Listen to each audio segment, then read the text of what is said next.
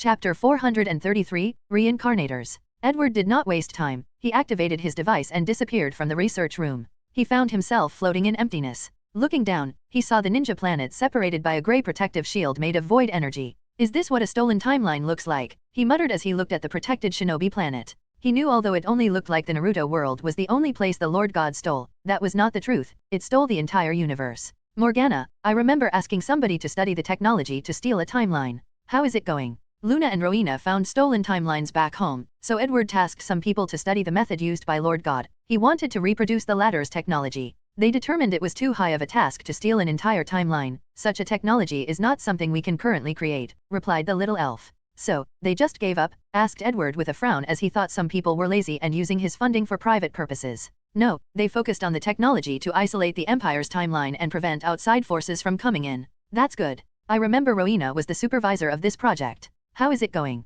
She is too busy with her own research, but she did provide them with enough data to have some accomplishments. Let me send you the result. Edward closed his eyes to review the research. Meanwhile, his sphere artifact floated above the grey shield around the ninja planet and analyzed it. After about an hour, the sphere floated back to Edward. Fail, he thought. The artifact concluded it was incapable of breaking through the void energy, meaning it was most likely the work of a powerful Lord God. Let's proceed to the next one, he ordered, and the artifact opened a portal to the following stolen timeline. They proceed as such for an entire week, searching timeline after timeline. Found it, muttered Edward with excitement. According to the artifact's analysis, the intensity of the void shield around this timeline was nothing compared to the others. More importantly, he could break through. Excellent, muttered Edward, who did not immediately enter. Instead, he returned to his timeline and prepared. He filled his interdimensional ring with more golems and numerous legions from the conquered automaton's civilization. His ring already had many weapons, so he ensured they were readied for battle or to respond to any unexpected situation. Finally, he even placed a few planets and stars inside to use as a bomb in case of an emergency.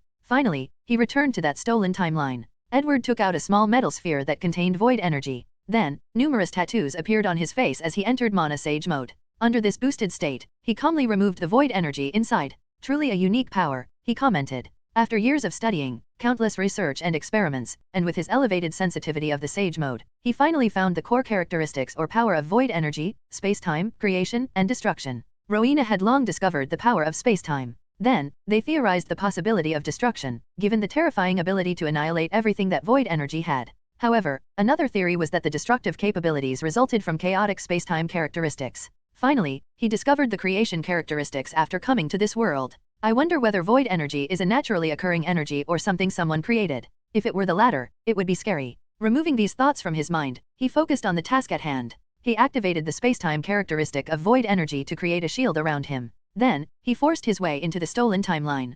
Previously, Luna and Rowena had to force themselves in, encountering countless dangers in the process. Learning from their experiences, Edward created a safer way to enter. As the two shields clashed, he suppressed the enemy's destruction and creation characteristics with his own while combining the space-time characteristics to teleport himself in. This was more challenging to accomplish than it sounds. He only recently touched the level of destruction rules or authority, so he could barely control the ones in his void energy to confront the Lord God. He knew little to nothing regarding the power of creation, so he had to use brute force and his willpower to achieve it. Finally, he was a master of space-time, so he had no trouble taking over the enemy space-time characteristics and combined with his. Boom! Edward forcibly entered the stolen timeline with only a few injuries. However, these were nothing to the current him. He removed the void energy in his body, and his body naturally regenerated. Then, he used a spell to hide his breath and entered the ninja world. Ninja world, 4th shinobi world. Two people were in the midst of an intense battle. However, these people were extremely odd. A man with dark skin and dreads looked at a woman who seemed half European and Eastern Asian.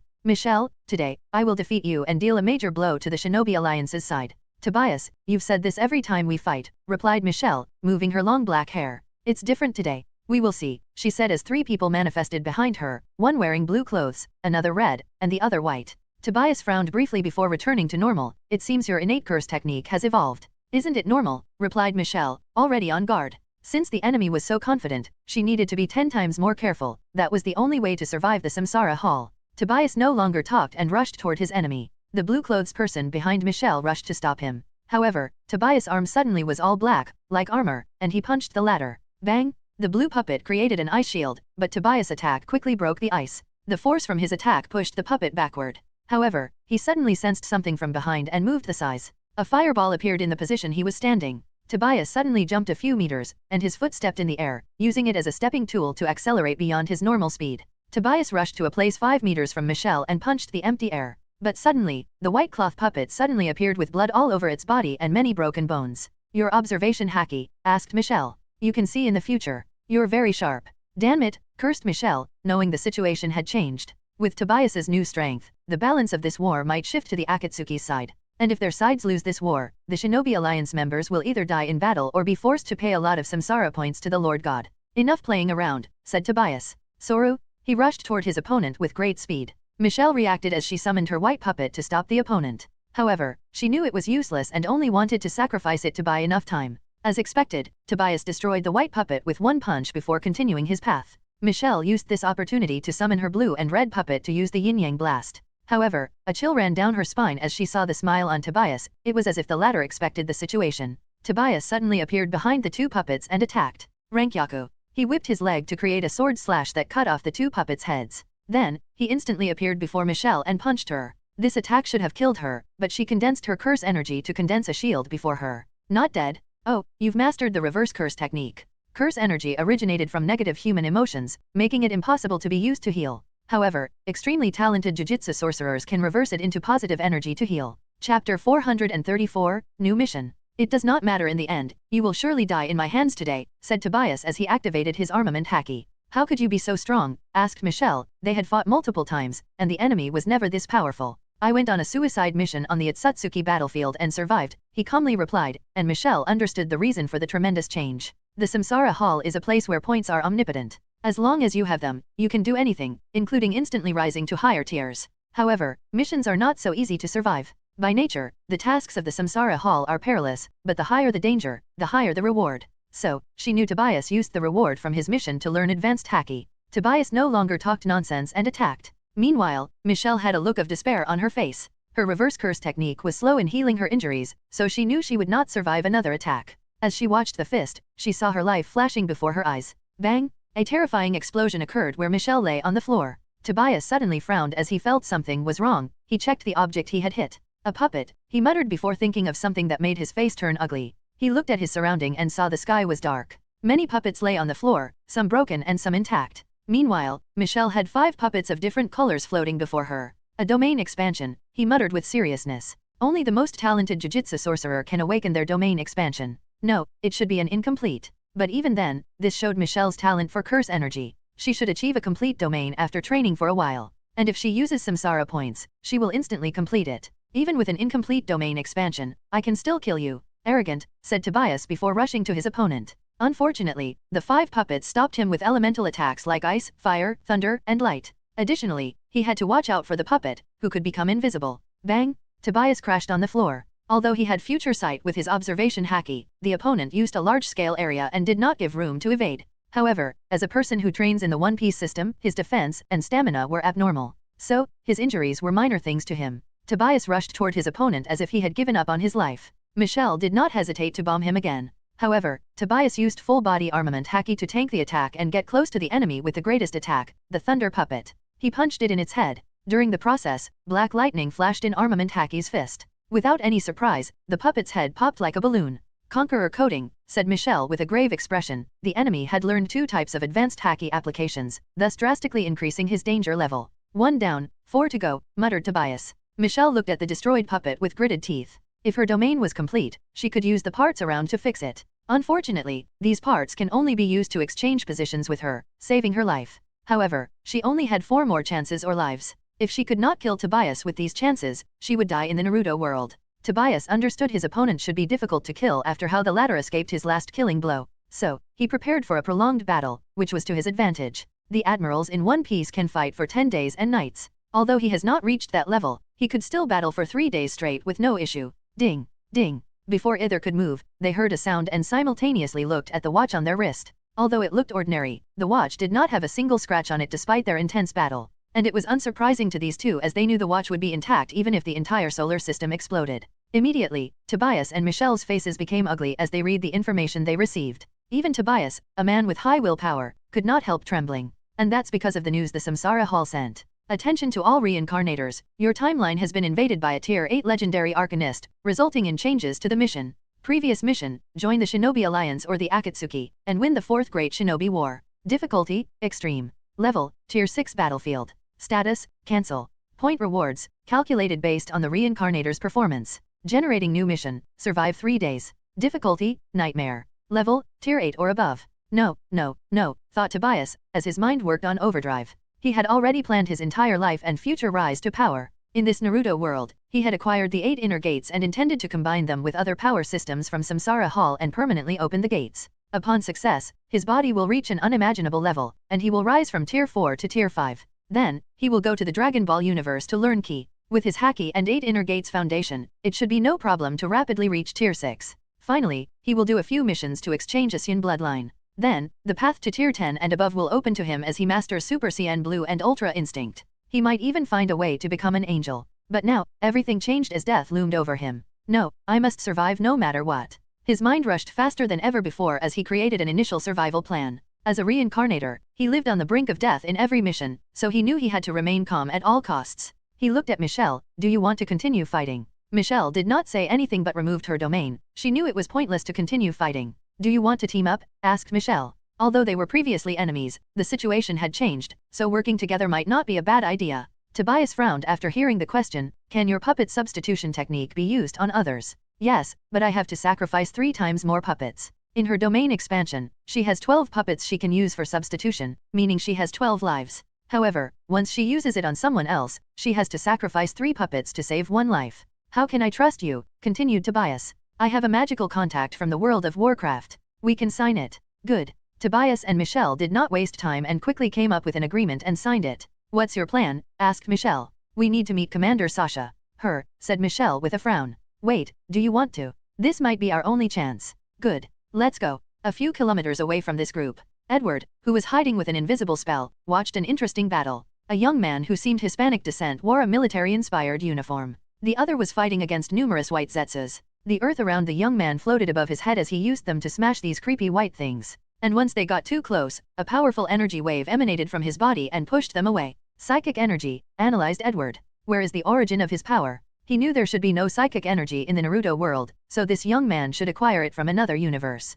However, there could be many sources for this power, including the X gene from X-Men. Let's scan his body first. Without the young man's knowledge, Edward scanned his body down to every atom of his existence. What's the result? He asked Morgana, knowing she could process the data faster than him. There seems to be a virus that forcibly changed his DNA structure and life code, explained Morgana. However, the process seemed very rough and extremely dangerous. It's a miracle he survived. Virus. His eyes suddenly lit up. Could it be the T-virus? Resident Evil is one of the favorite world lord gods used to send reincarnators in their first mission. The world is low level, dangerous enough for ordinary people, and it has a high probability of acquiring superpowers through different viruses. While in deep thought, Edward suddenly noticed the young man looking at his watch, and his face became ugly. Have I been detected? He muttered. Who? Yelled the young man. Edward appeared before him, and before he could react, he waved his hand to imprison him. Chapter 435, Soul Dimension Layers. You're the legendary Arcanist, asked Hernandez. So, you've heard of me, said Edward with a smile. Your Lord God is faster than I anticipated. Hernandez did not know how to react. The being before him was a Tier 8 powerhouse. Tier 8 was the pinnacle in the entire Samsara Hall, and there probably were only 30 of them despite the millions of reincarnators. I would ask you for information, but I guess you'll die the moment you try to answer them, added Edward, and Hernandez quickly nodded his head, hoping this Arcanist would be kind-hearted to let him go. Although he knew such a thing was only possible in his dream. Your facial expression changed after looking at the watch, so you must have received the information about my arrival from it, he commented as he looked at the black watch. However, the thing was empty, and he could not see anything. Is it linked to his visual cortex? He muttered before pointing his eyes in front of Hernandez's eyes, accessing his retina and visual cortex. Nothing? Then, it must be linked to his soul, he analyzed. Morgana. Yes, master, replied the little elf with purple. Scan the watch and give me an analysis. AI, Captain, she replied before looking intensely at the watch. A few minutes later, she said with a frown, the material of this watch is very unique. I've never seen such a complex atomic structure. What did you find? By my preliminary analysis, this thing seems indestructible, even more than the magicium you created. So, it can even survive void energy. Yes, it could probably survive a void energy bomb capable of destroying hundreds of timelines. Edward was surprised. 100 timelines equaled 100 universes. Anything else? That's the issue. I can analyze the material of the watch, but I am clueless about the technology of this watch. In my eyes, it's nothing but a well-crafted metal. That means the technology is beyond something we have ever come in contact with. Yes, which is both good and bad news, nodded Morgana. The bad news is they are clueless, but the good news is the Empire will benefit immensely by deciphering this technology. Even analyzing the material composition of the watch will benefit them. Meanwhile, Hernandez was speechless by their conversation. He heard many casters and scientists try to analyze the Samsara watch but failed to identify the material. But these two figured it out in a few minutes. As for void energy, he has heard of it since the Samsara Hall sells it, but the price is simply ridiculous. Furthermore, a Tier 7 immortal cultivator once tried to study void energy to create a powerful spell to fight above his tier. Unfortunately, something went wrong, and the energy annihilated him. So, void energy is considered taboo in the Samsara Hall, even amongst the tier mages, scientists, or other power systems. Edward looked at Hernandez. The Lord God should have placed some restrictions in your soul in case you tried to reveal its secret. Let's search for it. With a glance, he entered Hernandez's soul dimension, which was an all-white space. He knew this was the surface level, and most go deeper to find the latter's soul and secrets. Edward took one step, and the surroundings changed. He saw an image of a younger Hernandez being rejected by a beautiful woman with black hair. That night, the latter drank too much before finding a black watch. The watch asked him, "Do you want to know the meaning of life?" Yes/no. Drunk and filled with numerous emotions, Hernandez chose yes and became a reincarnator. The exciting thing is he did not regret that choice since the Samsara Hall allowed him to live a more thrilling and fulfilling life. As for the risk of death, Hernandez believed death was easier than the pain he suffered that night. Interesting kid, commented Edward. He knew this was the second layer of the soul dimension, often in the form of a core memory of its owner, but he needed to reach the third layer. He took one more space, and the scene changed again. He looked at a castle in the distance. The third layer is usually where the soul resides and where arcanists leave their protection. It could be in the form of castles like Hernandez, massive walls, a labyrinth, an armada of spaceships, or even a simple computer with encrypted passwords. Such a poor soul defense. Edward shook his head before turning into motes of lights and infiltrating the castle. After a few minutes, he found Hernandez's soul in one of the weapons rooms. How did you get in here? Hernandez spent a lot of Samsara points to buy a soul defensive treasure from an immortal cultivator. Most reincarnators will do the same, knowing the importance of the soul. Kid, if I could have forcefully summoned your soul to the first layer if I did not want to be careful and not injure you. First layer? What's that? Edward paused as he forgot this person probably knew little to nothing about the soul. Forget it. Please don't resist and make my job more challenging.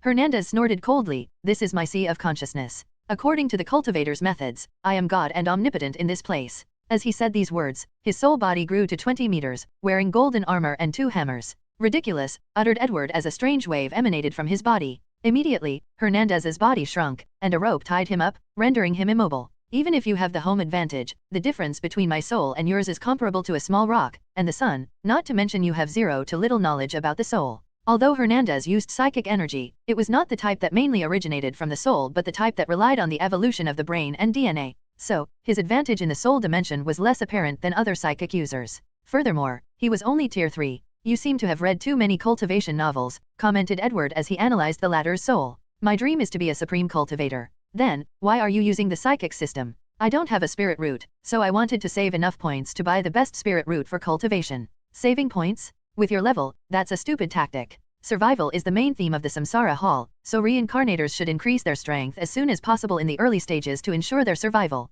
Only after reaching a certain tier should they think about saving points and so on. Hernandez smiled embarrassedly. Many people said the same thing to him, but he was stubborn. Now, he understood how stupid he was. Found it, muttered Edward as he found a small character embedded in Hernandez's soul. As expected, this Lord God did not place the contract in the 4th layer. He's a weak one amongst his kind. The Empire recently discovered the 4th layer of the soul dimension, where they believed the soul essence resides. As the name implies, it is the source and origin of the soul. It is the place that grants the soul its semi-immortality and, most likely, the site where the source of the human limit originated from. Unfortunately, the research on that level is still in the preliminary stages, so even Edward knows very little about the 4th layer. Edward focused on the characters in Hernandez's body. The character gave up an ancient and noble aura. It was like it was the beginning of everything, the source of something mighty. Many thoughts flashed across Edward's mind as he felt he had caught into something. A few seconds later, he muttered with shock, "Is this an origin rune?" Chapter 436, Origin Runes. The concept of origin rune is something Edward recently came up with after his previous epiphany after seeing the birth and death of the universe.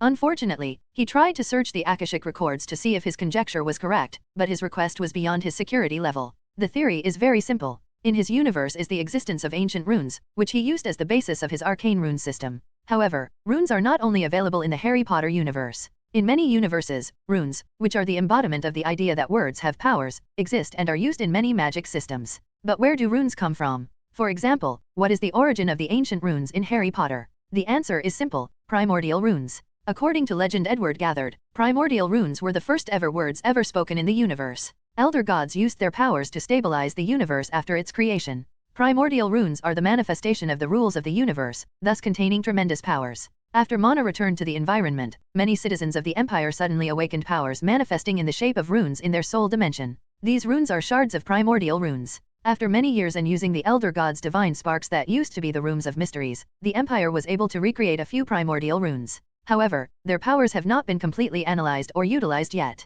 Edward hasn't even integrated them into his arcane rune system and elevated it to a higher level. However, after his epiphany, he became even bolder and more ambitious. Other universes has primordial runes. He has heard legends of the All-Father, Odin, who sacrificed one of its eyes to acquire knowledge and power. And in many of these myths and legends, the knowledge was in the form of primordial runes. Then, with this knowledge, Edward continued to theorize. Since many universes have primordial runes, could there be something above it? Could there be runes that are the source of all primordial runes? Edward named these theoretical runes Origin Rune or Void Rune, since such runes would have the power to affect the entire void. Previously, I had no basis for the concept of Origin Rune, until today. His eyes lit up as he gazed at the tiny character in Hernanda's soul. My original plan was to analyze different primordial runes and take their essence before deducing the Origin Rune. And if it did not exist, I would create it. But now, I might have an opportunity to come in contact with it. Edward quickly controlled his emotions. Although he knew there was a possibility he was wrong, and this character was not an Origin Rune, it did not matter. This strange rune itself was valuable to study. So, he focused as she tried to remember it. Soon, Edward frowned. I have an eidetic memory and cannot forget anything I see, but I seem to forget this rune with each passing second. He discovered his memory was failing him, and even his powerful soul could not help. Morgana, try to memorize this rune. The little elf appeared and immediately looked at the rune with a serious face. How is it? Every 15 seconds, my database loses information regarding this rune. Is there a solution? Simple, keep memorizing it. Edward understood her meaning. The rune is a piece of data that is forcibly erased every 15 seconds. So, she will copy and paste the entire thing before it is erased, repeating the process infinitely, thus keeping the data. Firstly, I need to complete memorizing the rune. Edward nodded. Just remembering the character did not mean someone remembered the runes. The rune was constantly releasing different auras, energy waves, fluctuations, vibrations, and other mysterious power. And Morgana needs to remember all these things and record them. Secondly, I will need at least 40% of my computing power dedicated to remembering this rune.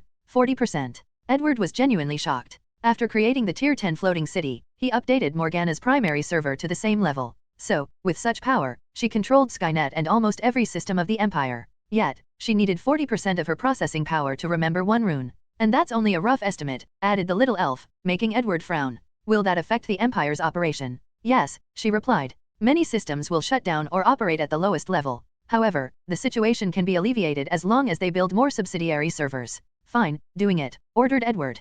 Give priority to the military systems, we don't want anything to affect the war. As you wish, nodded Morgana. You should also understand I will be unavailable once I begin. Don't worry, I will use the subbrain system. Edward planned for the worst situation in case Morgana was not available. So, he created a biocomputer using copies of his brain. He can link with it and use it as Morgana's temporary replacement. How long will it take? About 3 months. Based on this person's soul dimension, 3 months equals 7 days on the outside. That's too long, frowned Edward. If you add your soul process power and the subbrain system, the time should be reduced to 7 hours outside, commented Morgana. Alright, let's do this. Before then, let me prepare. Edward exited Hernanda's soul dimension and pointed to the floor. After a while, light flew from his hand and entered the earth. Then, he teleported away with the young man's body. What is it? Asked Madara, looking at the woman before him with his Rinnegan. He did not trust these foreigners with weird powers that claimed to be from different dimensions. Unfortunately, they were powerful, and he needed their strength to win this war and accomplish his dreams. A new enemy has appeared, said Commander Sasha, dressed in modern clothes with a pantsuit.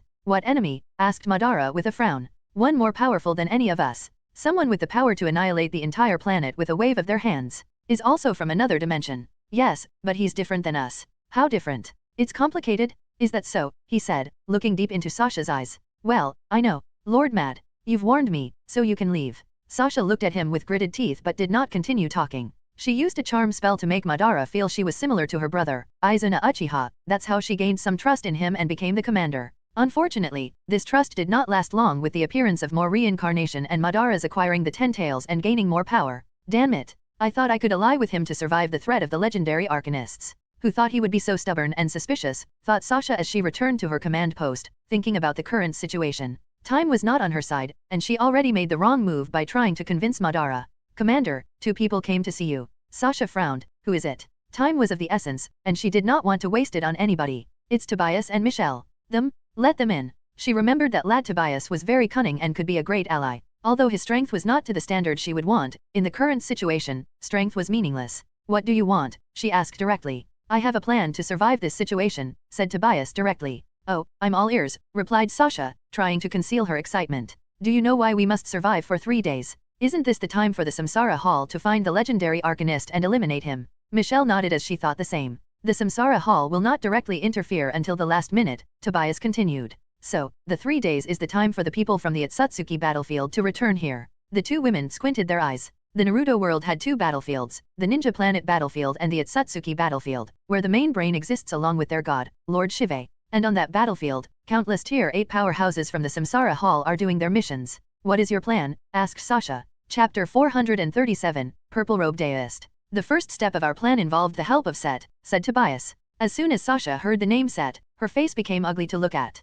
However, Tobias ignored her and continued. We need him to open a portal and teleport us far away from here. Is that the extent of your plan? Asked Michelle with a frown. Of course not, replied Tobias. The next step involved Kingsley's help. Tobias explained the entire plan to the group, and everyone took a minute to ponder. It might work, said Michelle before looking at Sasha, who looked disgusted for some odd reason. We have to rely on you. Sasha snorted coldly. Why is she part of the plan? She understood why Tobias needed her help, but she did not understand the need for Michelle's presence. She awakened an incomplete domain that has the power to save lives, explained Tobias. At an important moment, her help can be vital. How do I trust her? Michelle did not waste time and handed her the contract they signed. After reviewing it, Sasha added herself. So, you agree? Asked Tobias. I don't have a choice, she replied. Then, a ruthless light flashed in her eyes. Plus, I have a way to increase our odds. Then, let's move. The 3 left the war tent and headed in the Shinobi Alliance's direction. Sasha summoned a car from her interdimensional ring and drove toward her direction with the utmost speed. After arriving at their destination, Tobias suddenly moved and attacked. Boom! He hit something about 5 meters in the air. What is it? Asked Sasha. Probably one of Madara's limbo clones, he replied with a sneer. With his advanced observation haki, such a thing could not hide from him. However, he waited until they were far away from the main body to act to prevent Madara from acting against them. Sasha frowned as she understood Madara did not trust her. Let's go in, our actions should have alerted the people inside. As expected, a few ninjas came after hearing the commotions. Under normal circumstances, the sensor-type ninjas should have detected them miles away. However, they were ordered on a different mission by Commander Set. Who goes there? Asked one of the leading ninjas. It's Commander Sasha. Tell your leader I'm here to see him. The ninja frowned before heading back. Not long after, a handsome young man with pale skin and very long ears appeared. Sasha, my love, have you finally agreed to marry me? Asked the handsome elf with a smile. Set, this is not the time for this shit. True, he replied with a somber face. Come with me. The group headed to his tent, and it was bigger on the inside. It was similar to the extension charm from Harry Potter.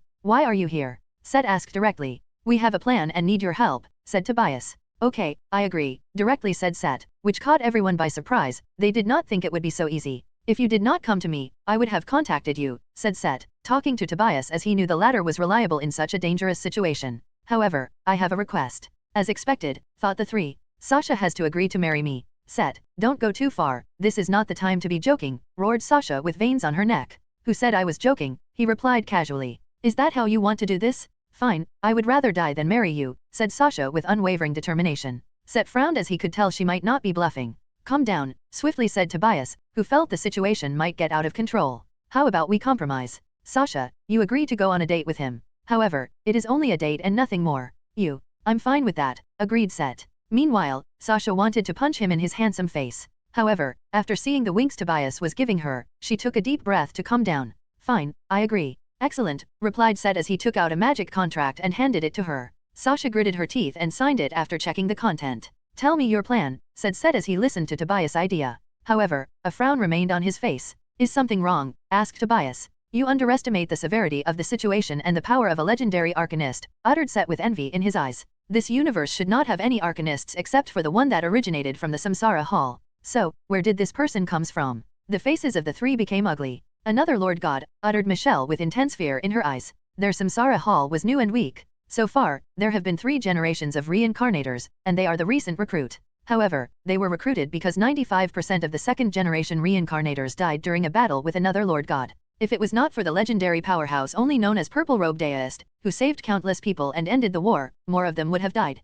This is one possibility, said Set calmly. However, there are some doubts. Yes, if it was another Lord God, it would not only be one person but a group, unless he is a scout, analyzed Tobias. As for the other possibility, it is an arcanist who belongs to a world that has invented omniverse travel. Set gave Tobias a strange look. He used the magical artificial intelligence of his magic tower to analyze the current situation. But Tobias figured it out after a few hints. This guy wasted his talent by following the hacky system. Impossible. How rare is it for a civilization to transcend the boundaries of their universe, added Michelle. And even if they did, most will be annihilated by the void. Although rare, it is possible, said Tobias. He once spent a lot of points to learn about certain secrets of the void. Something is not adding up, he continued, but he could not pinpoint what it was. You're right, added Set. The core of the issue: how did the arcanist gets to this world? If he's from a civilization that masters omniverse travel, he should have a magic tower or a floating city. However, if the arcanist came to the Naruto universe with one of these two, the difficulty of the mission would not only be nightmare level. The others agreed as they knew the highest difficulty was after nightmare, and it's called impossible. According to rumors, only Purple Robe Deist has ever succeeded in an impossible mission. Although the plan is not foolproof, it is the best we can do in the current situation, explained Tobias. So, we better hurry up. Set frowned as he wanted more assurance. As an arcanist, he did not like to gamble or rely on uncertainty. I have a way to increase our chances of survival, suddenly said Sasha. I have been secretly planting magical seals on Madara. You want to turn him into a heroic spirit? Yes. However, he's one tier higher than me, and I need your help. Sasha is tier 5 and very close to tier 6. She wanted to use this mission to reach tier 6 before turning Madara into her heroic spirits. However, in the current situation, she cannot wait and has to change the plan. As for the reason Madara is so powerful, it's because she told him about Kaguya and had the latter swallow the ancestor of Chakra. Fine, I'll help you, said Set. He was the only tier 6 on the Shinobi Alliance's side and the only reason Madara had not won the mission. According to his strength, prestige, and merit, he should have been the Alliance commander instead of a Legion commander. However, no one trusted him.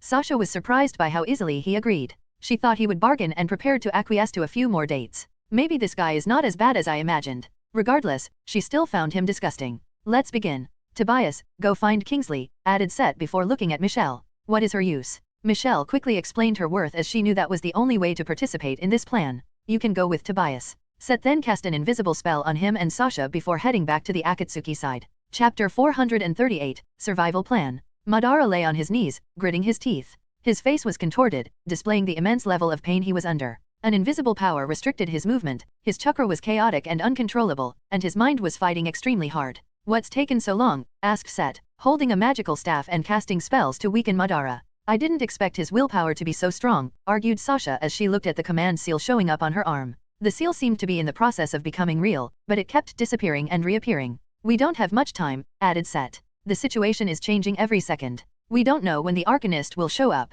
Do you think I don't know this? She rebutted with gritted teeth. She focused on the mana inside her magic circuit to increase the intensity of her magecraft. Unfortunately, Madara's will resisted and refused to succumb to anyone. You can dream of controlling me, said the ghost of the Uchiha with red eyes. Damn it, should I use the lesser command seal, thought Sasha. She chose the Fate/Zero's magic system of Master Servant, which is essentially a branch of Summoner. Sasha can turn people into heroic spirits and summon them for battles. However, this system has a significant flaw. Servants have their own intelligence and will, so they can disobey their master's orders, unless the master uses a command seal. Command seals are absolute orders, but the master only has 3. Knowing this, Sasha used a lot of points to have the Samsara Hall perfect this magic system for her, allowing her absolute control over her heroic spirit. Unfortunately, the process of subduing these spirits is not easy and is often resisted. If I use the lesser command seal, I can only control Madara 3 times before he regains his freedom. The final result will be my death. Sasha chose otherwise and continued the process of subduing Madara.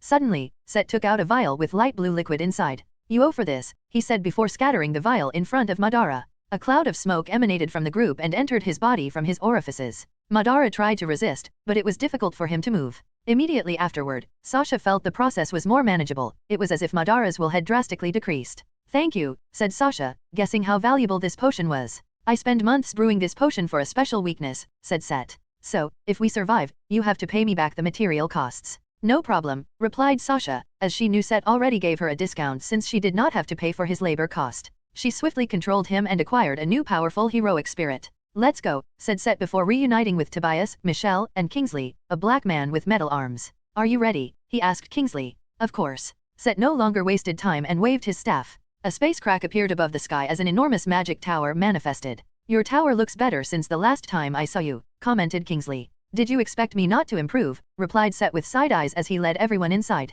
Only Tier 5 Arcanists, also called demigods in the world of Warcraft, can have a magic tower as grand as his. However, now that he entered Tier 6 and was basically a god, it's normal for his tower to improve.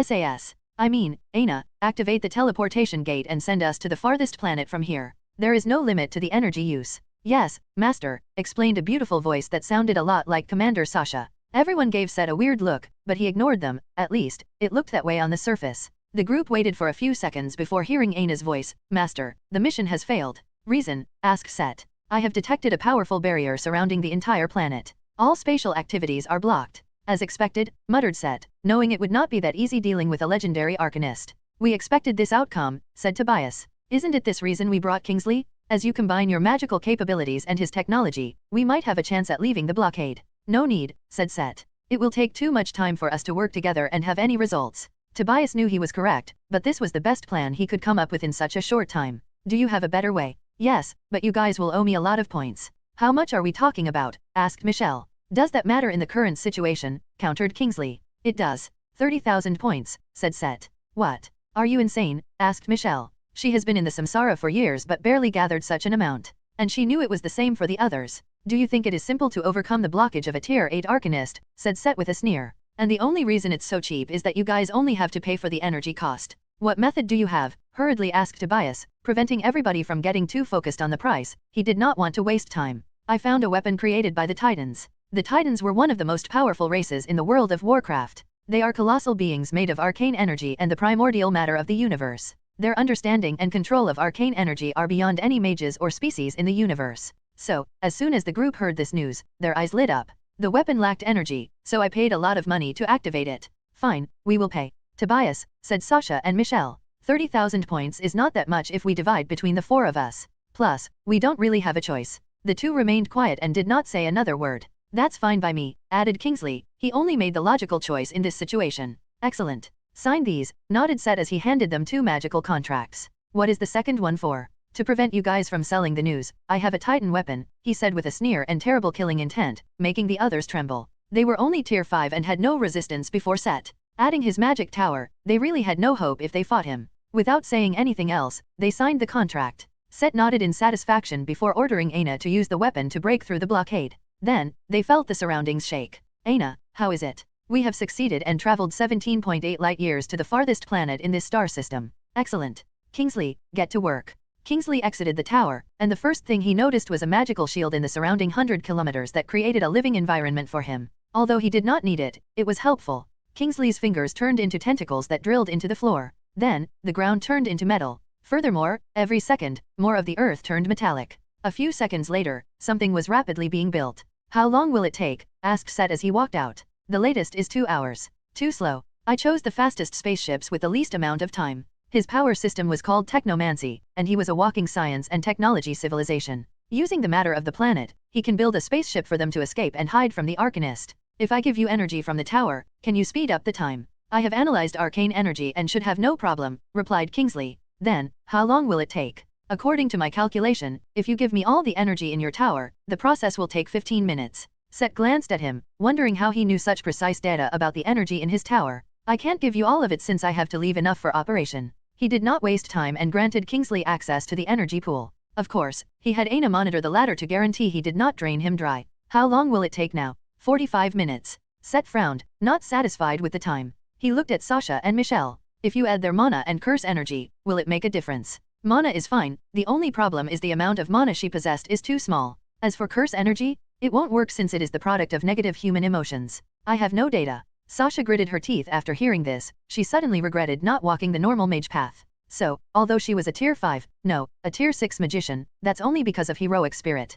The amount of mana inside her magic circuit is barely on the level of Tier 3. The group frowned, thinking of ways to accelerate the progress. What an interesting group, suddenly said a voice, scaring them. Then, their face pale when they saw a young man dressed in a magical robe with eyes as bright as the stars in the night. The legendary Arcanist found us, was the only thought echoing in their minds. Chapter 439, Caster's Path. The group looked at Edward, their faces displaying various emotions, mostly fear and respect. Even Kingsley, a semi-cybernetic life form, found it challenging to remain calm. As reincarnators, they know about different civilizations like science, immortal cultivation, psychic, godhood, and magic. They have experienced power systems from across the omniverse, so they know what a legendary arcanist represents. Throughout the omniverse, casters can be classified into 6 main categories: mage, sorcerer, warlock, cleric/priest, wizard, and arcanist. Mages are considered the mainstream of casters, and many people believed they were the first to exist. Their power originates from knowledge as they study extensively to wield their power. Sorcerers are the people who control the energy from the universe and other dimensions. Sorcerers usually do not have energy inside their bodies since everything else can be their energy source. Sorcerers have the least requirement for talent since as long as someone has a soul or mind, they can become a sorcerer. However, becoming a sorcery master is even more complicated than many of the other caster paths. Warlocks and clerics are similar in many ways. Warlocks are casters that make contracts with different extraordinary beings to acquire their power. The agreement can be from gods, demons, devils, aliens, outer gods, or interdimensional entities. Warlocks and sorcerers have something in common since sorcerers also make contracts with some creatures to use their energy. Clerks or priests are essentially warlocks who make contracts with one god whom they believe in and spend their entire life serving. Clerics are usually on the good and justice side, unless they serve a dark god. Meanwhile, warlocks are more on the evil, neutral, and chaotic sides. Wizards are the casters who focus more on the bloodline path. They change their life code to break the restrictions of their races. Their civilizations are usually crueler and more brutal. Wizards do not master a variety of spells like most mages but focus on developing their bloodline spells to an extreme level, and adding their usually powerful physical body. They are one of the most powerful caster class. Finally, there are arcanists. They are like mages as they pursue the truth, and their power originates from knowledge. However, unlike mages, arcanist civilizations are usually a combination of magic and technology. In most arcane civilizations, magic technology has developed to a terrifying level. The concept of a magic tower and floating city that has the power to destroy the gods is the mainstream of arcane civilizations. Throughout the omniverse, many people argue which caster path is the strongest, and there is an argument for every path. However, as a civilization, the arcane path is, without a doubt, the one with the most potential. And that's because it is all-inclusive. Arcane civilization can integrate mages, sorcerers, warlocks, wizards, and even cleric into their own to develop. And adding their development of technology, they are indeed the ones with the most potential. Interesting, muttered Edward as he read these people's minds. He learned about their understanding of different casters' paths. Have I accidentally created an orthodox arcane civilization known throughout the omniverse? Furthermore, I walked the path of integrating all the other caster paths. Old man Merlin once told him taking on the name of the Arcane Emperor was not simple and would inherit the destiny or cause and effect related to it. Now, he understood what the old man had meant. He's reading our mind, suddenly said Tobias. What? Can he do that? Asked Michelle. Isn't our mind protected by the hall? Yes, but only core memories related to the hall, added Kingsley. Some miscellaneous information is not protected. How did you know I was reading your mind? You shouldn't be able to detect it, said Edward as he looked at Tobias. Intuition. Is that so? You're quite the talent. Want to work for me? Tobias did not say anything. He took a moment to calm down. Sir, Arcanist, what do you need from us? Huh? You're not scared anymore. I am, but since you did not immediately kill us means there is a chance to survive. And maybe negotiate. Edward nodded. The Lord God used cruel missions to cultivate powerhouses. Although the death rate of this method is high, the people who survive and reach the top as truly the elites. Thank you for the compliment. I came here because I discovered someone broke my shield and wanted to see who it was. No one said anything, but Edward noticed one of the women looked at Set from the corner of her eyes. So, it's you, he said, looking at the handsome elf. An elf? No, a high elf from the Kulthalas. You know World of Warcraft? Asked Set. Is that strange? Replied Edward as he observed the elf before him, his eyes penetrating the latter's body and soul. Is this arcane energy? It's indeed another form of mana, but the frequency is different. Although not as good as the Empire, it is decent but nothing extraordinary. However, from the lore of the World of Warcraft, wow, arcane energy has a lot of potential and power when wielded by titans. Humans have a low affinity for this mana frequency, except for a few. No wonder you turn into an elf. Set's body trembled as he felt this person's eyes reveal all his secrets. You are only tier 6 and should not have the power to break my barrier, even with your magic tower. So, how did you do it? The group was quiet for a moment before Tobias took the courage to ask, Sir, can you let us live if we cooperate? Of course. Anyway, I never planned to kill any of you since you're more valuable alive than dead. And if you are truly obedient and worth the investment, I can remove the Lord God's control over you. You mean you can free us from the Samsara Hall? Swiftly asked Michelle. Yes. Are you really that powerful? If your Samsara Hall was truly a powerful Lord God and could use all its power, I could not grant you freedom. But in its current state, it's not a problem to use a crooked means to free you. What do you mean by crooked? Continued Michelle. The Samsara Hall placed a powerful seal in your soul, patiently explained Edward, making the other's face change. Although they knew this was the case long ago, however, they only suspected it based on rumors and the fate of people who tried to go against the Samsara Hall. But now, they had direct evidence. I cannot remove the seal, continued Edward, ignoring their agitated emotions. However, I can save a piece of your soul, and a drop of blood before the Samsara Hall obliterates you. With the blood, I can recreate your body. Then, all I have to do is regrow your soul and place it back in the new body. Worthy of a legendary arcanist, muttered Set, who was one of the few people who knew the technology and knowledge required for such a method. Although it sounded simple, he knew a person must have a deep understanding of cloning and soul manipulation. Michelle's eyes lit up. She has dreamt for many years about removing the Samsara Hall's control over herself. You sound tempted? Said Edward with a smile. However, are you worth for me to help you? Sir, what do you mean? Cloning your body and regrowing the soul requires a lot of resources, especially if you want to retain your current tier. So, why should I help you? This guy is cunning. In just a few words, he made it seem as if we were the ones who needed his help, thought Tobias while maintaining his calm demeanor. Sir, what about us who do not want to leave the Samsara Hall? Asked Tobias. Edward gave him a look before smiling. I am a person who appreciates talent. Since your group successfully concocted a plan to escape in such a short time, I will give you a chance. As long as you help me study your unique power system and record the seal in your soul, I promise to let you live. Edward suddenly had an idea and wanted to see if he could use this group to execute it. Chapter 440, New Systems. An unedited chapter. So, what do you guys think about my proposal? Asked Edward. Do we have a choice? Said Tobias with a wry smile. You do, he replied calmly. You can resist, choose death over submission. How can that be a choice? But it is. Well, I guess if you were that kind of person, you would have died long ago by refusing to submit to the god space. No one commented on this issue. All right, let's get back to work, he said. I will use a few spells to help me analyze your power system. I might ask a few questions, and you can answer as long as the seal allows it. Let's begin with the elf. What's your name? Set. Edward waved his hand to cast a spell on the latter. You didn't answer my question. How did you break my shield? I have a weapon created by the Titans. Really? His eyes lit up. Go get it and show it to me. I already included it in my tower. You would need to go inside, replied Set with pain in his voice. He already knew he could not keep that weapon. Is that so? Well, wait until I'm finished with the others. Then, he set his eyes on Sasha. You should also be a caster. But why do you give me a strange feeling? Sasha did not know what to say, so Edward continued to observe her. Your mana quantity is very small. It's not stored in a core but fused with an energy vein similar to my world's mana vein. For arcanists, mana or magic veins seem to be important after tier 4 since they are no longer limited by their veins to cast spells. Furthermore, the other primary function of veins was to use mana to passively strengthen the bodies of arcanists. However, with the invention of aura, this method has become tasteless. Your mana vein is fused with your soul, which is different from ours, commented Edward. It seems the more complex it is, the more mana you can contain in your body. Finally, it does not have the effect of increasing the physical body's stats, but it seems excellent in helping with mana control. What system are you using? It's the magic circuit from the Fate universe, replied Sasha with caution. She feared this arcanist would try to dissect her.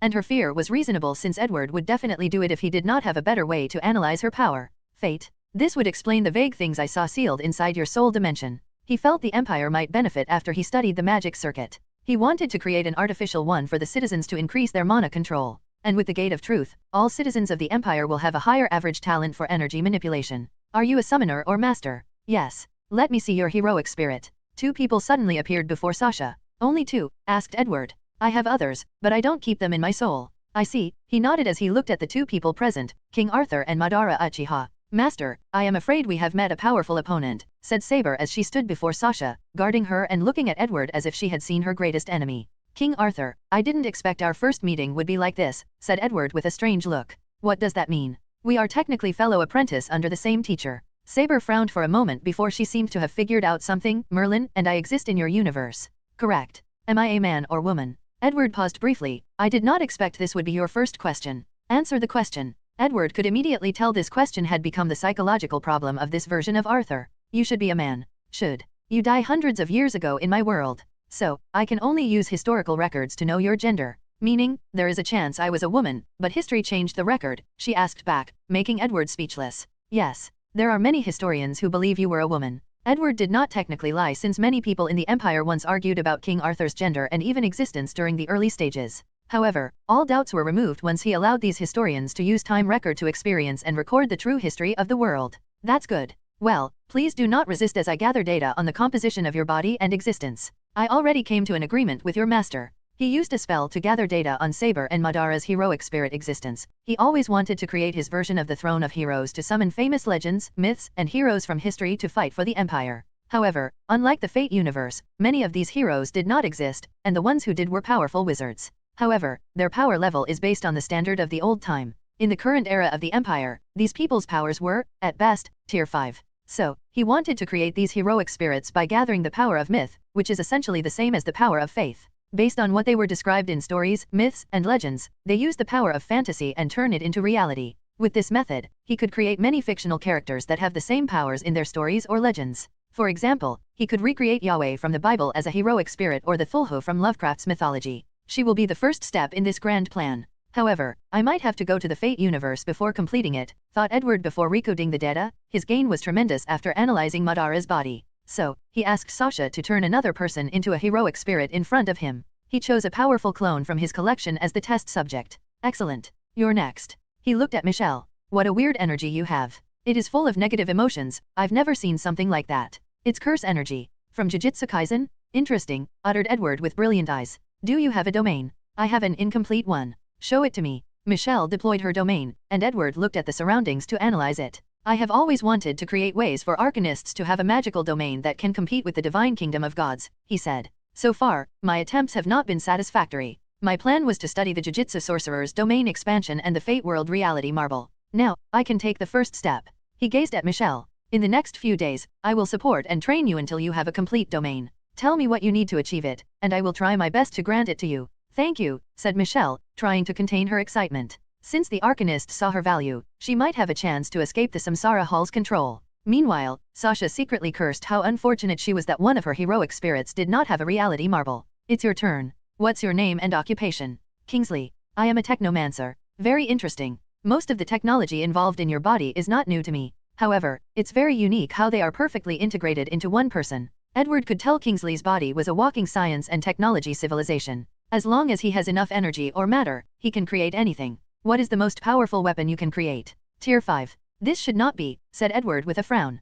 The Lord God only granted me technology designs for weapons of Tier 5 destructing capabilities. But you should be able to calculate and deduce higher weapons. I should, said Kingsley with a forced smile. However, there is a powerful virus in my system that prevents me from doing so, and the only way to acquire and use higher technology. Kingsley stopped as his face began to contort out of pain. No need to say any more. Edward could guess he wanted to say he needed more points. However, he suddenly became interested. He wanted to know whether this was the result of the Lord God's seal or another form of protection specially created for Kingsley. Chapter 441, Pure Materialism.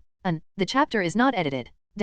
Edward looked at Kingsley for a moment before a look of excitement appeared on his face. You don't have a soul, he asked as he could not access Kingsley's soul dimension. He saw the latter's brain that had been modified by biochips to function like a super quantum computer. Of course not, replied Kingsley calmly. The soul is either energy released after death, and this energy is an electromagnetic field that can interact with the physical world, or something created as the result of quantum mechanics. It arises from the complex interactions of subatomic particles within the brain. Kingsley was limited in his scientific knowledge because of the restraints from the Samsara Hall. However, he did his research on the soul, and this was the result of his analysis. Edward's eyes became brighter than the sun. He cast 100 more spells. Morgana, look, my conjecture was right. A little purple elf suddenly manifested next to Edward and observed Kingsley intensely. The existence of a pure materialism world, she commented. I thought your conjecture was simply the result of your paranoia. I told all of you I was correct, but you were all so closed-minded, said Edward with a sneer. Especially you, so smug because you have better computing power than everybody else.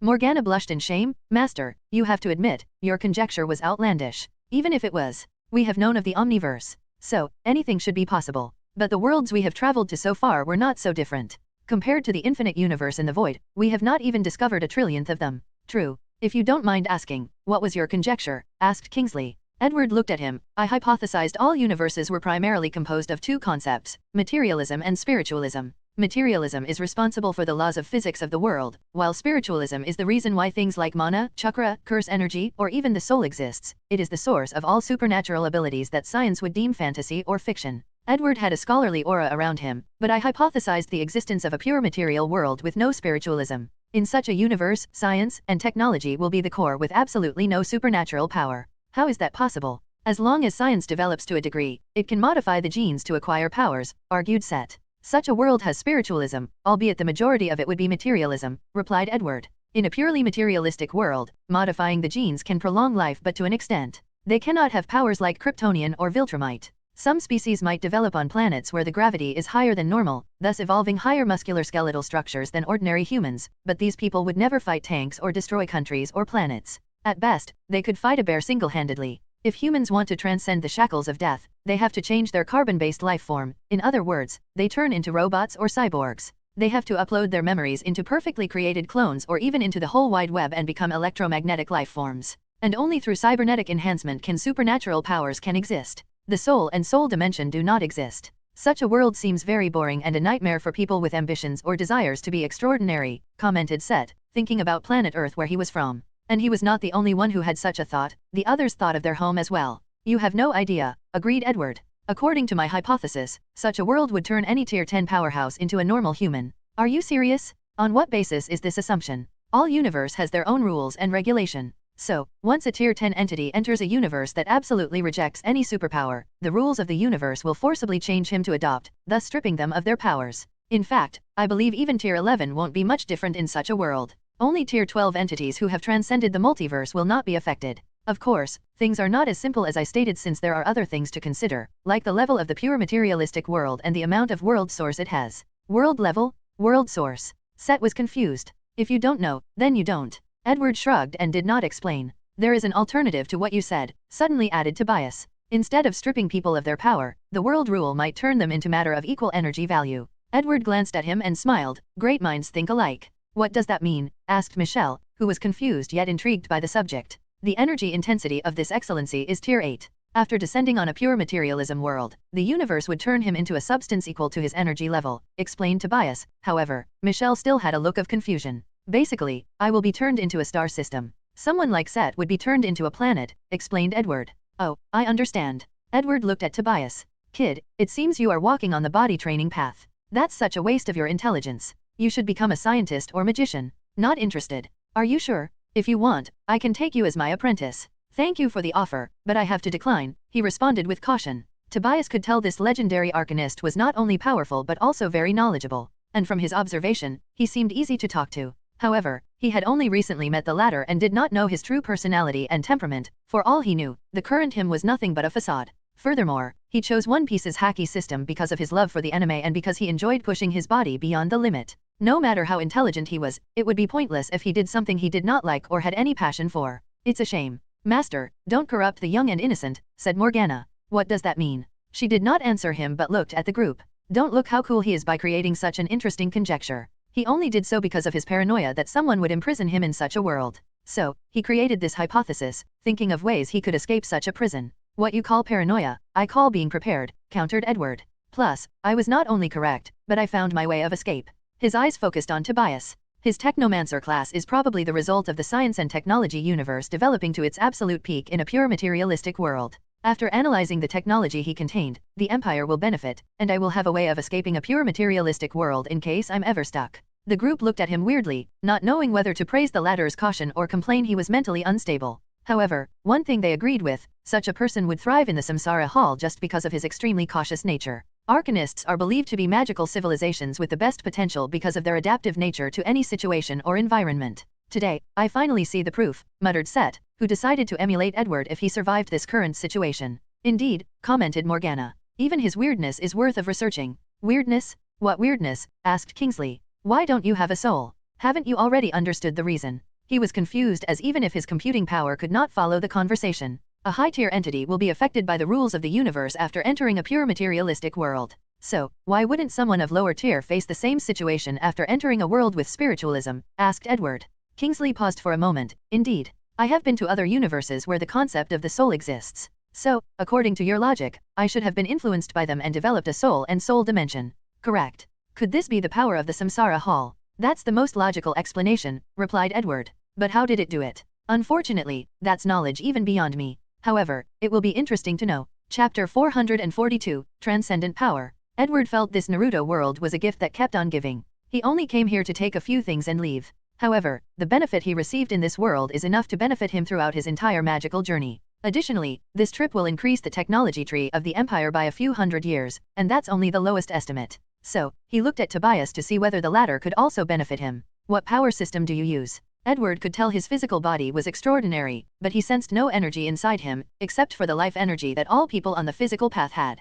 Tobias calmly raised his hand, and it turned black. Hacky? Asked Edward. Excellent. I recently developed a technique to use willpower to boost spells. With your help, I can complete it. Plus, I'm interested in how observation Hacky can predict the future. If the Empire's Arcanist can use this technique, their battle prowess will drastically increase. The One Piece's Hacky system did not have ways to train willpower, but their applications or use of it were extraordinary. So, Edward knew he could learn a great deal from it. Using observation Hacky to help in battle? That's a genius idea. Why didn't I think of this? Muttered Set, who now saw the advantage of being able to predict his opponent's move. He would know exactly which spell to use and increase his odds of success. You're really something else, muttered Michelle. What's wrong? Asked Edward, puzzled by her word. Who would think of using Hacky on spells? What is the point of learning other power systems if not to integrate them into my own and become stronger? Replied Edward. Michelle was speechless since these words made sense, but she did not know how to explain her feeling. Most people have a hard time mastering one system. How would they have the idea of combining multiple ones? Explained Tobias.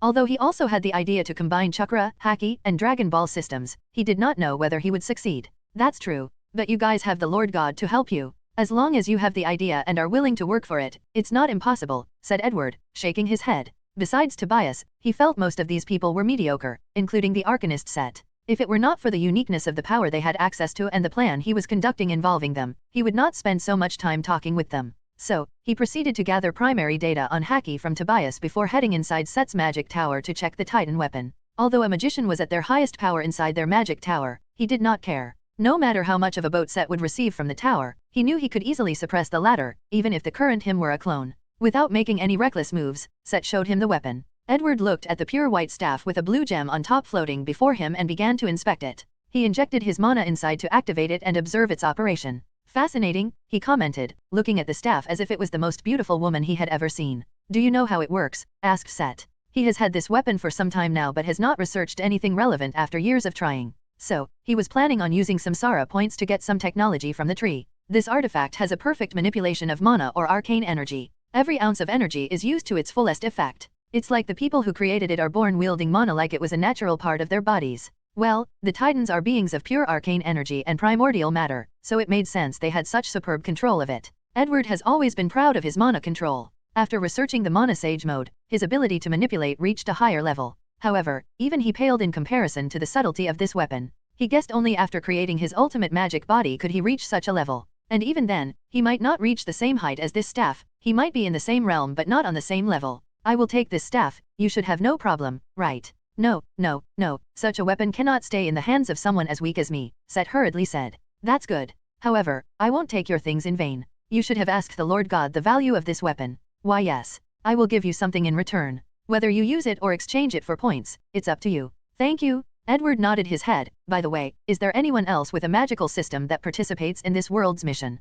Yes, Li Kyuk, but he's on tier 3. Oh, what system does he use? I don't know. I only know it is from a manhwa and is divided into magic circles, and each circle corresponds to a tier. Edward looked at him, and Set lowered his head in embarrassment as he knew what those eyes meant. As an arcanist, he should have been more curious about other magical paths and learned from them. Edward looked away without saying any more. I need to check on the seal the Lord God placed on your seal. Michelle, you're first. Edward checked his soul dimension and saw the origin rune in the latter's soul in the 3rd layer. He was glad the seal was still in the 3rd layer and not the 4th. He tried on the others, and it was the same. With these people, it should be easier to record the origin runes and study, thought Edward. However, the greatest contributor to studying this rune is the one in Kingsley. He did not have a soul or dimension, so his runes manifested in the form of a complex virus in his software. The Empire's technology is not as developed as magic, so Edward has to spend a few hours before finding it. And if it was not for Kingsley's help and cooperation, he might have had to spend more time. Interesting. The runes seem to be designed to work on the soul and do not care about the shape or form the soul takes, analyzed Edward, and his eyes lit up.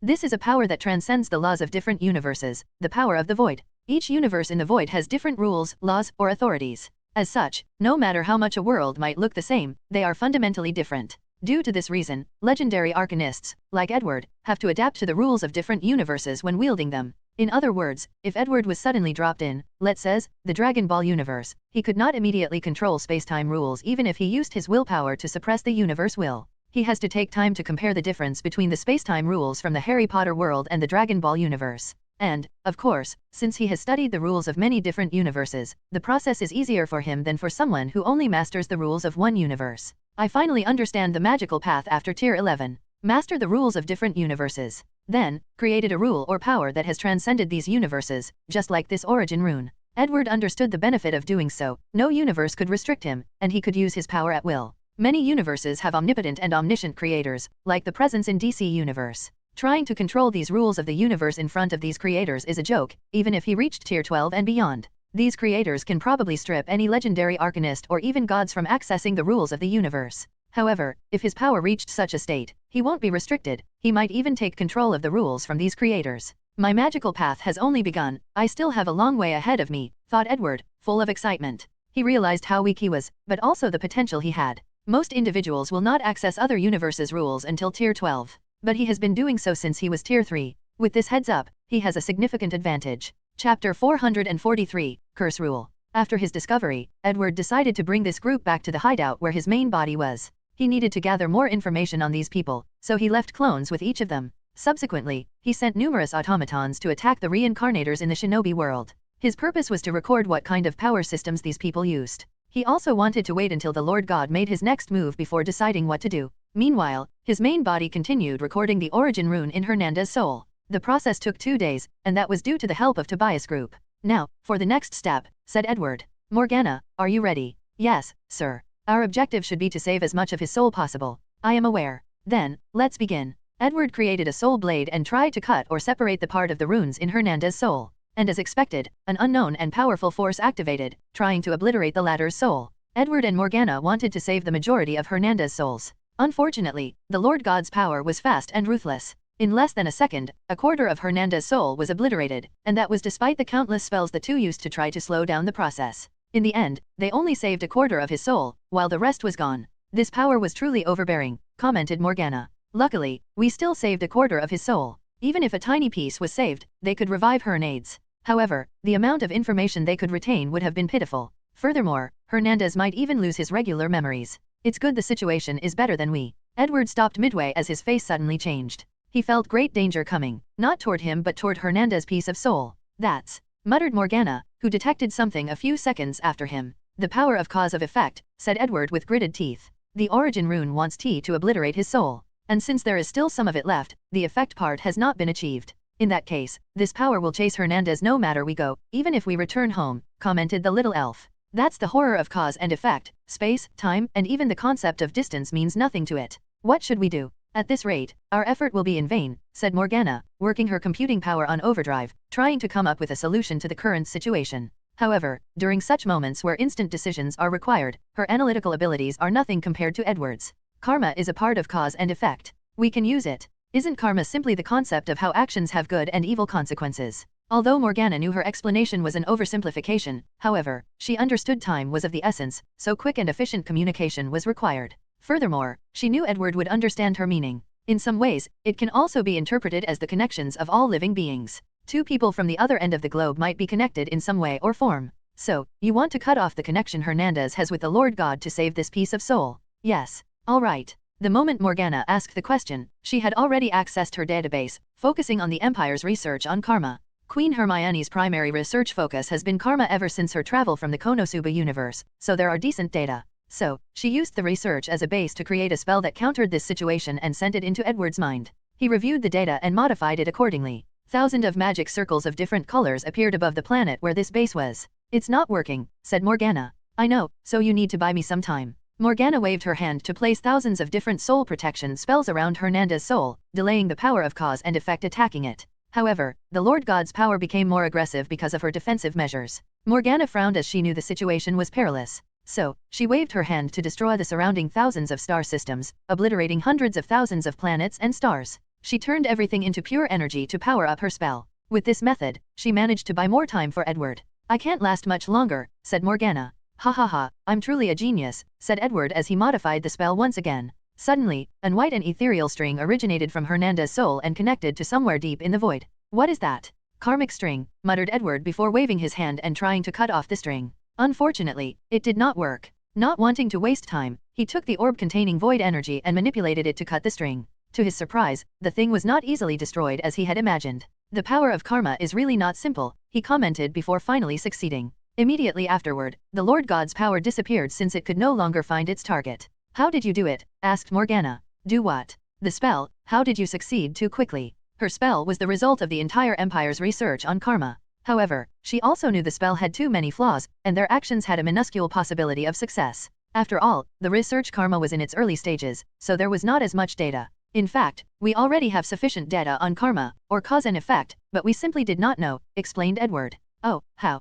Curses. Morgana's eyes lit up. Indeed. Curse Master can use a person's hair, nails, appearance, and even date of birth to curse someone. And there is no requirement for distance. At its core, curse spells use the power cause and effect. Exactly. After I figured this out, it was simpler to modify the spell, said Edward. He was considered a curse master since he was paranoid that someone would use a powerful curse to kill him. Furthermore, after the Black Clover universe, he used Magi Kula to gain a powerful curse immunity, thus also deepening his understanding of curse spells. And now, he found the essence of curse. You should be able to control curse rules now, right? Asked Morgana. Yes, but only after a little bit more research and training. Space, time, destruction, death, and now curse. You're no longer a weak legendary arcanist, she added. Indeed. Are you going to focus only on these 5? Or are there going to be more? Element rules will definitely be next, pondered Edward. Hermione should control karma rule, so I can learn from her. I don't know if there is a void rule, but Rowena should learn it, so I can also learn with her. You have no chance to use fate or destiny rule, added Morgana.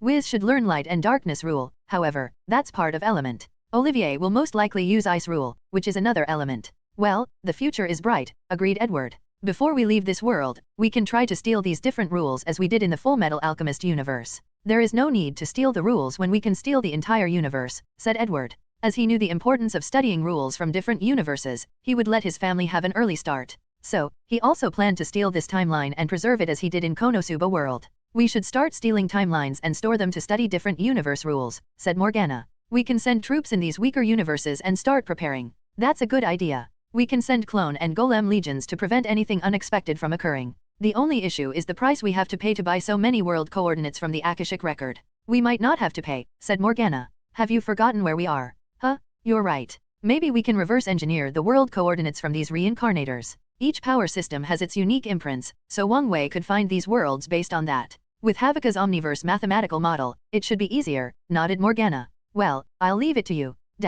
And, for those who forgot, Havika is one of the linchpin introduced in CH 377. Chapter 444, Legendary Rise. Edward walked out of the room where he had confronted the power of Lord God. His destination was another room with a pool with mist. After opening the door, he saw Tobias group waiting, looking around in fear. What's wrong? He asked. What just happened? Asked Michelle, trembling as she remembered the helplessness she felt once that force enveloped the manor. What was that power? That's the power of your Lord God. Did you fail? Asked Tobias, who guessed the latter tried to temper with the Samsara Hall's restriction in a reincarnator's soul. What makes you think I would fail? Such a power, I doubt even you, a tier 8 legendary arcanist, could fight against. You're right that the power of the Lord God is beyond my capabilities. However, the owner is probably not as strong as me. What does that mean? Asked Tobias, confused. Even with his intelligence, he could not follow this conversation. However, his intuition told him this information was extremely important. That's not something you need to know, replied Edward, instantly blocking his desire to know more. So, you did succeed? Asked Michelle, who was the only person here with an intense desire to be freed from the Samsara Hall's control. Yes, replied Edward as he showed him a cloud-like substance floating above his head. A soul. Set asked. With such an injury, can you save him? The smallest crack in a person's soul would take him years to heal. And if it were a person of higher tiers, it would take him hundreds of years, if not thousands. And if the person were missing a soul, Set would be useless to heal. The best he could do is fuse the missing soul together, and that was an extremely difficult task for him. However, the soul before him seemed to be missing more than 3/4. So, he wondered how could this person be saved. Of course. Set gave him a look that he did not believe him. Then, he asked, can I watch? Why not? He led the group into the room with the misty pool. Without saying anything else or doing any extravagant actions, he placed the soul in the pool. A few seconds later, the group saw the floating cloud stabilize before growing at a speed visible to the naked eye. This is incredible. But how does it work? What is the principle behind this? Asked Set. He saw what was happening but could not comprehend why it was happening. All sentient beings have a life code, which is the blueprint of their existence. Life codes are usually divided into body, bloodline, and soul. The body and bloodline are sometimes fused together, and the soul sometimes does not exist. Some people glanced at Kingsley. The body controls your DNA, while the soul aspect controls, well, the soul. Just like your gene has the information to heal a severely injured body, it is the same for the soul life code. This pool uses soul energy to activate this information, thus returning the soul to its original shape. So, a genetic manipulation of the soul, asked Sasha. Genetic manipulation of the soul, muttered Edward. That's a great way to put it. He looked at her and gave her a nod of approval. For some reason, Sasha felt pride. She could feel this legendary arcanists only cared about Tobias. He found Kingsley interesting because of his uniqueness while tolerating Set because they were both arcanists. As for her and Michelle, well, she could tell he was only being polite. Wait, why should I be proud? He acknowledged me. She secretly controlled herself and calmed down. This level of magical technology. Set's eyes were full of fascination and greed. Don't think about it. You haven't even reached the point of conducting soul surgery, so don't even think about this level of technology, said Edward. Set smiled wryly. Then, Edward looked at him up and down. Although your talent is mediocre, and you don't have the spirit of exploration of Arcanist, you seem a pretty lucky guy. So, I will give you a spell. Edward was not lying as he sensed this guy's luck was similar to some protagonists in some lower universe. So, he pointed to his forehead and instilled some information. This is also the price for your Titan arcane staff. Set took a moment to review the spell in his mind, and a look of shock appeared on his face. Life code spell. With this thing, I can explore the secret of bloodline, soul, and DNA. If I focus on the wizard path, I can modify my body to have the most powerful bloodline. His body trembled. Such a spell would be the foundation of a terrifying civilization. It should be the work of thousands of genius, working non-stop for 100,000 years. Are you sure you want to give it to me? You're over-exaggerating thing, said Edward nonchalantly. I created this thing when I was 21 years old and only tier 0 apprentice. And the one I gave you was the original and most horrible version of the spell. Plus, you will have to spend years deciphering the code. However, you're right in saying it can be the foundation of terrifying civilization. Edward was not lying since he discovered the life code to modify his bloodline, break his limiters, and reach tier 1. 21 years old, tier 0, impossible. No one is so talented. Well, I am, said Edward casually. Now that I think about it, my story is quite legendary. The room quieted down because of his narcissistic comment, making everything awkward. You guys are boring. Why don't you ask me why I said that? He added. Sir, why did you say that? Asked Michelle, terribly embarrassed. However, she had no choice since this person might be her only chance at freedom. I'm glad you ask, said Edward, with no embarrassment and shame. In some ways, I'm like you guys. I was born on Earth before being reincarnated into the Harry Potter world. Wait, you're from Earth? Asked Sasha. Isn't it obvious with all my understanding of the different anime you guys' power system come from? He replied, looking at Sasha weirdly. The latter became even more embarrassed. Sir, continue, said Michelle, surprised by this arcanist's origin. I was born during the First Wizard War and barely survived Voldemort's madness. I had become one of the most accomplished wizards in the world by the time I graduated. At 21 years old, I discovered the life code. 23 years old, I conquered the wizard world and united all the wizards from all countries. 24 years old, I announced the existence of wizards to the world, preaching the peaceful existence of wizards and muggles. 29 years old, I conquered the entire planet through scheming and established the Arcane Empire. In my 50s, the Arcane Empire has developed into a magical technology civilization and spread throughout the entire solar system. Simultaneously, through luck and the aid of my mentor, Merlin, I invented omniversal travel. By gathering the knowledge and technology of different universes, the empire developed faster than an uncontrollable train. Right now, it is less than 100 years old. There are hundreds of tier 7 arcanists and probably millions of tier 6. More importantly, the empire is a tier 10 civilization because of the floating city I created, capable of fighting the gods who rule the universe, said Edward with extreme pride. Then, he looked at Tobias. How is it? Don't you want to be my disciple? You will have an entire civilization worth of resources to help you. Sir, even if you are trying to recruit me, there is no need to lie, said Tobias cautiously. Lie? I never lie. In just 100 years, you took the low-level Harry Potter universe into a tier 10 civilizations, and you've become tier 8. That is not possible. The empire is less than 100 years, I am not, explained Edward. With time dilation from other universes and time acceleration technology, I am more than 900 years old. That makes more sense, muttered Set. Although he said that, he knew a 900 years tier 8 was extremely young. He was only 240 years and tier 6.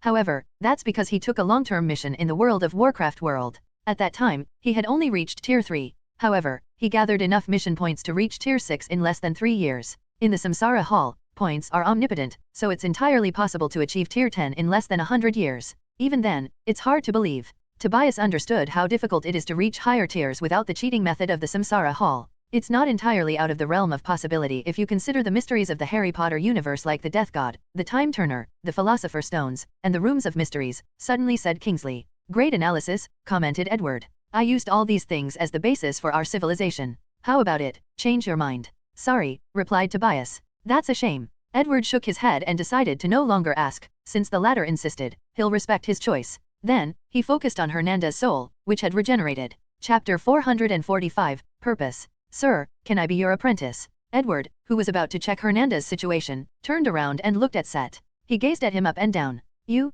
Forget it. He shook his head before turning around again. Please, give me a chance, added Set with gritted teeth. Edward focused on him again with a pondering look. I was a teacher at Hogwarts for 3 years. I laid the magical foundation for people like Hermione, Cedric, the Weasley twins, Harry Potter, Ron, and even Malfoy. All of them turned into Tier 6 and 7 Arcanists. I have 3 official apprentices, all Tier 7 and less than 300 years old. The first 2 were geniuses even before walking the magical path. Now, they are exceptional archaeologists that travel the universe, the multiverse, and countless planes, discovering ancient relics, lost languages, and civilization. Their accomplishment in the field of linguistics, both magical and non-magical, is not something even I can compare with. Edward remembered his 2 apprentices, Flynn Carson and Emily Davenport, from the movie The Librarian. In the Mummy world, he saw the potential of these 2 and schemed before their birth for them to become his apprentice. My 3rd apprentice has a unique talent for dreams. Her current research has almost reached the point she can wield the rule of dream. As long as she has more time and increases her willpower, she can become a legendary arcanist. Edward remembered Chloe from The Last Witch Hunter. He has great hope for her to discover the dream plane. And once he returns, this is one of the main planes the Empire will focus on developing in the future. Edward looked at Set in the eyes. Your talent is okay, but I don't care about magical talent. With only a few potions, I can turn you into an unparalleled genius. However, you do not have the desire for truth and knowledge. I can tell you became an arcanist because you thought it was cool. Is something wrong with that? Asked Set. With blood eyes, he tried really hard to hide his embarrassment and shame. No, I also think magic is cool, and so do many people. The problem I have with you is I don't see any sense of curiosity from you, the desire to explore the unknown. Your desire and view on magic are too superficial. Edward shook his head. However, he could see Set disagreed with his word. You don't agree? I believe you have misjudged me, replied Set, who calmed down. He decided to use this interaction as a harsh interview for a job. You are Tier 6, but I can see you only reach this level by using the Lord God's power to strengthen your soul and mana. In other words, you don't have the knowledge a Tier 6 Arcanist should have. Arcanists increase the power of their soul through knowledge. So, the higher their tiers, the more knowledgeable they are. However, it's different for Set. He turned his eyes to look at Tobias. Based on his eyes, Tobias felt I was being too harsh on you, continued Edward. Without reading his mind, I know why he made this judgment. You belong to the Lord God and have to participate in countless missions. So, you don't have as much time as regular casters to study or do research. Isn't that right? Tobias did not answer as he felt he should not intrude on this conversation. He's right, though, replied Set. But he's not. If you wanted to, you could use your points or the power of the Lord God to instantly have the knowledge of your tier. Or better yet, use it to have extra time for your research. Set's body subconsciously trembled. Many casters he knew used this method. Furthermore, most casters will take long-term missions to ensure they can do their research in these worlds. So, besides your luck, you don't meet any of my requirements, said Edward before suddenly remembering something. Are you talented in combat? Excuse me. I'm asking if you excel at combat magic, reiterated Edward. I have never seen you fight, so I don't know. However, if you have any talent for combat, I might reconsider. In my last voyage, I was the Wizard King in Black Clover and trained all the magic captains and talented magic knights into Tier 5 and Tier 6. Set and the group were shocked. They wondered when it was so easy for people to reach Tier 6. Meanwhile, Set did not know how to answer. I'm guessing the answer is negative. Edward frowned before taking out a black stone. Last chance. He handed it to him. Set caught it by instinct, and the stone lit up. A willpower of 0.5, commented Edward before shaking his head. Wait, you should constantly be on the verge of life and death during missions. How come it's not even 1? He waved his hand to send the stone to Michelle, and she scored a 1. Finally, Sasha also scored a 1, and Kingsley was 1.5. Edward immediately knew Set was the kind of person who relied too much on his natural luck. As for Tobias, his score was 3. A willpower of 3? I knew this kid was talented. Edward shook his head, thinking how this kid was wasting his naturally God-given talent. 3 out of 5? Not bad, Tobias, said Michelle, who felt it might be necessary to get close to Tobias, given how much the legendary Arcanist valued him. It's out of 10, corrected Edward as he placed the stone away. And that's a good score. Yes. Even I started at 3, and now, I'm only at 8, explained Edward. Even someone like Asta only has a willpower of 5. I see. I'm sorry, but you don't meet my requirement for an apprentice. Set sighed but did not say anything. This short conversation made him realize a lot of things about himself. So, he decided to change. Sir, can I ask a question? What do you intend to do with us? Asked Tobias. My purpose, said Edward, but he did not immediately answer. Instead, he took a moment to process Hernanda's memory. He was extra careful to ensure nothing went wrong. Is there God's space called Samsara Hall? He thought. Do you guys know the concept of Lord God, God's space, reincarnation hall? Yes. They have read Terror Infinity, the first novel that introduced the concept. And after it became popular, many novels of the same genre appeared. Then, you should know these things can take shape into two forms, a powerful creature or a magic artifact. The group nodded. After entering the Samsara Hall, they read more novels regarding Lord God or God space. So, they knew such a thing. For many years, I have been searching for a weak Lord God to take their weapon from them. You want us to become your spy, said Tobias. Yes, replied Edward. I will give you a magical artifact with two purposes. One is to help me gather coordinates from other universes and to gather more information about the owner of your Samsara Hall. Then, once the time arrives, I will strike them. Tobias took a deep breath. And if we refuse? Nothing will happen, replied Edward. After I study your power system, you'll be free to go. However, you should decide after hearing what I offer as a reward. And what would that be? Edward smiled to himself. Besides Michelle, I can tell none of you want to abandon your powers. Simultaneously, you also don't want to be controlled by the Samsara Hall. So, if you agree and succeed in my mission, I will give you an omniversal travel ship. Meaning you can continue traveling to other universes, increasing your power. However, the Samsara Hall will no longer be able to control or force you to go on missions. The heart of the group trembled. This was such a tempting offer. Even Michelle, who was prepared to become a regular person, felt it would be a better choice for her if she accepted this offer. After all, she loved being a jiu-jitsu sorcerer and had decent talent, given how she succeeded in creating an incomplete domain expansion without using Samsara points. So, what do you think? I have a few more questions, said Tobias hurriedly to prevent anyone from accepting before making things clear. Please, replied Edward. Chapter 446, Target. You said our god space is weak, what proof do you have of this? Tobias did not want to question the Arcanist. However, this mission involved his safety, so he wanted to be sure. He wanted to have as much information as possible before making a decision. Tobias has already decided to accept, and it was not only because of how tempting the reward was. The main reason is he did not think he had a choice. Although this legendary Arcanist promised to give them their freedom, he did not wholly believe the latter. Furthermore, even if the latter was telling the truth, it is still possible for him to place something inside their bodies and soul, something they cannot detect. If he did that, they would lose the initiation in their hands and become pawns of the latter. So, whether he liked it or not, he had to agree. Since that was the case, he needed to accomplish the task and hope the Arcanists kept his word. And if he does not, he will have ample time to reach higher tiers and has more ways to deal with the situation. Lord gods operate by stealing a timeline of a universe. By messing with the plot or the destiny of the world, they can secretly or openly swallow the world's source. The group frowned. They have heard similar theories in the Samsara Hall. However, most people believed the god space was stealing the power of destiny instead of world source. Before coming to this timeline, I have checked hundreds of stolen timelines, continued Edward. The shield surrounding each timeline was different, and yours was the weakest. I didn't have to use much power to force myself in. That's it, asked Tobias with a frown. This evidence is not enough. There is the possibility that the Lord God was injured, sleeping, or sealed, hence why it could not use its full power to protect the stolen timeline. Indeed, thought the group collectively. If Tobias did not bring this point out, they might not have thought of it. Good point. The second reason is your Samsara Hall did not immediately annihilate me after coming to this timeline. If he were powerful, he would never allow such a variable as myself.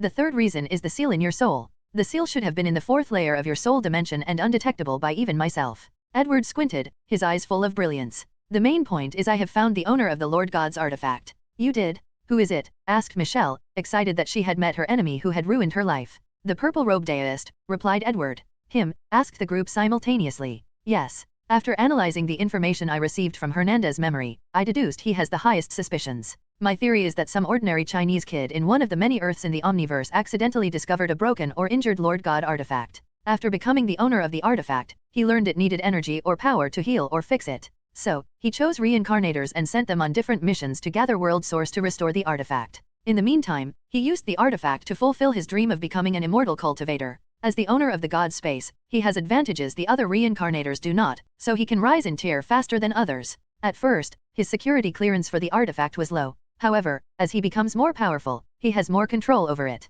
Then, one day, once he reaches a specific tier, most likely tier 12, he can have complete control over the artifact. By then, the reincarnators will become his worker ant, acquiring world source for him to become more powerful instead of the artifact. Besides Kingsley, the face of the team became ugly. After all, as modern people, none of them wants to be others' pawns or worker ants. Ha ha ha, laughed Tobias hysterically. Everything makes sense now. The purple-robed deist is the most mysterious of reincarnators. The information about him is so little that it's abnormal. Amongst all the top reincarnators, not only is he the most powerful, but he is also the only one who has accomplished the most perfect level missions. The mission grade in the Samsara Hall has different classification levels based on the success rate, ranking from F to SSS. Above SSS, there is the perfect level of accomplishment, and only a few top reincarnators have achieved it. And they only achieved perfection because they accomplished missions in lower-tier universes. In other words, they used their high tier to bully weak worlds like Resident Evil and achieve perfection. However, the purple-robed deist is the only exception. He has accomplished many perfection grades and many in higher universes. The rate at which he grows is simply abnormal, continued Tobias. Anyone who has contact or communication with him can easily acquire samsara points. He has access to unknown secrets and resources. He remembered the purple-robed deist once used a rare crystal as the price for a mission, making countless top reincarnators go crazy. He's the only person who succeeded in an impossible mission. According to the information revealed, the second-generation reincarnators were almost annihilated after encountering another Lord God. However, he single-handedly reversed the situation. He must have used some of the power of the Lord God. The room was quiet for a few seconds until Kingsley spoke. According to analysis, the number of Chinese reincarnators in the Samsara Hall is the largest. They have the highest survival rate and are 27.8% more powerful on average than every other race or ethnicity. Damn it, I want to kill him, said Sasha. Do you have the ability, said Set, of all people. So, Sasha stared at him without arguing. I found another proof of my theory, said Edward with a sneer while looking in the distance. After saying his name, someone tried to peep at this place using the power of cause and effect. The moment he revealed the Lord God's name, Edward was on guard in case it triggered the origin rune in this group's soul. However, nothing happened to their soul, but he sensed a peeping gaze, so he isolated the mansion with the same spell he used to save Hernandez. Are we in danger? Asked Tobias, who took a deep breath to calm down. No, but he will be suspicious of you, replied Edward.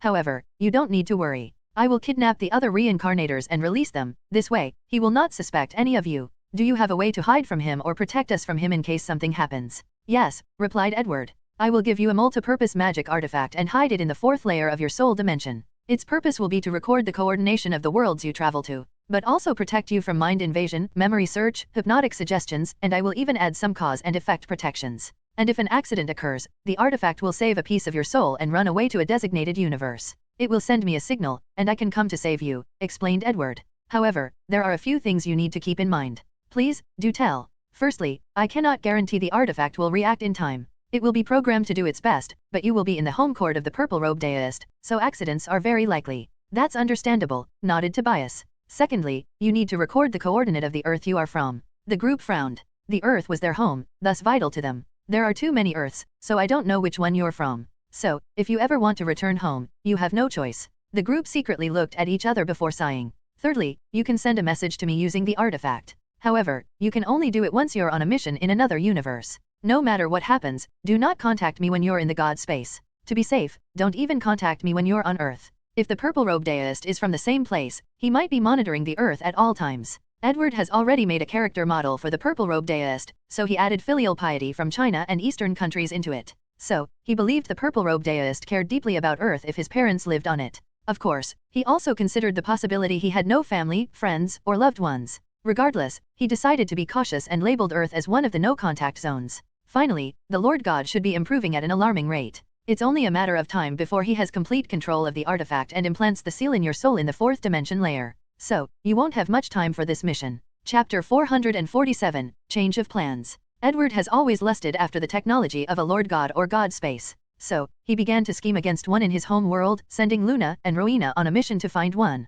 The two succeeded, but Edward had reservations. According to his plan, Luna and Rowena orchestrated an accident that sent the God Space's watch to another timeline. And in that timeline, he had already created a perfect identity for himself. He was a world-famous scientist that has brought the advancement of technology by hundreds of years in a few short decades. One day, in an expedition, the scientist discovered a watch of unknown material he could not understand. While studying it, he accidentally put it on and became a member of God Space. The plan was proceeding smoothly as the watch had already reached that timeline. The only thing waiting was for the clone to discover the watch. However, Edward was worried about the strength of that timeline God Space. Additionally, the accident involving the watch had too many suspicious points, so he did not have much confidence in this plan. And with the lack of information about that God Space, things became complicated. However, after coming to this timeline, he had a better option. So, he devised a plan to infiltrate the purple-robed deist's God Space. And his plan was similar to the previous one, with fewer risks. He would infiltrate the Earth Tobias and the others came from. He would create the identity of a brilliant college student pursuing extraordinary power through scientific research. Once he reaches the radar of the purple-robed deist, he has a high chance of being invited into the Samsara Hall for multiple reasons. The first one is his desire for extraordinary power. Secondly, with the high IQ he displayed, the purple-robed deist will think of him as the perfect pawn. He will see Edward as the kind of reincarnator that can have high grades in missions, thus allowing him to mess up the timelines and gather more world source for his god space artifact. As long as the purple-robed deist sees me as the perfect leech, he will invite me, calculated Edward. The only trouble now is to successfully invade Earth without his knowledge. This is not your only trouble, Morgana suddenly said through his mind. The Empire has not successfully developed technology for the fourth soul dimension layer, but your entire plan relies on it. Edward smiled embarrassedly as she was correct. But the little elf was not finished. In our current situation, we do not have much time to research. So, how are you going to solve this problem? We will cheat, replied Edward. And the purple-haired elf knew what he meant. Are you prepared for the consequences? In this universe, we don't have to worry about consequences. That's true. Get started on setting things up. As you said, we don't have much time left. Edward finally looked at the group. Take your time to consider my proposal. If you don't want to, it's fine, I'll only erase some of your minds from our conversation. Then, you will be free. Lastly, I will send a clone to each of you since I have not fully studied your power systems. Previously, he only gathered primary data, which is far from enough. Edward proceeded to place Hernandez's soul back on his body before leaving the room. Sir, called Set, who quickly followed him with an expression he was prepared to die but was willing to take the risk. Edward turned around to look at him, wondering what this kid wanted. He thought the latter would be wallowing in embarrassment and would avoid him at all costs. Please, let me observe. Edward felt his mind blank. Even with his intelligence, he could not follow what this kid was saying. If I didn't guess wrong, you should plan to study Lee Kyok's magic system. I want to observe and learn. Huh? Interesting. Edward observed and realized this kid did not take his harsh rejection to heart. Instead, he strove to improve. I guess if he keeps this attitude, his willpower will drastically increase, and he might have some achievement in the future. Edward did not want his spy team to be mediocre. The more talented and capable they were, the higher their chances of succeeding in this mission were. Very well. Edward walked into a research room, and with a wave of his hand, numerous screens appeared before him. The screens showed different people fighting robots or automatons. Set recognized these people as his fellow reincarnators. Edward watched the battle, analyzing the situation. Most of these reincarnators had similar power systems, mainly genetic enhancement similar to the one the Empire used. The other standard power system was bloodline implantation or psychic energy. He saw numerous vampires, werewolves, telepaths, or telekinetic powers. The most efficient power system, mostly used by low-level reincarnators, is to enhance their bodies through genetic manipulation or bloodline implantation, or modify their brains to use psychic energy. Edward has read a few stories involving Lord God or God Space. Usually, the protagonist will also begin with these low-level power systems before changing to a better one. They usually go to Resident Evil, Underworld, or Chronicle as their first mission. And in these worlds, these types of powers are easy to acquire. So, after checking the situation and not finding anything interesting, he ordered the automatons race to capture all the reincarnators and bring Lee Kyok to him. After a few minutes, the young Korean dressed in all black magical robes, holding a staff, was before him. I thought you said he was tier 3, asked Edward, noticing this kid was already tier 4. That's what the information said, replied Set. This means he knows how to hide, which is a good thing. In the Samsara Hall, being cautious and low-key is an excellent skill set. Set, you betray us, suddenly said Lee Kyok. Betray? Who did I betray? You? The Samsara Hall. Lee Kyok did not know how to answer. The reincarnators were already competitors and would kill each other for any profit. As for the Samsara Hall, most people were forced by it, so how would they have any loyalty? Kid, cooperate, and you might have a chance at surviving. Lee Kyok's face became ugly, but Edward ignored him. He cast a spell to scan the ladder, and another screen appeared before him, showing 4 intricate magic circles. Are those the magic circles in my magic core? Asked Lee Kyok, but no one answered him. How does your magic system work? Asked Edward. Lee Kyok opened his mouth before closing it. Do you really want to do this the hard way? It's not that I'm trying to be difficult, but I literally cannot say anything. Yes, the power of the seal should also involve your power systems. After all, the Samsara Hall wouldn't want you guys to exchange knowledge as you please, cutting into his business. How about telling me the universe your power system originated from? Lee Kyok glanced at Set, thinking this traitor had even told him this information. He opened his mouth but could not say anything. So, even this is restricted. Meanwhile, the caster realized something. The Arcanist knew too much. How did Set give away all these secrets? But he could not. He realized the situation was not as it seemed. Meanwhile, Edward no longer asked questions as he continued observing Lee Kyok. He realized the latter had a magic core with an interdimensional space inside his heart, similar to all wizards back home. He used the core or space to hold mana. However, Lee Kyok's magic systems do not involve expanding that space to contain more mana. These magic circles are weird. And those runes and their designs. They looked like perfect geometric shapes found in nature, commented Edward. Morgana, what do you think? The first magic circle looks like electrons moving around a nucleus. Edward's eyes suddenly lit up. Morgana, you're a genius. I am? Of course, I am. But why don't you explain why, not for me, but for the other people around? I think I know the core of this magic system and the difference between us. In simple words, micro and macro. Chapter 448, Mana Particles. Edward did not immediately continue explaining his idea since he needed to verify it. So, multiple magic circles appeared around Li Kyuk to gather data, analyzing the essence of his magical system. I was right, he muttered. Meanwhile, Morgana had identified the spells he had used and had an inkling of what he was doing. But she did not have a conclusion yet. Can you explain what you discovered?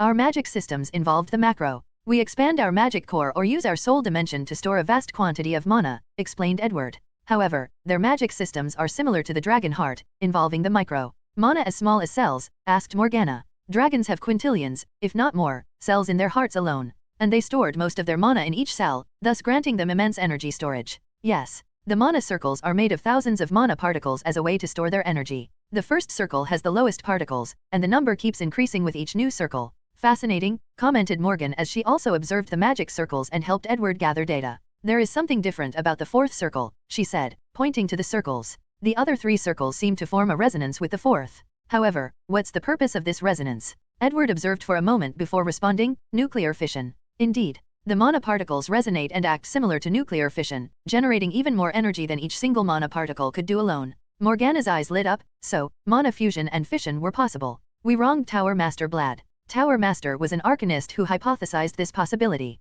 Unfortunately, mana has its own rules and regulations. Although it can often act similarly to the laws of physics, it is still different. So, no matter what the Empire tried, no one succeeded in this concept of mana fusion or mana fission. Blad believed in his theory wholeheartedly and refused to accept he was wrong. At first, Edward supported him and granted him numerous resources for his research. But after years of failure and nothing to show, he also gave up on the latter. Indeed, we wronged him, but the situation back then could not be avoided, replied Edward. He tried his best, but Blad could not back up his claims after wasting so many resources. True. Back to the topic, this discovery will significantly advance our understanding and use of mana, concluded Morgana. She could foresee new development in the creation of the Ether Stone or the Philosopher's Stone, which is one of the core technologies of the Empire's development. Whoever created this magic system is truly an unparalleled genius, commented Edward. He felt his magic system was crude compared to the intricacy of this one. Master, you don't need to belittle yourself, reassured Morgana. This system is indeed brilliant, but it places too much emphasis on mana control. To gather these mana particles, the users of this system will require extreme control of mana. As such, the talent required for this system is extremely harsh compared to the Empire's system. Plus, if I guess correctly, the limit of this system should have been between tier 6 and 7. The only reason it can reach higher is because the god space used its power to update it and created the higher tiers. Li Kyuk looked at her in shock as she was right. His system came from a Korean web novel he read. The limit of this system was tier 6, with only planetary level destruction. However, after using samsara points, Li Kyuk made it better and with a higher potential. There is no need to belittle this system. My ego is not that fragile, said Edward, slightly speechless. It is brilliant, and I admit that. Now, our only objective is to incorporate it into our arcane rune system. He could see this system was perfect with the Fates magic circuit system he learned from Sasha. After creating a soul circuit, the Empire's citizens will have a higher mana control. And adding the Gate of Truth, which is also an aid for energy control, more people will be able to use this magic circle system. Morgana, do a simulation on what will happen if arcanists condensed mana circles into their magic core or soul dimensions. Aye, sir. 5 minutes, 32 seconds later. Death, she said. From an explosion. Too much energy. As expected. The soul cannot control such large energy. Edward expected this outcome. A tier 8 arcanist like himself already has enough energy to destroy a star system. Now, if he condensed 8 mana circles inside his body, it would be like fusing with another self. However, his soul strength remained the same. Without sufficient soul strength, it is impossible to control the energy generated by the 8 mana circles. Do you think we should add a second soul to control the circles? Suggested Morgana. The Empire has experimented on the possibility of an arcanist having 2 souls. Although there were many problems initially, like schizophrenia or split personality, most have been solved over the years. No, a second soul will mean more resources will now be required to become a powerful arcanist. Such a method means arcanists will require more resources to train a second soul. And from the previous experiments, it's been discovered the second soul cannot increase its strength using knowledge like the main soul. Yes, we cannot allow the gap between the wealthy and the poor to keep growing, nodded Morgana. Now, the Empire has entered an era where everyone has magical powers. However, there will still be a hierarchy based on talent and resources. And if Edward made the mana circle system based on resources, then the wealthy would have even more advantages, thus leading to instability and chaos in the Empire's meritocracy system. Do you have a solution? Asked the little elf. Maybe. I'm all ears. Our objective should change to use this mana circle system and allow our arcanist to have an extra mana pool. So, in a situation where they used all the mana in their magic core and soul dimension, they can access the mana from the circles. So, we only need a second heart or magic core that is sealed. When needed, they can remove the soul and access the mana circles. This might work, said Morgana as she did another simulation. With the sealed heart, there is no need to worry about the body exploding because of too much energy. The soul can control one mana pool at a time, not placing any burden on it. Exactly. However, it would be better to place the mana circles in the soul dimension. The heart is too fragile, and the arcane heart is also very expensive to create. Yes, the mana in the dimension is a unique area in the first layer. We can seal the second layer and place the circles. Wait, Edward's eyes suddenly lit up. We can also add more circles in the third and fourth layers. If this plan succeeded, it would mean he would have 3 extra mana pools. So, if he ever ran out of mana, he could just release the seal, access the other mana circles, and repeat the cycle. This method would mean he would increase his mana quantity by 3 times. This method might work for a freak like you, but most arcanists' soul dimension could not bear such a load and would crack or destroy, and even their bodies might not be able to bear it, said Morgana, making Edward frown. Didn't we study ways to reinforce the soul dimension? Yes, but even after reinforcement, the majority of arcanists won't be able to use another layer to store more mana. Maybe, they can have a few extra circles, probably equivalent to 10% of their tier. An extra 10% is not bad. The second layer mana circles will already make arcanists even more powerful than other arcanists. So, if they can store an additional 10% in the third layer, it will still increase their overall strength. Chapter 449, Backup arrives. Master, you should not be too greedy, said Morgana. It's more than enough that we can have an extra mana pool. Plus, we haven't even completed the mana circles. They only had 4 mana circles and needed to create the other 6. Well, since Edward was currently only tier 8, he only needed the other 4 for now. The solution to our problem is simple, technology, said Edward. Before we departed, the Empire succeeded in creating a small artificial soul dimension. After Edward's first voyage, the Empire acquired the technology to create dimensions of various sizes. And since then, he has acquired and developed even more dimension-related technology. However, the soul dimension that all creatures with a soul have is unique and was not easy to create. Because of how small the dimension was, it cannot be used to store much mana. However, the mana circles are a perfect replacement. That's exactly what I'm thinking. The only problem is the current technology is not even available to the public. And even if it was, few people could afford it, continued Morgana. However, as we perfect the technology, it should become more common. When we get back, tell the relevant department to search for a plane similar to the dream world, but with the soul. A plane composed entirely of soul strength. Morgana's eyes lit up. The dream plane had no matter, and everything was made of dream energy. If there is a soul plane, then the Empire's soul technology will enter a state of rapid improvement. However, would such a place exist? I don't know, but there are a few ways to find out, replied Edward. We can go to the abyss and ask. If such a plane exists, it should be very famous and sought after by many people. If we can't find any information, we will use divination, luck, and karma to search for it. And if all that does not work, we will ask the Akashic records and pay whatever price is necessary. I like your thoroughness, said the little elf with a cheeky smile. Edward ignored her before looking at Li Qiaq. Do you have the inheritance of your magic system before the Samsara Hall optimized it?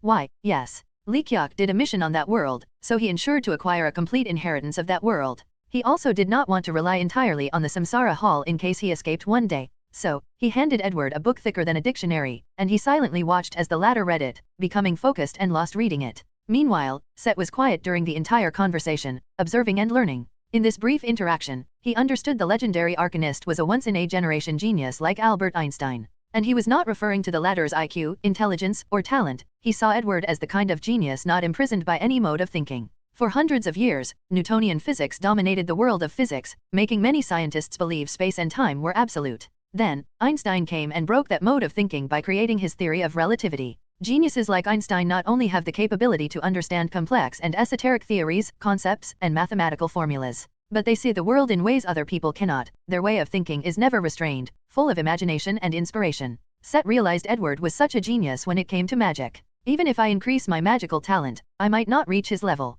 Set knew he could increase his talent with the Samsara Hall. However, this would only allow him to better understand magic theories, control energy, or have better soul strength than others. However, when faced with problems in research or thinking of ways to solve certain issues, he will face the problem of his mode of thinking. I don't need to be him, but I can learn from his actions. Set already had a plan. High-tier reincarnators can buy worlds and use them as their main base. Previously, he had thought of buying a world as his base and even contemplated setting it in the world of Warcraft. But I can follow in his footsteps. Conquer the world of Harry Potter and create an empire. Spread magic and gather talented individuals to research knowledge for me. Set could see the benefit of having an entire world working for him. Using this method, his magical journey will be smoother. It's decided? More than an hour later, Edward finished his reading. The system is indeed different, commented Morgana. The book contained nine magic circles, but even the first one was different from Likyok's. The resonance between the magic circles is no longer to create mana physions but to allow the caster to control mana in the environment to increase their spell powers.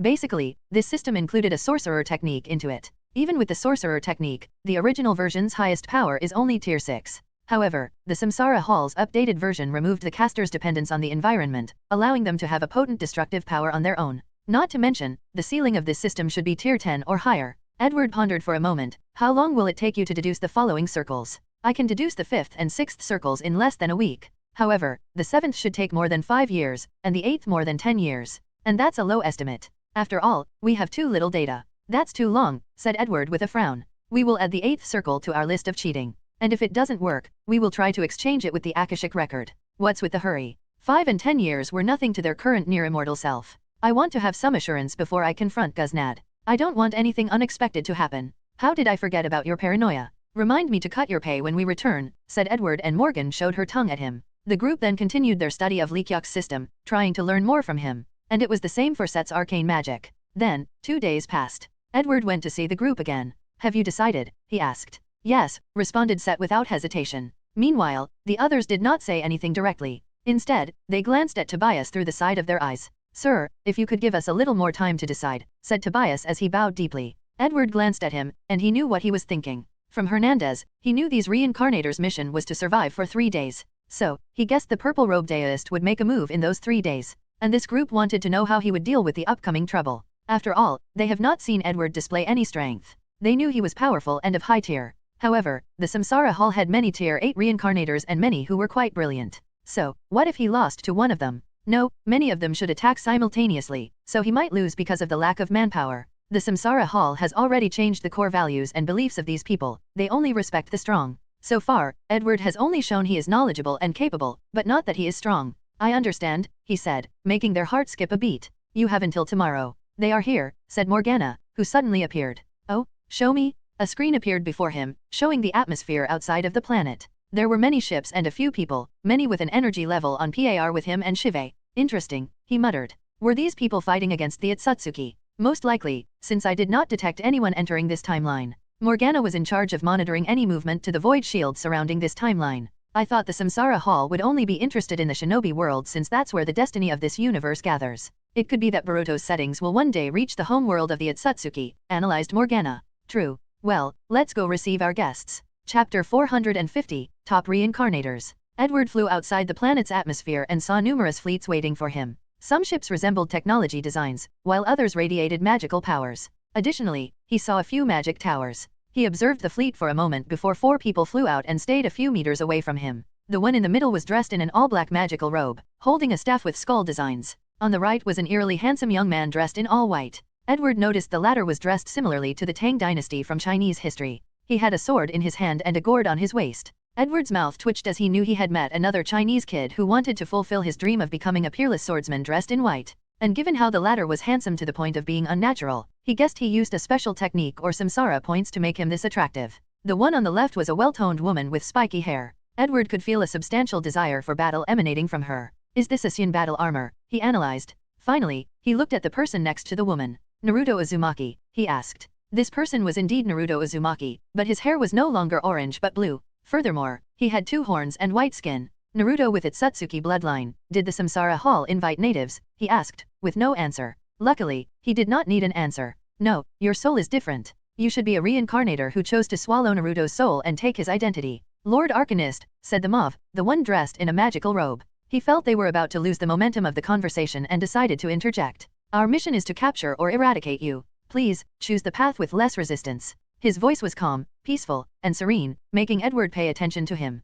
You should be a wizard, commented Edward. Your bloodline is so unique. I sense the power of darkness, flame, and dream. I wonder what creature it originated from. Mauve frowned as he felt his opponent naturally discard them. It was as if their strength were not worth him paying attention to. So, you've chosen the path of violence. No more nonsense, said the only woman. Bang! A golden aura emanated from her body, followed by lightning. Her hair also turned golden. Super Saiyan 2, muttered Edward with brilliant eyes. On Earth, Dragon Ball was the first anime he ever watched. It is the anime that made him fall in love with anime. And just like all boys his age, he also dreamt of turning into a Super Saiyan. The female Xian, who changed her name to Tamat, rushed toward Edward and punched him. Under his excitement, he discarded his belief that only barbarians fight with their fists and bodies. He ignored his ideology that, as a noble mage, he should use spells to drown his opponent. Instead, he gathered the aura inside his body and confronted Tamat. Boom, boom, boom. The two clashed, generating powerful shockwaves that shocked the entire star system. Meanwhile, the others calmly watched while hiding their shock.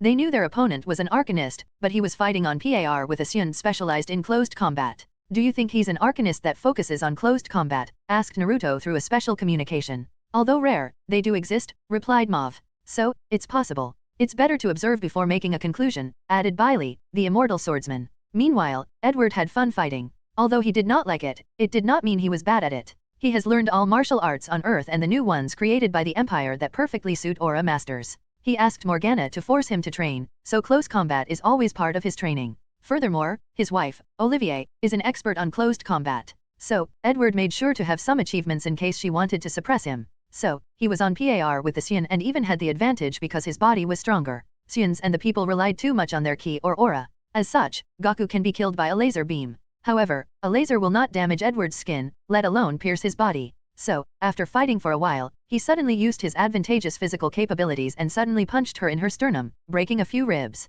The others did not even have time to reach as Tamat flew in the distance, crashing into a purple planet. Move, yelled Mauve, and the others were ahead of him. Bailey waved his sword to create a sword slash larger than the biggest of stars. Simultaneously, Naruto made a raisin shuriken the size of the sun. Boom! A terrifying explosion occurred where Edward stood. However, after the dark clouds floated away, he was intact, with not even a scratch on his white robe. Any information? Asked Mauve, who knew things would not be easy. He absorbed my ninjutsu, replied Naruto. He must have studied the chakra system intensely. The four of them had plenty of experience and knew the horror of an arcanist was their knowledge. If they thoroughly analyze your power system, they can use it better than you or create countermeasures to render it useless. He blocked my sword with relative ease, added Bailey. I've always believed immortal cultivation was another form of magic, said Edward, looking at Bailey, and I was correct. Your energy might be a unique frequency of mana. Or maybe, a form of energy that is very similar to mana. And that attack. I sense metal energy, and the application was beyond my knowledge. During Mummy 3 World, Edward discovered metal energy after studying the magic system of the Dragon Emperor. However, so far, the application of metal energy in the Empire has only been to the level of control metal similar to Magneto's magnetism powers. However, based on the swordsman's attack, he discovered the latter used the sharp attribute of metal, thus achieving the cutting ability of a sword.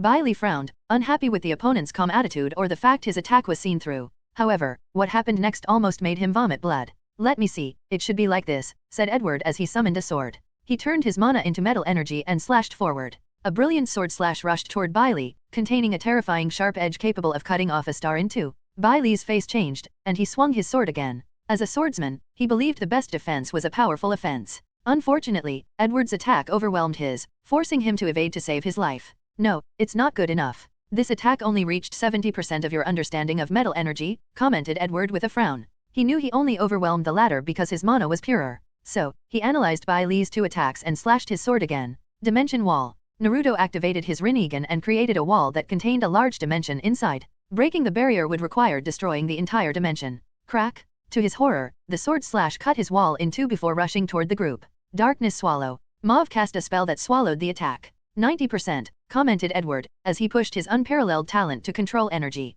He analyzed Bailey's attack and took the latter's essence or profound understanding in utilizing the sharp attribute of metal energy. Slash. The third attack finally reached the same level as Bailey. And with Edward's pure mana, the slash was truly devastating to the team. However, Bailey felt insulted and used an even more powerful spell. A weird aura emanated from his body, and when he slashed his sword, he swiftly broke Edward's slash. Huh? What's this power? It felt familiar, he muttered before deciding to use his body to tank the attack. It was the best method to analyze its essence. Chapter 451, Battle of Different Systems. The power of metal rule, asked Edward as he sensed the power left in his scarred palms. No, this power is not even 1% of the power of rules. He frowned, wondering why this attack was so weird. You dare be distracted, yelled Naruto before summoning 6 truth-seeking balls and turning them into spears. Swish! Edward disappeared and evaded the attack, his eyes still focusing on analyzing the power on his palm. Darkness Flame Meteor Shower. Mauve created millions of massive dark meteor burning with dark flames. They rushed toward Edward with unimaginable speed.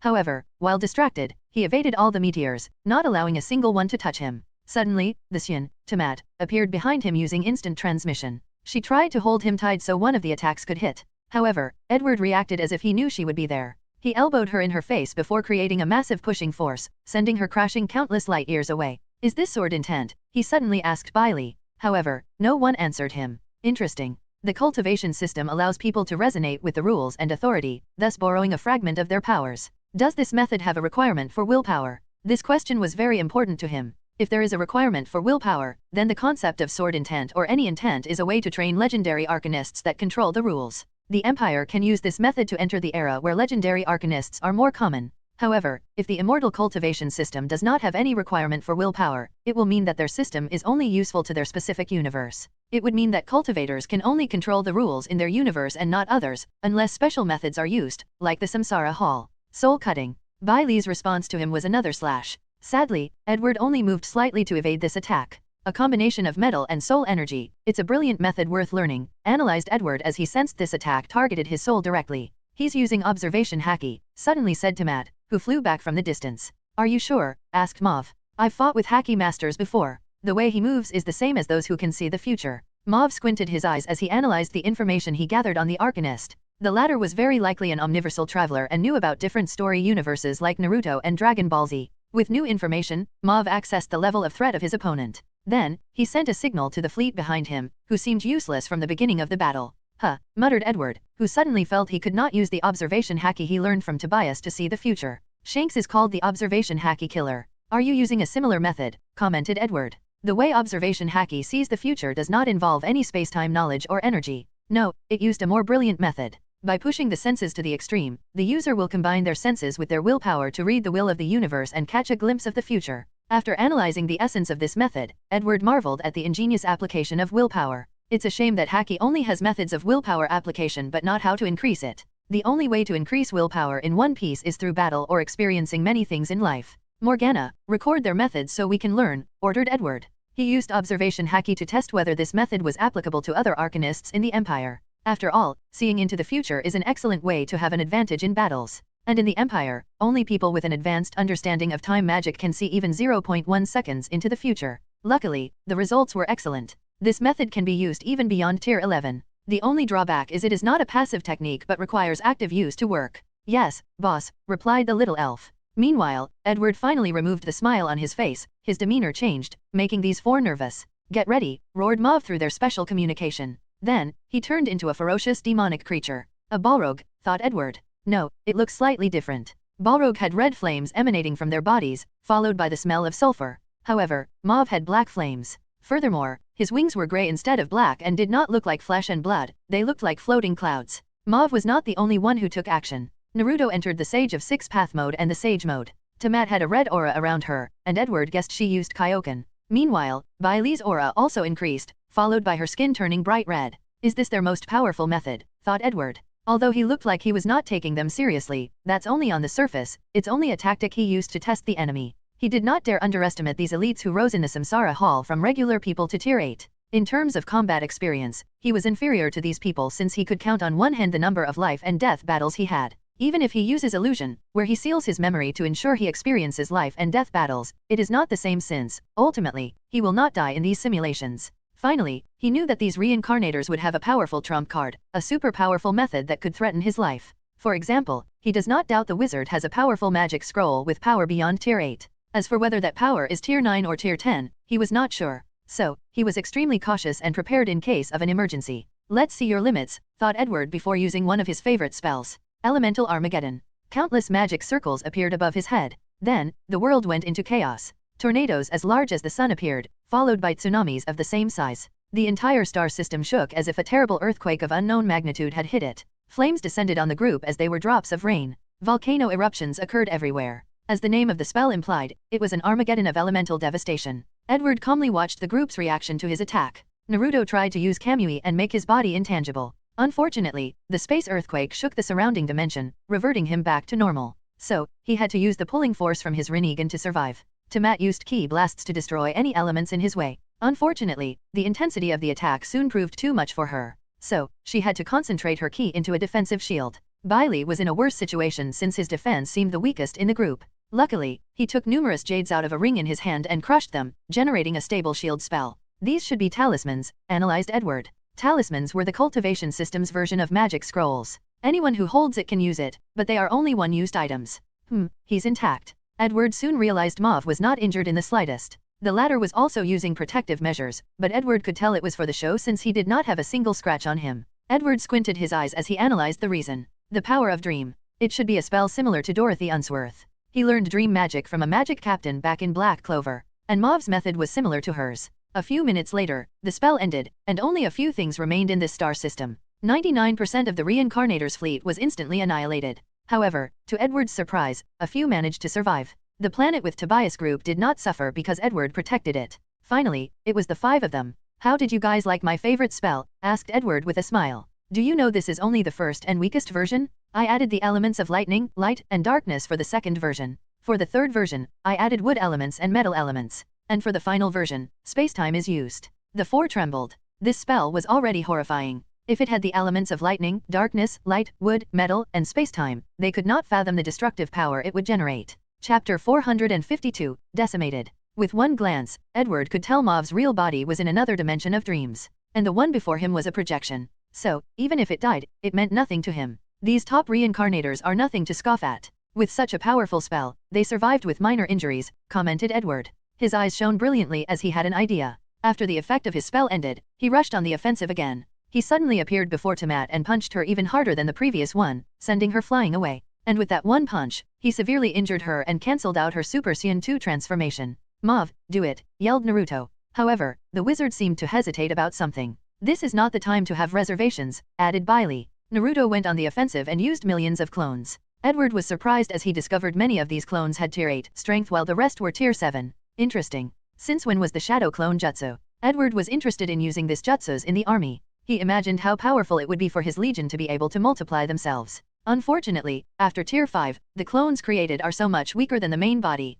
He must have used samsara points to increase the potency of the spell, analyzed Edward. He watched as millions of Narutos created massive raisin shuriken, preparing to attack him. He raised his hand. Now, thought Bailey as he summoned a unique sword. Then, he slashed forward, creating a massive sword bigger than thousands of star systems. However, Edward remained calm without changing his casting posture. Dimension exile. All the Narutos, except for the real one, suddenly disappeared, exiled to another dimension. And Edward also sent Bailey's attack to the same place. Then, he suddenly appeared before Naruto, and countless seals emanated from his body. You want to seal me? Dream on. Baijuyu bomb explosion. Naruto spewed a deep black ball of chakra from his mouth, creating a massive explosion of energy. Escape, thought Edward as he survived the direct attack with a subtle shield layered over his skin. He looked in the distance as Naruto had disappeared despite blocking the surrounding voice. None of these reincarnators who can reach the top are simple, he thought. However, he had an almost undetectable smile on the corner of his mouth. Without wasting time, he focused on Bailey. A terrifying purple ball appeared before him, making the surrounding space tremble. Immediately, Mauve and Bailey felt this spell was different. This is intent, said Bailey with shock. It should be destruction intent. Correct, replied Edward with a smile. Recently, I came into contact with destruction authority. However, I still cannot control it. However, after seeing your sword intent, I thought of using a similar method to borrow the power of the destruction authority. I have to thank you since this method will drastically decrease the time I need to control destruction rules. Edward was telling the truth. He only recently sensed the destruction rules after studying the Naruto universe's truth-seeking ball and combining all the elements he knew into a destruction ball. However, he was nowhere in the state where he could wield as he pleased, like his spacetime and death rules. But with Bailey's intent method, it is possible. Alright, let's see how you deal with this attack. The ball rushed toward Bailey, reducing everything on its path into nothingness. The white-clothed swordsman's facial expressions became intense. He swiftly summoned a magical artifact that looked like a pagoda. The 9-layer pagoda directly confronted the destruction ball and succeeded. However, Bailey's face was paler than paper as the magical power inside his danchan was rapidly draining as he powered up this magical artifact. Boom! The pagoda blocked the attack, and it was perfectly intact. What a marvelous artifact. I wonder how it was made, pondered Edward. However, he knew this was not the time for this type of thing. He took the opportunity while Bailey was weakened and on his limits to invade the latter's mind and soul. He searched for information about the intent. He wanted to know about intent and whether there were any willpower requirements. Bailey was knowledgeable about the soul since tier 6 in his cultivation system is called nascent soul. Unfortunately, he did not do as much as Edward. Subsequently, he was already tired and had reached his limit. Luckily for him, the origin seal placed on his soul by the Samsara Hall also helped. However, Edward used a rough method and invaded with terrible force. He destroyed anything in the latter's soul dimension that resisted. As a result, Bailey's seal deemed the invader to have succeeded. So, it decided to wipe out Bai Li's soul to prevent information about the Samsara Hall from leaking. Bai Li knew his death was approaching as he was caught in the middle of these two forces. So, he acted decisively. He exploded his body and part of his primordial spirit, soul. Then, he used a precious talisman to run away from the battlefield, still alive. It's a shame. However, I got what I wanted, pondered Edward. He got information about intent. However, he was disappointed as this thing had no willpower requirement but had for the level of the soul. The minimum requirement to comprehend intent in Bai Li's world was tier 5. Intent cannot increase willpower. However, it can help train more legendary arcanists, analyzed Edward. As long as Chris creates the method to train willpower, arcanists can first understand intent before controlling authority or rules.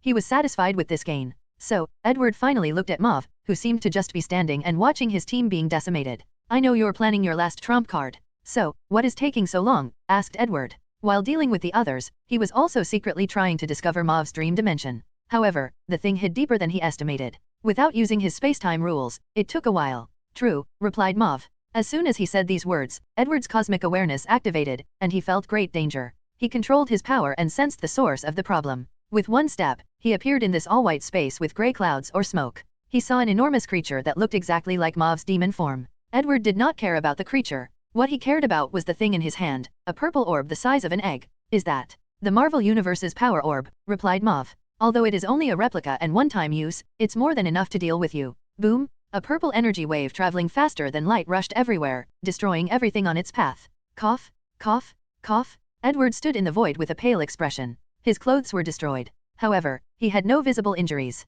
In a few seconds, the enchantments on the robe activated, and it fixed itself. A tier 9 attack, it's not bad for a trump card. The power gem's attack reached tier 9, and it was not weak. At the last minute, Edward had to activate his arcane spark and use his karma to create a shield to block the attack. He looked in the distance and saw nothing, no planets, stars, or galaxies, except for 2. This universe was small, with about 100,000 galaxies. With that one attack, all the galaxies were instantly destroyed, leaving only 2 celestial bodies. The first one is the planet where Edward's lab was. He also protected this place, so they survived. The second one is in the distance. He guessed it must be the place Mauve and the others established to ensure their survival. Huh? It disappeared. Edward suddenly discovered the other planet had disappeared. They must be hiding from me. He shook his head, not caring. He waved his hand to summon a beating black heart. During the explosion, he acted swiftly and ripped Mauve's heart. The wizard's bloodline is related to Dream. Chloe should be able to study something from it. He placed it away in his interdimensional bag, perfectly preserving it. Chapter 453, Cheating. Planet Astrofall 876. Mauve, Tamat, Naruto, and Bai Li appeared in a meeting room. They all had pale facial expressions, and Bai Li was nothing but a soul. Is this planet safe? Asked Naruto. I don't know, but you're the one who set up the safety protocols. The legendary arcanist was more powerful than I anticipated, replied Mauve. So, I don't know whether he can find this place. The room became quiet for a few seconds. Things are not so bad, said Tamat. We have been in worse situations. Since we are alive, we have a chance. Everyone looked at her before secretly rolling their eyes. This woman was a Sun. After almost dying by the arcanist's punch, she can use Zenkai boost to drastically increase her power once she fully recovers from near-death experiences. With this boost, she will reduce the time needed to become a Super Sun 3, which is on par with Tier 9. She may have a point, added Naruto. He knew the correct mentality was necessary for such dangerous missions. You don't understand, continued Mauve. That arcanist did not use its full strength. What do you mean? During the entire battle, he never used his rules. Wait, didn't he use destruction rules? Asked Tamat, who was observing the battle from afar after her defeat. He used intent, which is a lesser form of rules or authority, explained Bai Li. Naruto and Tamat understood. As an arcanist, their opponent should have complete control of certain rules. However, he never used it during the battle. Are you guys sure? Asked Tamat. She could not accept such a fact. I fought a legendary arcanist in another mission. I know the fluctuation of rules, replied Mauve. Rules are more common in the cultivation world, so I also know, replied Mauve. Cultivators cannot use the rules after leaving their universe, unless they reach realms comparable to above tier 12. Furthermore, I do not know how he survived the power gem, sighed Mauve. He thought the arcanist would have used a magic tower or floating city. However, he detected nothing. So, what is our next step? Asked Naruto, a little dejected. Heal and wait for the Samsara Hall's next move, said Mauve. If I guess correctly, they should send more reinforcements. And the purple robe deist might show up. And what should we do if he finds our planet? Then, prepare to fight to the death. The group sighed. They knew this day would come one day, so they were not scared. Anyway, as long as they had one last breath, they would fight and make the enemy hurt before dying. Edward returned to his base and saw Tobias' group looking at him in awe. He let them watch this battle for this exact reason. You have one day to make a decision, he said to them before entering his room. Master, are you hurt? I am, but I'm almost healed now. Edward could feel the phoenix flame fixing his internal organs. Let me scan you. I said I'm fine. And I want to be sure, argued the spicy little elf. Edward shook his head and began his work. He had no time to waste. Satisfied? He asked. I am. Then, let's get to work. Edward waved his hand to control the space-time rules of this universe to create a unique portal. The process took a few hours. However, it's because Edward took this experience as a learning opportunity. Once he finished, he stepped into the portal without hesitation. After passing through the portal, he was in the same place. However, he knew it was different. He sensed a mysterious pocket dimension summoning him. Without hesitation, he teleported inside, where he saw someone waiting for him. It was himself, his future self, to be exact. You know you should not break the fabric of space-time, said future Edward. I know since I'm you, replied Edward. Anyway, in this weak universe, the worst that can happen is the universe will exiling or trying to kill me. Plus, this timeline is hidden. As long as you understand, said future Edward, who manifested two things, a ring and a crystal. The ring contained the artifact needed for Tobias' team to infiltrate the Samsara Hall. The crystal contained the research on the fourth layer of the dimension and how I created the artifact. What about the mana circles? Asked Edward. It's there too, up to 8 mana circles. What about my other research? Future Edward's mouth twitched, wanting to beat his past self. I know what you're thinking, but please be reasonable. Edward knew for a fact he was not a match for his future self. After all, the latter knew him like the back of his hand and had more knowledge than him. The research results are also here, replied future Edward. Except for the completion of the ultimate body and the study of Izanagi. Can I ask why? He asked politely. The ultimate body is not so easy to finish, you will need knowledge from Merlin or the Akashic record. As for the study of Izanagi, I simply didn't want to help you out of spite. Now, it was Edward's time for his mouth to twitch. Anyway, thank you for your help, he said. Whatever. You can go away now, your face is unpleasant to look at. Future Edward disappeared, while present Edward shook his head. Without saying more, he returned to the past. He checked the crystal and absorbed numerous pieces of information. Many of the research his clones back in the other timelines were studying were now finished, including his main objective for coming into this world. The Mana Tree. The main issue he needed to solve for the Mana Tree was how to have it condense fruit of knowledge after being planted on a planet or plane. And the answer his future self came up with was using knowledge on intent. The fruit will resonate with knowledge authority to gather and condense knowledge from wherever it is planted. His future self even created a special tree with space-time rules that can gather knowledge from the past and condense it into a fruit. It's worthy of me, praised Edward. How narcissistic can you be, said Morgana. Leave me alone, said Edward, who sometimes regrets giving this thing free will. Then, he focused on the other gain in this crystal. The mana circles are done. There is enough information for you to deduce the other two, commented Edward, and Morgana nodded as she received the information. Edward then discovered his future self perfected the method of will coding by studying Tobias' Haki system. Using his willpower, Edward can now boost his spells. With all this knowledge from the Haki system, Chris can quickly create the method of training willpower, commented Morgana, and Edward agreed with him. Edward then focused on his gain from Sasha. His future self created the soul magic circuit that helps with magic control. At first, Edward thought this method would be useless to him because he was close to the pinnacle of energy control in terms of talent. However, he knew how arrogant this thinking was. The circuit can give him a boost of 5%. Furthermore, it is beneficial in the creation of the ultimate magic body. Edward searched for knowledge on how to create his Hall of Heroes like the Fate universe. However, his future self only left a message, too much time, so do it yourself. He shook his head and moved on. He knew himself and was not surprised. There was much knowledge about technology learned from Kingsley. His future self even captured many destroyed ships during his battle with the top reincarnators from the River of Time, learning their technology. Edward knew the Empire's technology tree would take a big step after his return, along with the introduction of the new arcane class, Technomancer. Finally, Edward focused on the two things he wanted to know most, the magic domain and the fourth layer of the soul dimension. Chapter 454, Soul Flame Eye. Edward focused on the knowledge of the fourth layer of the soul dimension. He took a moment to process the information before closing his eyes and accessing his soul dimension. Without pause, he reached the third layer, the place with the most defensive measure, guarding his knowledge and memories. Edward's defense in his third layer can be described as overkill. There are numerous space legions composed of thousands of battleships. Each battleship contained legions of golems. And this is just the first protective measure. If a person managed to bypass these measures, they would encounter an enormous labyrinth enchanted with magical traps and dangerous soul creatures.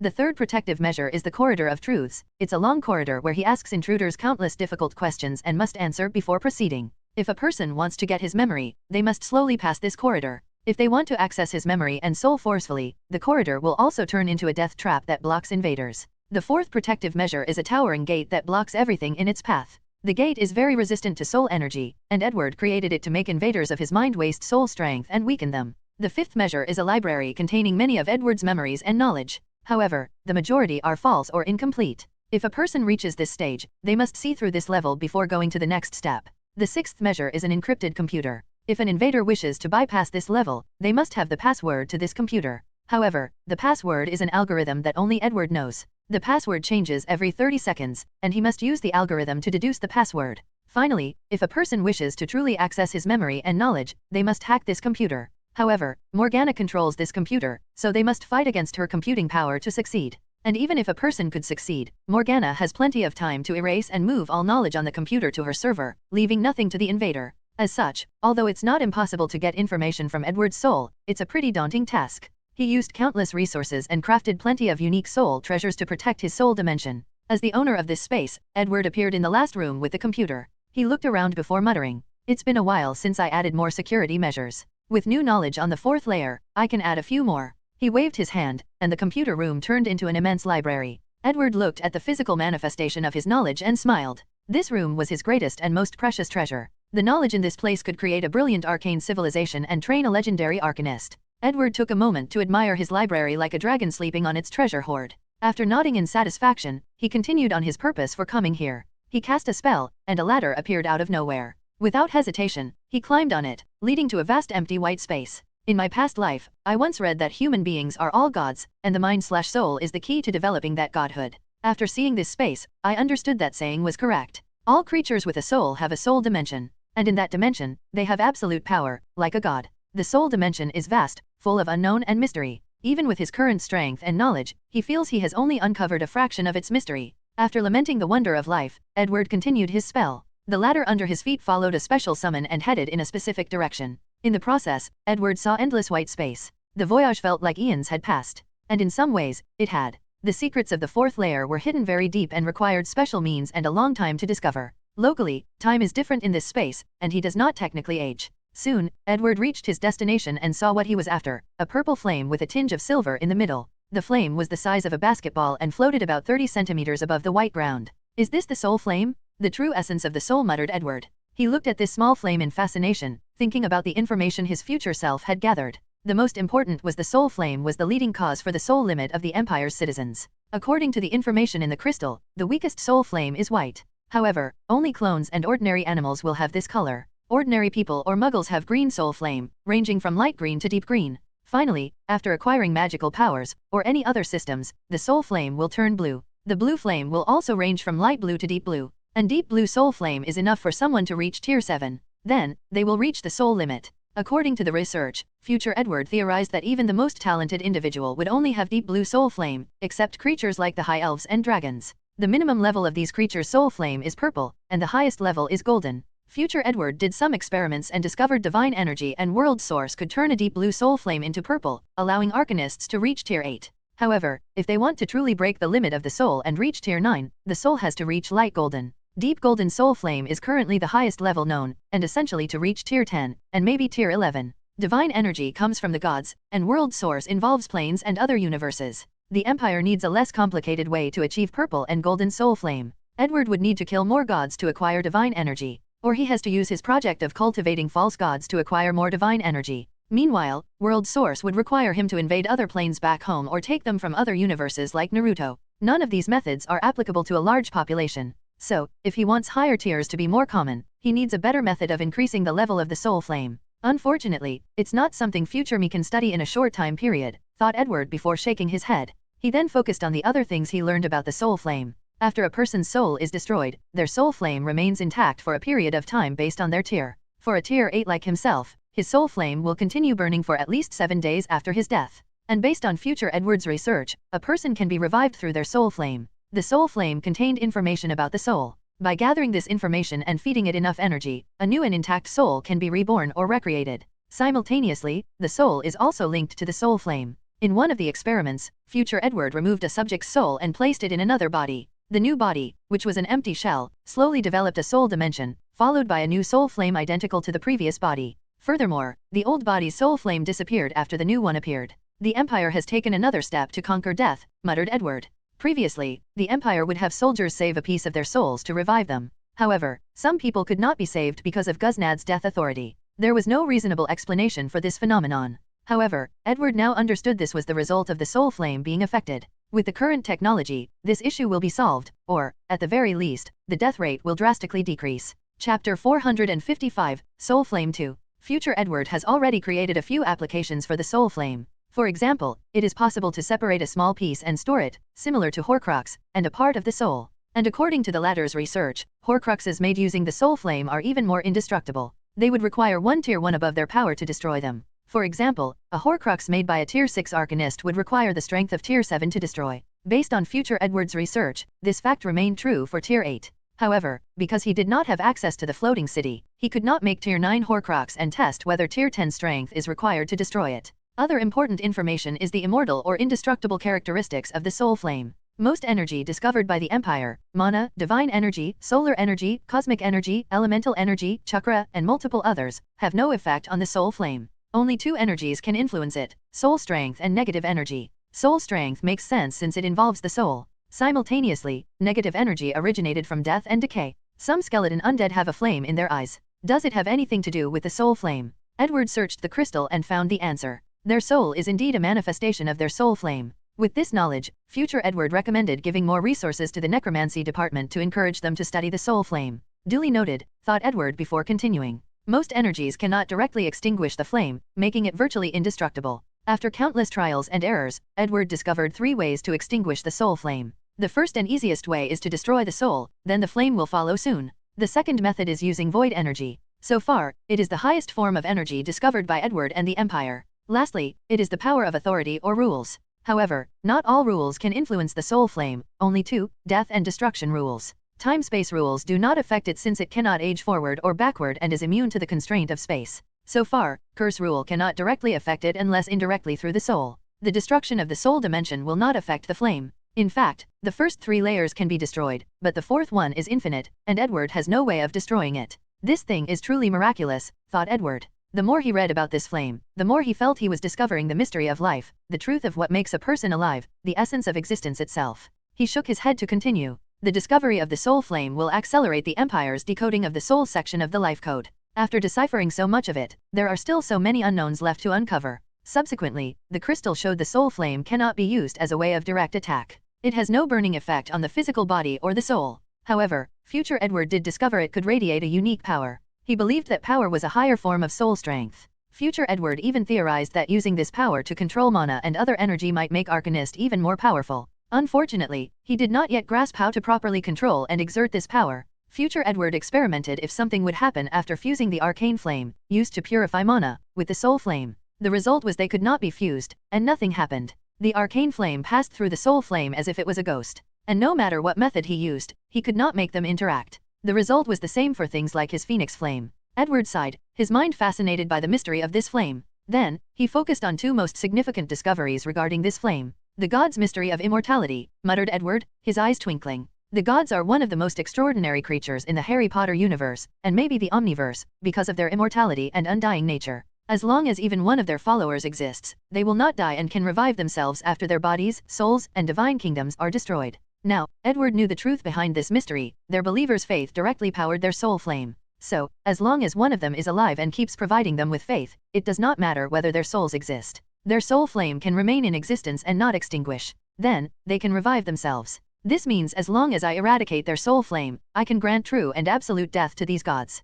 For a moment, Edward could not contain his excitement. One of the things he worried about was how to deal with these gods. Even if he killed them, they could revive later in the future and continue becoming enemies with the Empire. The answer to this problem seems simple: kill all their believers. Unfortunately, this method is not as simple as it seems on paper. Most powerful gods will have believers scattered in different planes, so it's a problem to find them and eradicate their believers. And knowing their life and death relied on their believers, the most powerful gods will hide their believers in special dimensions or unique locations that are unknown and difficult to find, turning them into cockroach-type enemies. These gods will use anti-divination to prevent people from finding their secret believers. After his last voyage and discovering the power of karma, Edward also plans to develop this magic to deal with this issue. However, cause and effect magic is in the early stage and needs more time to develop. Another method he recently thought of was using his curse rule. He could find these secret believers through spells like bloodline curse or tracking curse. However, these gods are not stupid and actively block these methods after suffering a few losses from powerful magical civilizations.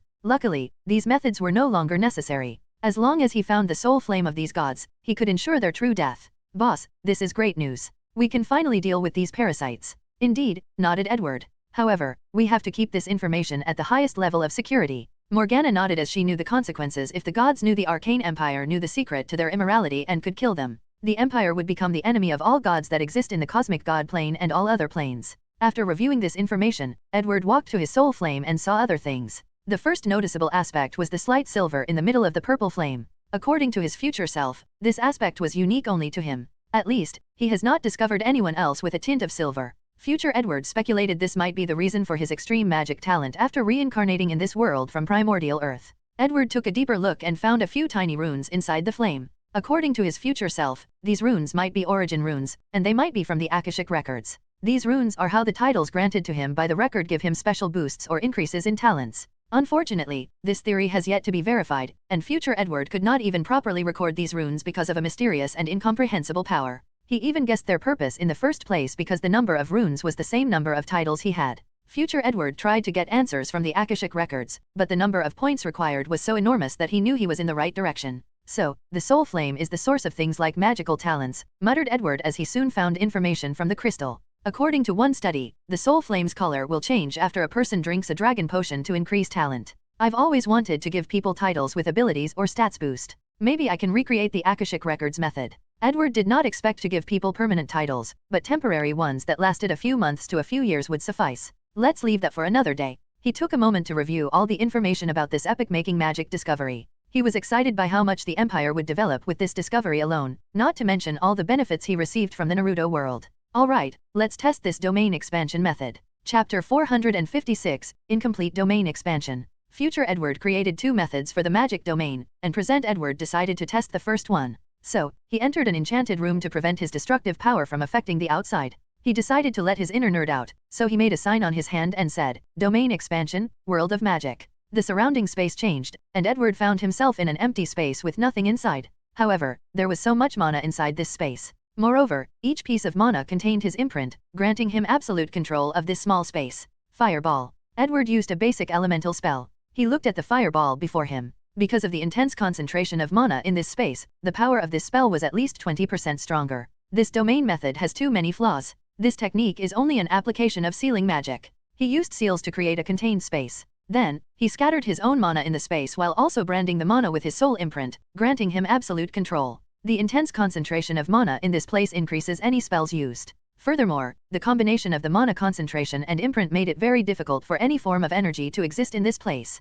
However, the flaw of this technique is that it requires too much mana. The Arcanist has to infuse too much of their mana into the sealed place, leaving little for them. Of course, all decent Arcanists have mastered some sorcerer's technique, so they can still manipulate the mana in the surrounding. And even if they did not, it is easy to accomplish since the mana has its imprints. The most important flaw is this domain is too easily destroyed, analyzed Edward. His purpose in creating the domain is to compete with the god's divine kingdom. Although a projection, the divine kingdom is extremely powerful and could easily destroy the sealing technique that is the core of this technique. Lastly, Edward hoped for Arcanist's domain to compete with the real divine kingdom. And that's not an easy task. From the information he gathered, gods are omnipotent in their divine kingdom. Anyone who invades will be immediately suppressed if not killed. A Tier 9 god can seal a Tier 10 god in their divine kingdom if they can cut the Tier 10 god's access to their divine kingdom. One of the many aspects that made the gods one of the most powerful races is that they have absolute power in their divine kingdom. So, as long as they decide to hide there, it is 1,000 times more difficult to kill them. Right now, the only method he has to deal with divine kingdoms is to bomb it into smithereens from the outside with his floating city. However, he has not tested this method yet, so he is not completely sure. He feared the divine kingdom could use projection to affect the functions of the floating city. So, he needs a domain to counter this ability. Furthermore, he thought it would be cool to humiliate some snobby god by invading their divine kingdoms and killing them inside. Jujutsu sorcerers have to incorporate their curse technique into the seal space, thus creating their domain expansion, analyzed Edward. However, Arcanists have many spells, and it would be meaningless to incorporate one spell into the seals. And based on future me's experiment, the seal space can fuse with 7 spells. Curse energy is different from mana. The same method cannot be used to fuse spells into the domain as a curse technique. The answer future Edward derived was using the sealed space as an artifact and enchanting it. However, the problem with this method is that only 7 spells can be enchanted, which is not nearly enough for the versatile fighting mode of Arcanists. Then, there is the issue that the domain would require knowledge about Artificer and enchanting before any Arcanist can use it. As such, future Edward removed this technique from the final version and left notes about it. This domain expansion is perfect for wizards or warlocks who have a few spells and master them to a terrifying level. Aren't you embarrassed? Asked Morgana after seeing her boss's chin a moment. No, replied Edward calmly. You should be. One of the qualities needed to be an emperor and a harem seeker is to be shameless, to have thick skins as the Easterners say. Well, I'm embarrassed for you. That's your problem, he replied. Alright, let's test the second method. To prove what he was saying before, he placed his hand together and said, domain expansion, the embodiment of truth. The surroundings changed the same way as before. However, he was not in an empty space. Instead, Edward found himself sitting on a golden throne with a towing gate behind him. The gate contained symbols of different religions associated with knowledge and truth, like a single eye, a triangle, and a lotus. At the foot of the throne were 2 bookshelves full of books. Additionally, there were many books floating in the sky and others scattered on the ground. And like the previous domain, the environment was full of mana. Beautifully done, commented Edward as he observed his surroundings. His future self took into account the previous domain's flaw of incorporating many spells and found a solution. And the answer to this problem was the soul dimension. The source of all arcanists' spells is their soul dimension. It is the place they construct runes or magic models when casting spells. So, future Edward created a way for arcanists to project their soul dimension into the real world, similar to divine kingdoms. This method is brilliant since arcanists also have absolute power or control in their soul dimension. Edward's domain expansion looked this way because of his soul dimension. Under its influence, the domain took the shape of something that represents his core values, a manifestation of his essence. He has a throne because he is an emperor. Of course, if he has the ambition to become an emperor, the domain expansion would also show one even if he was not. Edward loves knowledge and the pursuit of truth, hence the gate and books. Fireball. A massive fireball appeared in the large space. Upon closer observation, he saw one of the books on the sky flip its page. The boost in power is at least 40%, he uttered with shining eyes. The boost to his spell was not only the result of mana in the air, but from a mysterious power originating deep from his soul. So, the domain expansion can also mobilize some of the power of the soul flame, he analyzed. He knew the source of the extra boost and believed once he fully understood the soul flame, this boost might also increase. What do you think? He asked. The idea and execution are great, but the flaw is even worse than the first method, commented Morgana. Indeed. According to future Edward's tests, the projection of the soul dimension has no power and cannot affect the real world. So, he tried to fuse it with the seal space to create the domain. Sadly, this method failed. So, he tried many methods to sustain the projection and allow it to have an effect on the real world. In the end, he found that it could work if he created a pocket dimension and fused it with the projection. And upon success, he created this domain. However, this is the core issue. To cast this domain, an arcanist would need to be able to instantly create a pocket dimension. Unfortunately, besides Edward, there are only 50 space arcanists in the Empire with this capability. Space magic is already a rare form of magic, let alone people with great achievements capable of instantly creating pocket dimensions. Even if this domain required prep time, allowing a person to create the pocket dimension first before fusing the soul dimension's projection, not many people would meet the requirement to use it, unless they ask someone else or the Empire to create a pocket dimension for themselves. As such, although this method is brilliant, it is also not applicable. At least we know what direction to work toward, added Morgana. True. The next step to achieve a complete domain expansion is to find a way for the soul dimension projection to require no medium, just like the Divine Kingdom. Chapter 457, God's Space Infiltration. The next day, Edward walked out of the room and immediately saw the team waiting for him. You should have made a decision. Yes, replied Tobias. We accept your offer. After seeing how the Arcanist effortlessly decimated these top reincarnators, he knew he had no choice.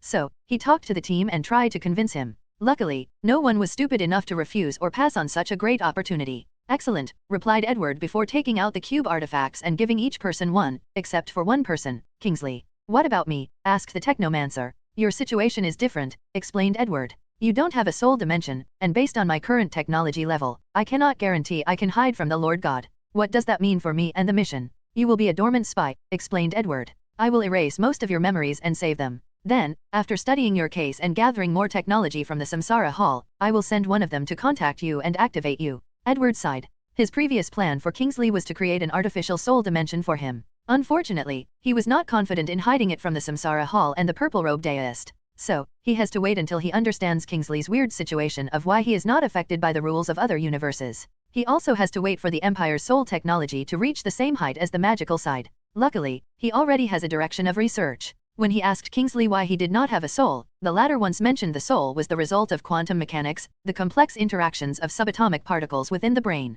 So, he will study how to hide information in these subatomic particles and their intricate interactions, achieving the same result as the soul dimension's fourth layer. As you wish, said Kingsley calmly. According to his analysis, being a dormant spy is safer in the early years because of his innocent status or lack of information. He will be the same Kingsley before he meets the Arcanist until he awakens. So, what's next? Asked Tobias after fusing with the cube. He tried to find it inside his body with his observation haki, but it was futile. Edward did not immediately answer him. Morgana, did you get all the coordinates I asked for? I should finish calculating them tomorrow. All right. He looked at the group. I will leave this timeline tomorrow. You guys should return to God's space and wait until your next mission to contact. The purple-robed deist should be keeping watch on you, so wait until a couple of missions before contacting me. Now, you only need to act normally. I'm nervous, said Michelle. You don't have to be, reassured Edward. He had his reasons for saying that. The artifact he gave them will be quite handy. His future self programmed it to do a variety of things, including subtly influencing their mind to be calmer in stressful situations. It will also prevent their facial expressions and body language from changing and revealing certain information. Finally, it can even blur or seal their memories of this event, making it seem as if they knew nothing. After reassuring the group, he proceeded to deal with the final preparations. He made it look as if he did light experiments on all the captured reincarnators, including Tobias' group. Then, after Morgana got the coordinates for worlds like Fate, One Piece, Jujutsu Kaisen, World of Warcraft, Underworld, Resident Evil, and Rebirth of the 8th Circle Wizard, he left this timeline. As soon as Edward left, the Samsara Hall sent a message that the mission in this world was terminated and all reincarnators would return immediately. A white light enveloped Tobias, and after opening his eyes, he immediately discovered something was wrong. After every mission, he would return to his personal room, a pocket dimension over which he has complete control. And by using Samsara points, he can design the room however he wishes. He could turn it into an experiment room or a divine place like Asgard. His personal room imitated Water 7 from One Piece and was full of training places like Gravity Room. However, he was now in an all-white room with many others, to be precise, with all the people who participated in the previous mission, including the Tier 8 reincarnators. He saw an enormous light that was scanning everyone's presence. So, a look of worry and fear appeared on his face. His movement was so natural that Tobias himself did not notice any anomaly. Everything proceeded normally until the scanning light reached two people. Tobias recognized these two, Tamat and Bailey. Suddenly, something came out of these two's bodies and appeared in this white room. Every reincarnators recognized this person as the Arcanist who captured them. Then, they realized why this Arcanist did nothing to them besides a few experiments. He wanted to use these top reincarnators to invade the god space. As soon as Edward's clones appeared, they did not waste time and began bombarding this place with powerful spells. So, hundreds of magic circles appeared in the sky, bombarding the white space with terrible attacks. Unfortunately, a mysterious power appeared and easily dealt with his attacks. Then, a strange fluctuation emanated from the room, and the clone stopped. They discovered their mana stopped working. Anti-magic, thought of the clones before sneering. They converted the mana inside their bodies into different energy before continuing their bombardment. The clones made it look as if their only objective was to get out of this place and access the highest secrets of the Samsara Hall. However, they could not leave the room, and the power of the Samsara Hall would use ways to deal with whatever energy they switched to. In the end, the clones acted ruthlessly and attacked the reincarnators. They had no reserve in their desire to use these people as pawns. Luckily, according to his calculations, the Samsara Hall intervened and saved these people. However, this was not Edward's final trump card. Before leaving, he secretly went to the reincarnators' planet and gave the clones he left in their bodies some void energy. He processed this void energy to suppress the creation characteristics and boost the destruction and space-time. So, when the clones used it, it was truly a weapon of pure chaos and destruction. Unfortunately, even this attempt failed. The power from the Samsara Hall became more intense and easily dealt with these void energies. In the end, the clones exploded themselves and erased all traces of their existence. Then, the group stayed in the White Room for more than 8 hours before they were allowed to leave. Blank realm, the space between dimensions or timeline. Fail, muttered Edward as he sensed the fate of his clones. Although he wished they could achieve something, his main objective was to use them as a distraction and remove suspicions from Tobias' group. Of course, he also used them to gather more information. During their mad bombing of the white space, the clones were also gathering data by scanning the surroundings. Well, it doesn't matter since the first step is completed, muttered Edward before returning to his timeline. Although he was only gone for a few days, it felt like years because of how much happened in such a short time. Plus, he missed Sunade's blessed face. Yes, he missed her beautiful face. After returning, Edward felt peaceful. Then, he also felt a sense of repulsion from the entire universe. It seems I don't have much time left. He knew the universal was beginning to reject his presence in this universe and wished to expel or banish him. Luckily, he still has time to do a few more things as he waits for his ride to come pick him up. Chapter 458, Reaction. Samsara Hall, Core Room. A handsome young man of Eastern descent sat cross-legged on a cloud, dressed in ancient purple dressed with yin-yang patterns on his long sleeves. Below him was a picturesque view of a floating island full of rainbow, immortal-like mist, and a white crane dancing in the sky. However, the young man did not care for the beautiful scenery. For one, he is the one who created it and was used to seeing it. Secondly, he had more important things to do today. A screen floated before him, and he looked at it with worry. The purple-robed deist watched Edward's clones launch devastating spells on the empty room. Damn this foreign barbarian, thought the purple-robed deist. He was furious that someone dared to invade his territory. However, despite his anger, he had no desire to show up. So, he watched until they blew themselves up. System, is the Arcanist dead? The clones were dealt with, responded a cold and emotionless voice. Clone? What about the real body? Alive. Can't you kill him? The current world source is not enough. The purple-robed deist frowned. Speaking of world source, how much was used to deal with this invasion? The screen changed to show him a set of data. So much? How is that possible? The enemy used void energy. Damn it, he yelled, releasing a terrible killing intent. He knew how long it would take him to make up for the world source. This loss was enough to slow down his plans by decades. Furthermore, he suffered such a tremendous loss not long ago because of a war with another god space. My luck has been poor recently, thought purple-robed deist, not hiding his annoyance. He took a deep breath to calm down. You have scanned these people. Are there any anomalies? All the reincarnators have signs of someone trying to read their memories and search for their souls. Did the Arcanist succeed? Besides reincarnator 189474663, there is no evidence to show otherwise. Hernandez, muttered purple-robed deist. He knew the protection measure used in Hernandez's soul was activated. However, according to the system, the Arcanists should have retained some information. Is it possible to find him? With your current security level and world source, the answer is negative. The purple-robed deist tapped his fingers together. This was a habit he developed when his emotions were riled up. Are there any issues with these reincarnators? The purple-robed deist was considering whether he should continue using these people. He had only recently chosen a new batch of reincarnators, so he did not want to eliminate so many and have to choose another. Furthermore, among these people, there were many excellent leaks, as he liked to call them. They were intelligent, driven, and capable. These people had a high mission success, thus allowing him to gather more world source. There is a 95% chance that they are clean. The purple-robed deist immediately frowned again. What about the remaining 5%? The system is currently running at its lowest level. As such, there are certain methods that cannot currently be used. Purple-robed deist did not like this answer. Although there was only a 5% chance, he did not want to take risks. Can you explain the missing 5%? Yes. The 5% takes into account that the Arcanist has other ways to hide from my detection. Ways like the fourth layer of the soul dimension, advanced use of Grand Deo runes, or blessing of tier 14 or above powerhouses. The purple-robed deist pondered. The soul dimension's fourth layer is knowledge accessible to tier 11, and that's the bare minimum to begin studying it. So, he did not think this tier 8 Arcanist could do it. Grand Deo runes, also called source runes, origin runes, and void runes, is one of the most unique powers in existence. It's a transcendent power. The core of his system is Grand Deo runes. He needed so much world source because the Grand Deo runes of the artifact was destroyed and needed a large amount of energy to heal. However, according to his knowledge, only a few people in the void understand and can use it. So, he did not think the Arcanist would have any connection to such a power, given his current strength. So, the only problem is if he is connected to a tier 14 powerhouse. The purple-robed deist knew there were only 16 tiers, so a tier 14 powerhouse was on the level of Primordial Chaos Saint, which is the level of Pango when he opened the prehistoric world. He is only a Deluo Golden Immortal, tier 9, and his current goal is to become a saint, which is only tier 11. Before then, he still has to become a quasi-saint, tier 10, before proving the Deo and achieving sainthood. The purple-robed deist knew becoming a saint would not be easy even with his system, let alone tier 14. So, things would become complicated if the Arcanist was connected to one. System, what would happen if I forcefully used all your power to detect whether there was anything wrong with these reincarnators? All of the system's functions will be shut down for 10,000 years. The purple-robed deist shook his head. This price was too great to pay. I will have to take the risk. He was not happy about this decision, but he knew it was the best choice.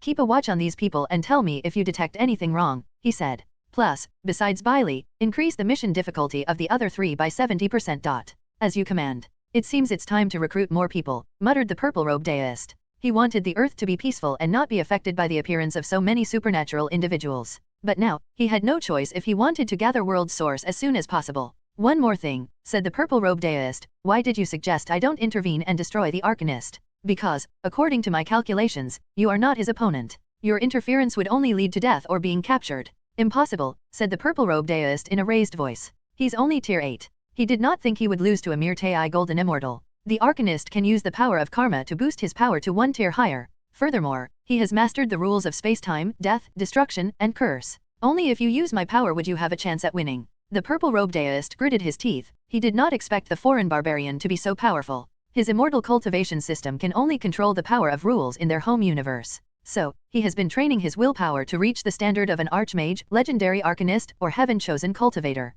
Unfortunately, this process was not easy and required too many points, even for him. I previously wanted to take things slow and not completely rely on the system. However, this experience has been a wake-up call. The purple-robed deist decided to make full use of his golden finger or cheat item. He wanted to become as powerful as soon as possible, even if his foundation was a little shaky. Anyway, he can always make up for it with enough world source. Barbarian, this is not over. He had never suffered such a significant loss. So, he wrote this down and would have the latter pay once he became more powerful. System, find the best world for me to temper my willpower. After making a decision, he began cultivating with all his effort. Chapter 459, Last Preparations. Suna, it's been so long since I met you, and I missed you greatly, said Edward with a brilliant smile as he walked into the research room. Did you miss me too? What's wrong with you? Asked Sinead, who was looking at a document from a hologram floating before her. I think I articulate myself well, replied Edward. How is the research? Did you finish? It's only been a few days. Edward paused as he realized he was not gone for long.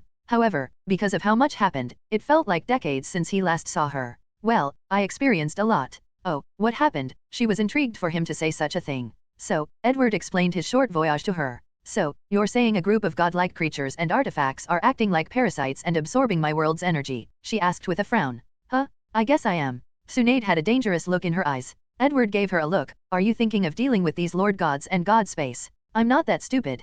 Good. Even in my world, it's impossible to deal with these people, let alone this weak universe. From my analysis, unless you reach the highest realm of tier 16, there is no way to remove all these lord gods from a universe. So high. Yes. Well, technically, I and some other people can do it at tier 12. However, the core issue is how to survive the revenge of these people. I see. Sundi did not have any desire to deal with any lord god. She only felt uncomfortable that some unknown being was harming her universe. However, considering she would be leaving soon, it made no sense to care about such a thing. Did you meet another version of myself? She asked. I did. Well, how was I? No, she. The same as the Fourth Great Ninja War. The only difference was there were many reincarnators following you because of your beauty. Beauty? She asked with sarcastic eyes and tones. Yes, beauty, replied Edward with no shame. Whatever, replied Sinead. Then, she asked with a serious face, are you leaving soon? Huh? How did you know? I have a feeling. Yes, nodded Edward. The world is rejecting me. Plus, my ride will arrive soon. Sinead became quiet. Will I ever see this place again? I will steal this timeline and conserve it in a special dimension that trains members of my shadow squad. So, you can come to see it whenever you please. Sinead nodded but did not say anything else. Have you thought about it? I have. And I haven't made a decision. Is it because of my other wives? This is a factor, but not the only one. I see, nodded Edward. We will have until they arrive for you to make a decision. And how long is that? Edward did not immediately answer but called Morgana and checked. A maximum of 6 months and a minimum of 3 months. This can be said to be a long time, it can also be said to be a short time, Sinead replied. Edward nodded before deciding to change the topic. How is your apprentice? Sakura? Well, so far, she hasn't fully displayed her chakra control talent due to the short time. However, her intelligence and learning ability has begun to shine. Edward nodded as he was not surprised. Sakura has always been the most studious and intelligent of Team 7. And such quality will allow her to thrive in the Empire, even if she chooses to become a Mana Arcanist instead of a Chakra Arcanist. Edward chatted with her for a while before heading to his research team and summoning all his clones. He then synchronized his memories with them. And, as expected, their reaction was not positive. So, we did all this research in vain, asked Clone 1. Future Edward basically finished all the clones' research, making them feel their work was in vain. No, it was not in vain, quickly explained Edward. If not for your hard work, he would never finish them so quickly. Edward knew for a fact his future self would never do all the research by himself but also use clones. Even then, it feels like we did all this work in vain, uttered Clone 4. I would like to make it into the record. If I could revolt, I would, added Clone 7. Whatever, I'm only happy I don't have to work anymore, said Clone 3. The clones loved research and learning new knowledge. However, they instinctively reject doing it when their main body orders it since, most of the time, he only want to be lazy. There is no need to react like this, explained Edward. Plus, we still have some work to finish by ourselves, followed by new research. I knew it, complained Clone 2. So, what is it this time? We need to continue our research on Izanagi and the creation of all things. Izanagi is a life-saving method and also a great way to learn reality-bending magic. Meanwhile, Sage of Six Paths creation of all things is an excellent way to study the creation aspect of void energy, thus furthering the Empire's path of mastering this highest form of energy. Next is the destruction and curse rule. My future self left a little information on these two authorities, and we must continue our research, continued Edward. Then, there is the ultimate magic body. Although we cannot finish it before returning home, there is no need to stop the research. Finally, someone needs to continue the research on magic domain and the soul flame. The clones discussed amongst themselves before choosing which project to tackle. Then, Clone 1 asked, what about you? What are you going to do? Really? Are you not going to flirt with Tsuna? When I'm done, of course, I will, replied Edward, making the clones roll their eyes before leaving. While alone, Edward said, Morgana, we need to update some protocols and plan ahead. Oh, what do you have in mind? Firstly, we need a backup world gate in case a similar accident occurs. There was a backup and more than one, but I used them when escaping from the floating city. I'm aware. I'm referring to a world gate stored in the soul dimension as a backup vehicle. We tried before to place the world gate in the soul dimension. However, the spatial temporal field emanated from it would cause catastrophic damage to the place, even if sealed. However, the issue might be dealt with if we placed it in the fourth layer. That was my exact thinking, nodded Edward. What else? The automatic repair system of the floating city needs to be upgraded, continued Edward. The city will fix itself after damage, but Edward felt the process was too slow. It's because of this that he had to wait for a ride from him. The current technology is the limit we have, added Morgana. It used to be, countered Edward. But now, we have more knowledge and can upgrade it. Do you want to use void energy? Asked Morgana. Correct. We now have more control over the different characteristics of void energy. We will place a system in the city to use the spacetime characteristic to revert the city to its former self after destruction. We can also add the use of the creation characteristic to recreate the city to the desired shape and fix it. Morgana took a moment to do some calculations. It's possible. The best idea would be to use Izanaga to instantly reverse the damage. Unfortunately. True, nodded Edward. Lastly, we need a better homing system. The floating city is designed to return to him if he is separated. But Edward felt the current system was not up to the level he would like. Any ideas? She asked. None so far, but we can begin the preparatory work on it. As you wish. He then dismissed her before continuing with his own thing. Chapter 460, Tier 8 Soul Limit. Wait, I do have an idea, suddenly said Edward. Oh, I'm all ears, replied Morgana, who manifested a little writing pad in her hands along with a pencil. We can use our new understanding of karma, explained Edward. I should be karmically linked to the city. We can use this link as a homing device. Once needed, the floating city only needs to use this link to rush to my destination. That's not a bad idea, nodded Morgana. In that case, I'll leave things to you. If you need help, you can contact Hermione. She should be able to provide you with enough help given her research in karma and cause and effect. No problem. How is the research progress on Project ST-897? This project involved creating a ship that could travel the Omniverse using only technology and no magic. Before, Edward was not in a hurry since he knew the Empire's pure science and technology were not on the same level as its magical sides. However, after proving the existence of the pure materialist world, his paranoia began to act again. He had started to plan how to escape such a universe, and the best way was to create a ship and return home. However, without magic or any supernatural aspect, it would be impossible for Edward to create an omniversal travel ship. There are some issues, explained Morgana. The main engine and other systems are proceeding smoothly. After digesting the technology from Kingsley, the automaton race, and the other reincarnators, it won't be a problem to complete it. So, what is the issue? The ship's material, replied Morgana. The magicium intervenes with the ship's electromagnetism and the quantum field. And all other metals cannot survive the void. Edward frowned. The floating city's defense against the immense void energy in the endless void consists of the void shield and the fact the entire city is made up of a special metal called magicium. The void shield cannot completely isolate the power from the void energy, so the magicium, which Edward created to have a high resistance to the destructive abilities of void energy, will take its role. So, just like how technology products cannot function properly at Hogwarts, it's impossible to create a pure technology ship using magicium. We need a new metal. Yes, Captain Obvious. Edward ignored her. How are things proceeding with finding a replacement? Not very well, replied Morgana. The team asked Her Highness Rowena to create a special metal for them using void energy, but she has yet to succeed. Given our recent breakthrough, can you calculate the chances of her succeeding? After coming to this place, he made many breakthroughs, pushing the Empire's technological tree to a higher level. And one of those discoveries involved a higher understanding and usage of void energy.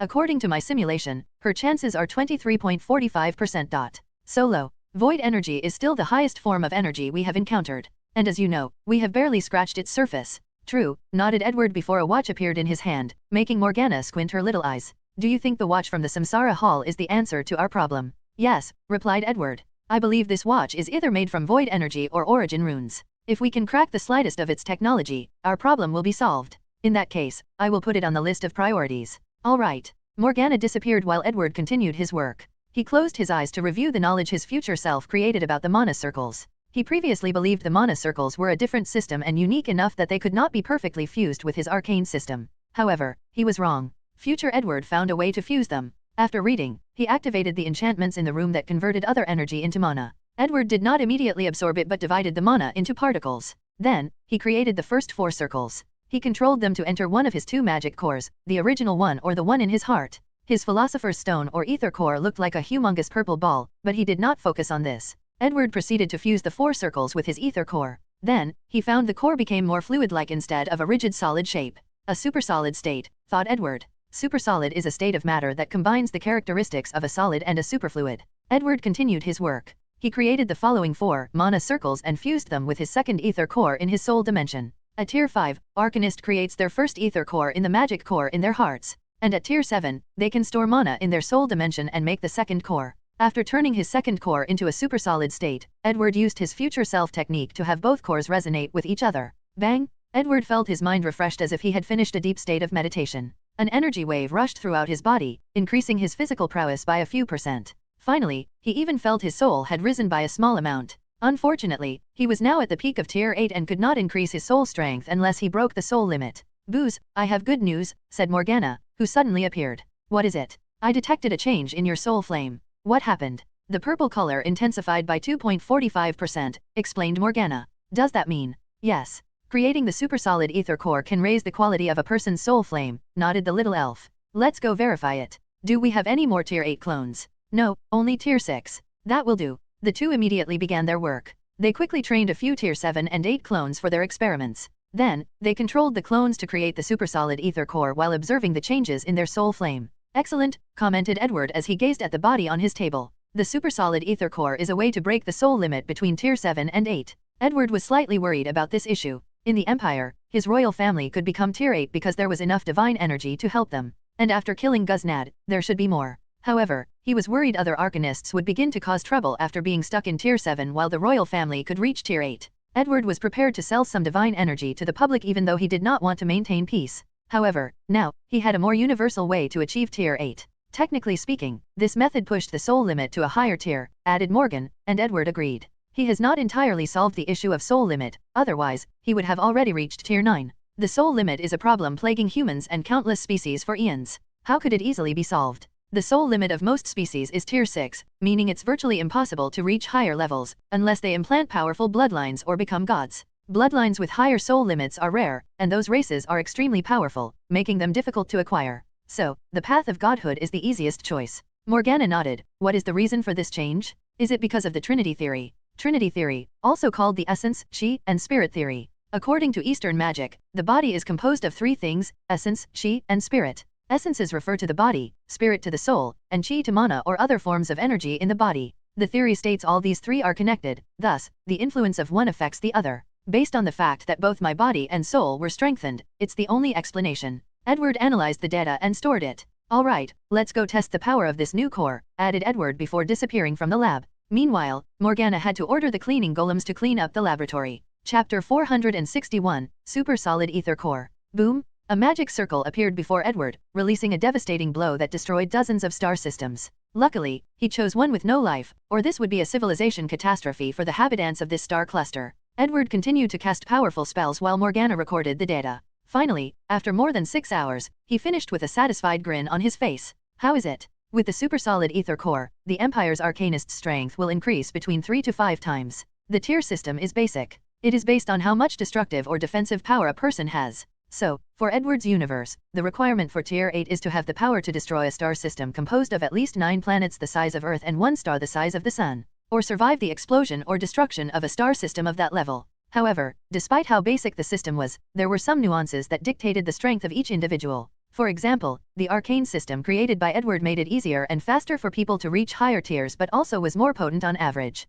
And the main reason for that was that Arcanists have higher destructive capabilities using the same amount of energy. For example, let's say that the amount of mana needed to destroy a planet was 1 unit. The Empire's Arcanists can use 1 unit of mana to destroy 2 to 5 stars. The main reason is their crystal or solid mana and their purified purple mana. In general, the mana they used is of higher essence or quality. Their mana is not even mana anymore and can be called ether, which is a higher form of energy close to if not on par with void energy. And now, the supersolid state of the ether core made them even more powerful. Using 1 unit of mana, Arcanists will be able to destroy 5 to 10 planets. This discovery will significantly help us in our battle against the gods, commented Edward. The divine mercenary system is one of the ways the gods dealt with magic civilizations. They lured powerful casters to serve them with the promise of increasing their mana, purifying their mana, increasing their soul limit, and granting knowledge. However, the Empire won't have much trouble since most of these temptations are useless. The Empire's Arcanists will be the most powerful class of casters, envied and sought after by many. and Edward has already planned to use this fact to lure magic civilizations who do not want to be servants to the gods.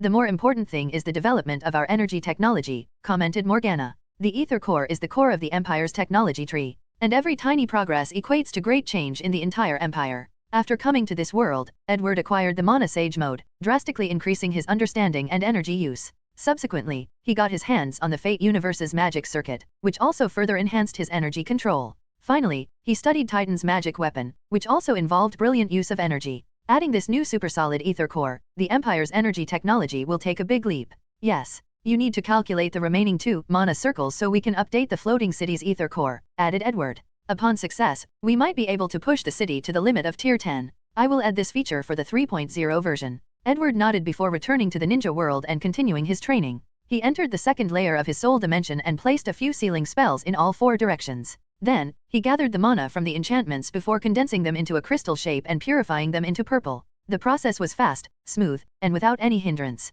Once the core formed, he condensed the 8 mana circles before fusing them with the ether core. He watched how the state of the core changed from a normal solid to a supersolid, containing the properties of both solid and liquid. Once the process finished, Edward gathered more mana to expand the size of the core. This core in the second layer served as the second mana pool for Edward, so the final size was countless times larger than the one in the first layer. After all, the first layer's ether core and the one in his magic core combined together to form his Tier 8 strength. So, after the second layer's core reached the pinnacle of Tier 8 mana, he stopped before checking his body. Success, he muttered after not feeling any symptoms. The idea of sealing the soul dimension's second layer and creating another ether core was not new. Edward had previously experimented on this subject as a way to have an extra mana pool. However, his previous efforts failed. Even after sealing the place, there were consequences for creating a third ether core. He would often have headaches, he had difficulty concentrating or controlling his soul strength. To solve this problem, Edward tried to create an ether lake in the second layer. He tried using liquid mana instead of crystal mana.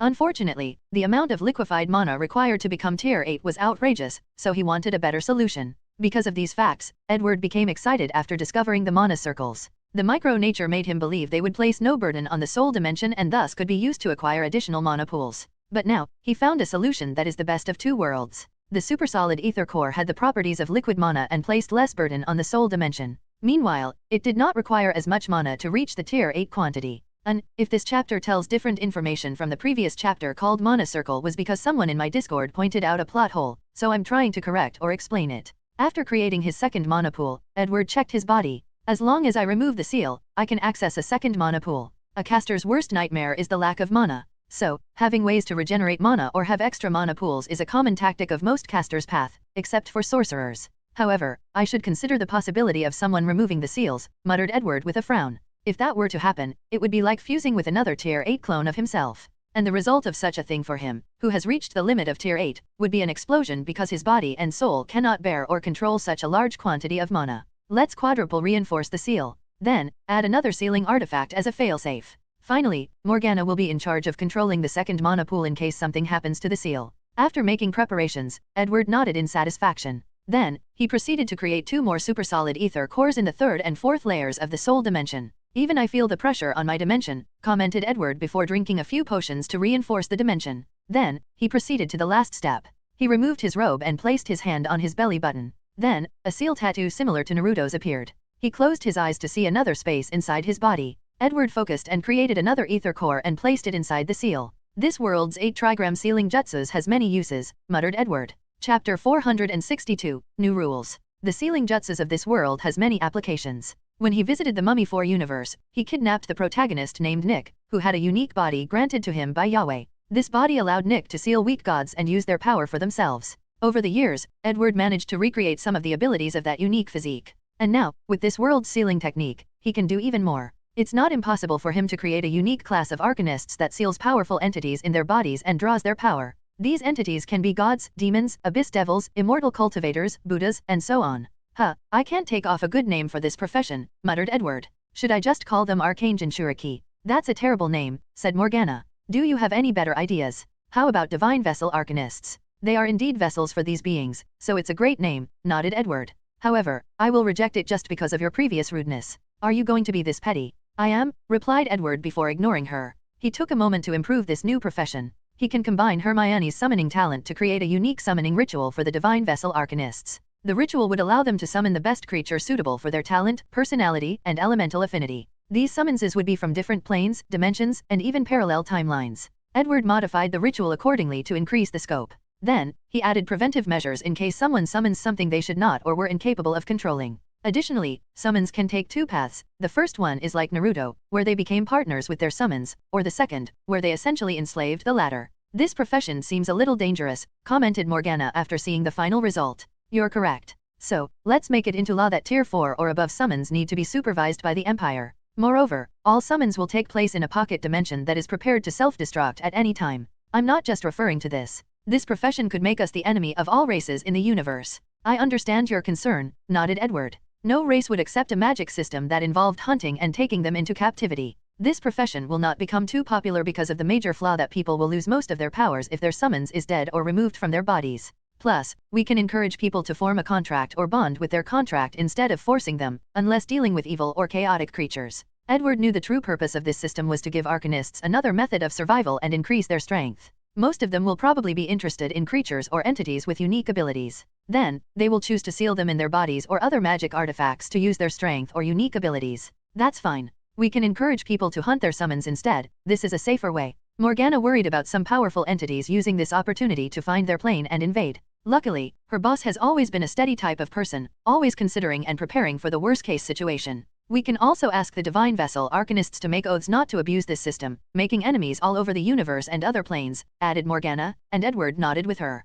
The two continued their conversation to further refine this system. They decided to choose another plane where all the Divine Vessels Arcanists to make their summons. As such, in case something happens, the Empire will have time to react and even abandon that plane if necessary. Then, Edward went to the last thing he was interested in this universe, the Pure Land. This place is essentially the afterlife of the Naruto universe. Back home, Edward discovered the Earth was one of the few, if not the only, place in the universe with its own independent underworld. And after defeating Herpo, he took control of this place. At least, he tried to. Unfortunately, so far, things have been proceeding slowly. His plan is for Bellatrix to master death rules and have complete control of the underworld. In the future, the Empire's citizens will not have to worry about their afterlife. They don't have to worry about some unknown god or entity having control of their souls. Furthermore, with control of the underworld, the Empire can quickly become a civilization where death is no longer a mystery but also meaningless. Unfortunately, the process is not smooth.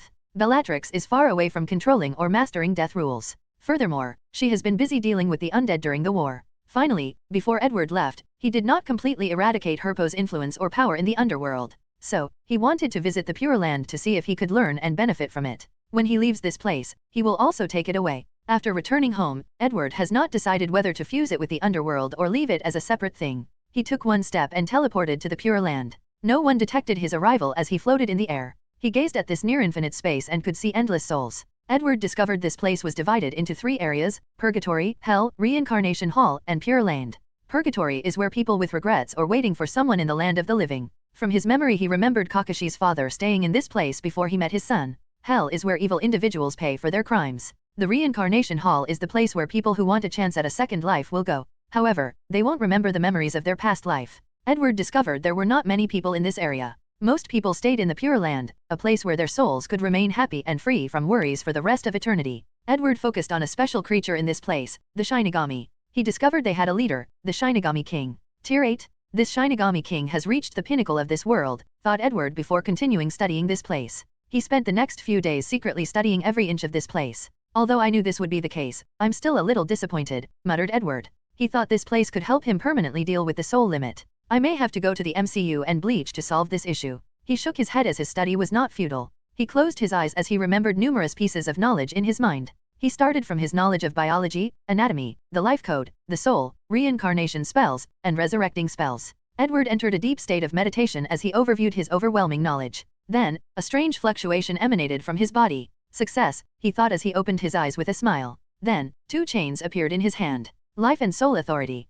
If you have a better name suggestion than Divine Vessel Arcanist, I'm open to suggestions. I think this name is good but you guys might have a better one. Chapter 463, Domain Battle. Edward was happy with the appearance of these 2 rules. Rules or authorities prove that his understanding of certain types of magic has reached the pinnacle. So, he will always be happy for the manifestation of one, the more, the merrier. Of course, he also understood he had limits and could not know and control all known rules. And even if he could, it was not worth the effort. so he was prepared to major in a few while the others would be used in an emergency or situation that needed them. Huh, muttered Edward as he looked in the distance. The fluctuation of his rules alerted the Shinigami King, allowing the latter to detect his existence. He immediately went on the offensive and used a law spell, a spell containing the power of rules or authority. Hand of Death. A towering black hand descended from the sky, heading straight for the Shinigami King, who looked like the creature summoned when using the dead demon-consuming seal. The only difference was his size, which was at least 15 meters tall, and the weird crown with the character for Yama engraved in it. In the past few days, this Shinigami King was the only thing I could not completely figure out,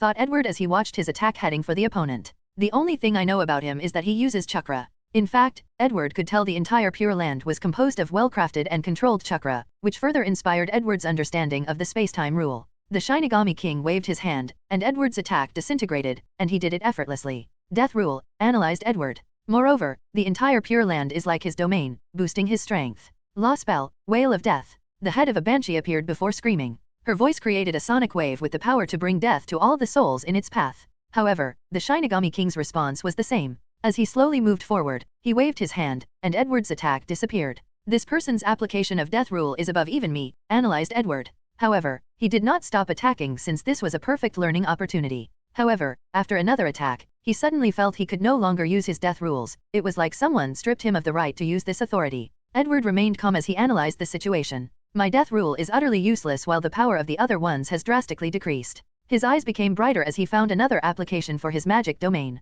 Morgana, according to your calculations, what is the best way to deal with his domain? You can use intense energy fluctuation to reduce its effect. However, your mana and soul strength are also suppressed, so you need to tap into your reserved mana pools. And the second and most efficient way is also to use your magic domain. This situation is a perfect time for field testing. Edward agreed, so he waited until the king was closer. Then, he used the second domain by combining his soul dimension with an instantly created pocket dimension. However, something odd occurred. His pocket dimension did not envelop the Shinigami King. Instead, the space of the Pure Land blocked the creation of his dimension. So, the situation became odd. One side was Edward's domain, where he sat on his throne with the books, while the other side was the king and the Pure Land. Is this the result of two domains clashing? Edward observed the situation while also stabilizing the pocket dimension. The situation was an anomaly, and he needed to use his space rules to prevent the domain from crashing. Furthermore, he also detected the size of his domain was rapidly shrinking by the Pure Land. As expected, this domain is unstable and requires too much reliance on space magic, commented Edward.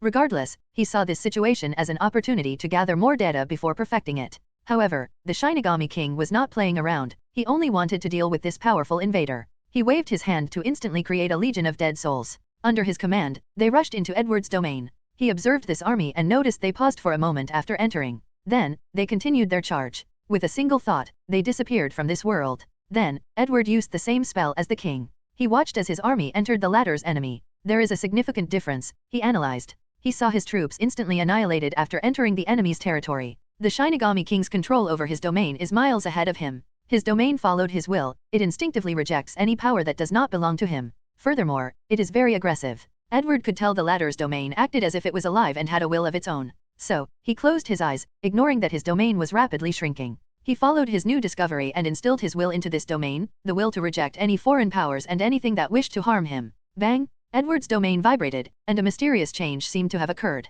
The Shinigami King sensed something and acted. He raised his hand to create a black cloud of death powers. However, things are different now. As soon as the cloud reached Edward's side, his domain automatically extinguished it. The king acted swiftly and summoned a black scepter. A terrifying wave of chakra emanated from its body as he slammed the staff on the floor, generating a mighty energy wave. In an instant, Edward's domain shrunk by more than 20%. The integrity of the domain's space is too fragile, analyzed Edward calmly. It would be best if it could be like a mini-universe that is not easily destroyed. Edward realized another flaw of the domain, and the way to deal with this issue is to reinforce the space with enchantments. And the second is to essentially turn the domain into a mini-universe or world. The god's divine kingdom is this way, so, arcanists can follow this step.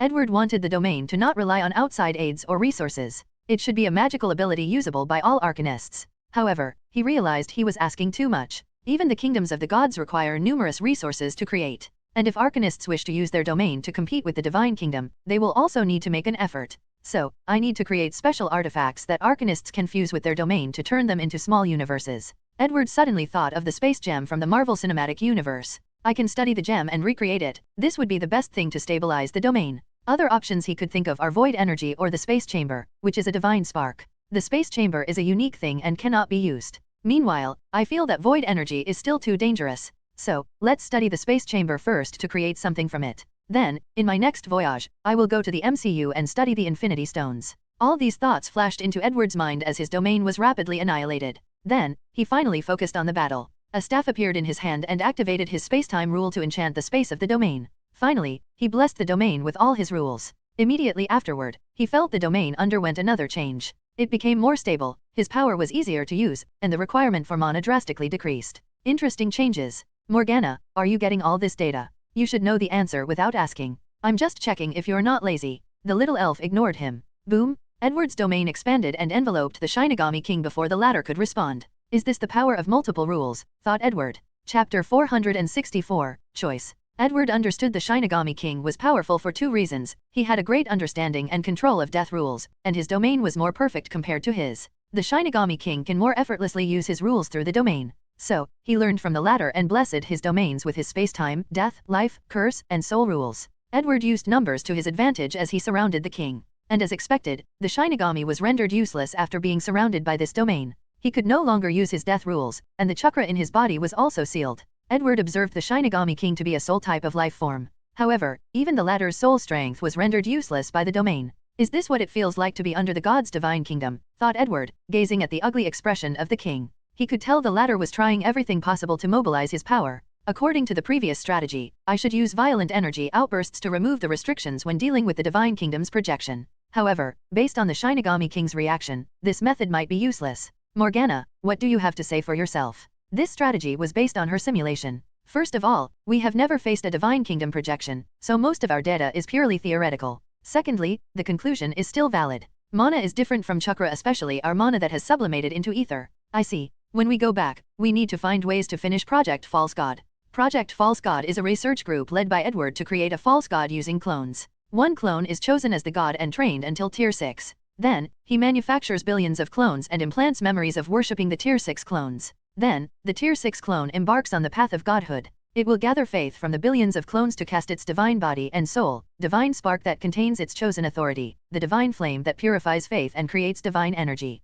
However, this god created in this project is not false because it was artificially created. It is a false god because it does not have a divine kingdom full of believers. Over the years, by studying Herpo, or the death god, set from the mummy 4 worlds, and the gods from Konosuba, Edward has managed to deduce the path of godhood to this level. Unfortunately, he is stuck in the phase of the divine kingdom. Herpo did not have a kingdom and used the underworld. Meanwhile, Set and the Konosuba gods live in a place different from divine kingdoms. Their godly abodes were habited by many gods and were similar to the residents of a Pantheon. Lastly, the knowledge of the divine kingdom is highly guarded in the Harry Potter universe. These Tier 10 gods did it on purpose so they could use this knowledge to force false gods to become their subordinates. This act created a vicious hierarchy. Most races have a soul limit and can no longer reach higher tiers. So, they embark on the path of faith. However, these people will soon discover that they need to rely on higher tier gods to get the knowledge they want. And oftentimes, they have to sell themselves into servitude to get such knowledge. There are 5 methods to accelerate the progress, said Morgana. The Akashic Record, ask Merlin, try your luck in the multiverse, try cheating again, and lastly, kill a god and get the information.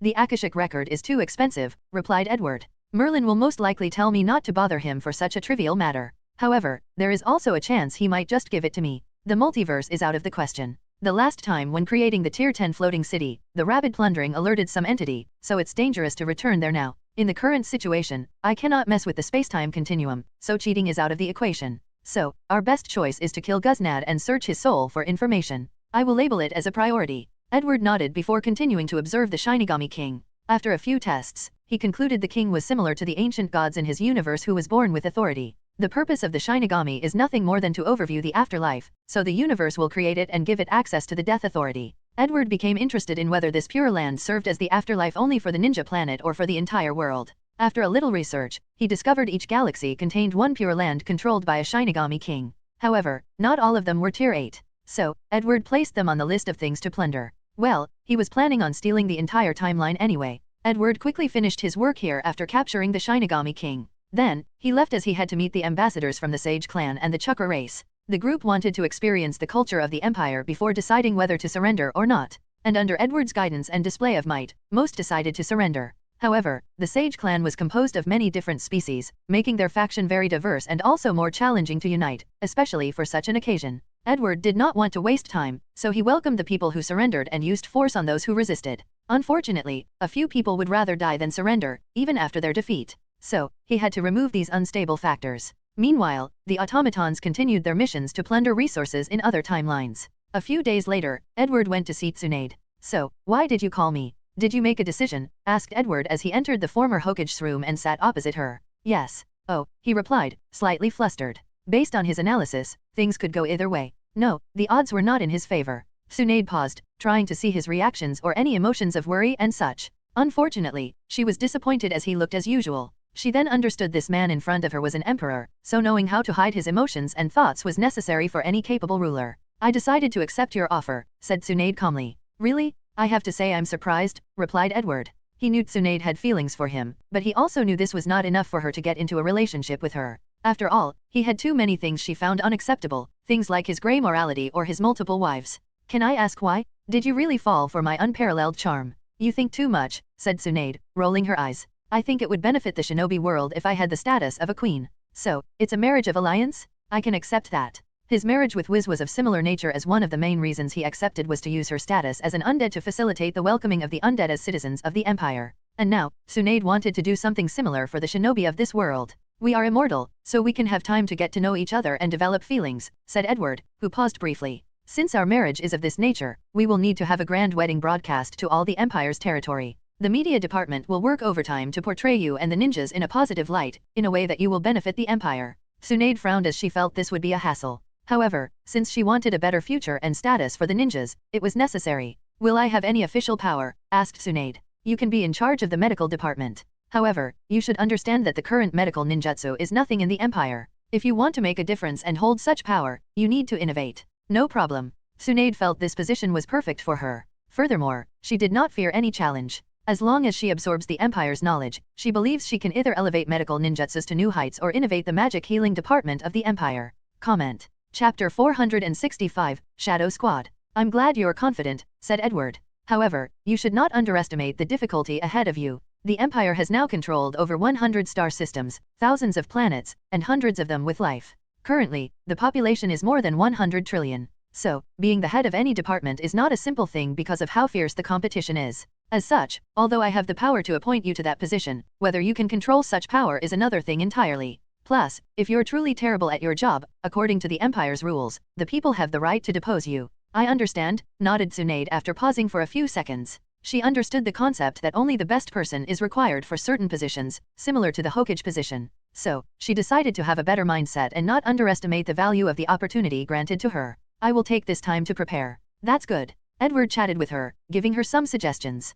For example, what people she can trust, people she won't to ensure her position, and who her competitors are. Subsequently, he also told her to train her own people or team. For example, her genius apprentice Sakura. If trained properly in the medical field, she can be a great boost for her. Edward also recommended she use a similar method as him and teach talented children at Hogwarts and Bones Advanced Magic School. These talented individuals can become her greatest support for her future position. Finally, he left and went to another pocket dimension in his laboratory. As soon as he arrived, someone appeared before him. Your Majesty. Itake, how are things going? The initial training is completed. However, I won't know the result until we complete our first mission. Before leaving, Edward made Itake the deputy director of his shadow squad to lead an elite group of spies and assassins for the Empire. According to his previous plan, he wanted to wait until he returned home to begin training this squad. However, Itake insisted and even asked him to use time acceleration and time dilation to begin the training. Edward understood the latter wanted to use this opportunity to ensure that the ninjas took the majority of places in this new squad.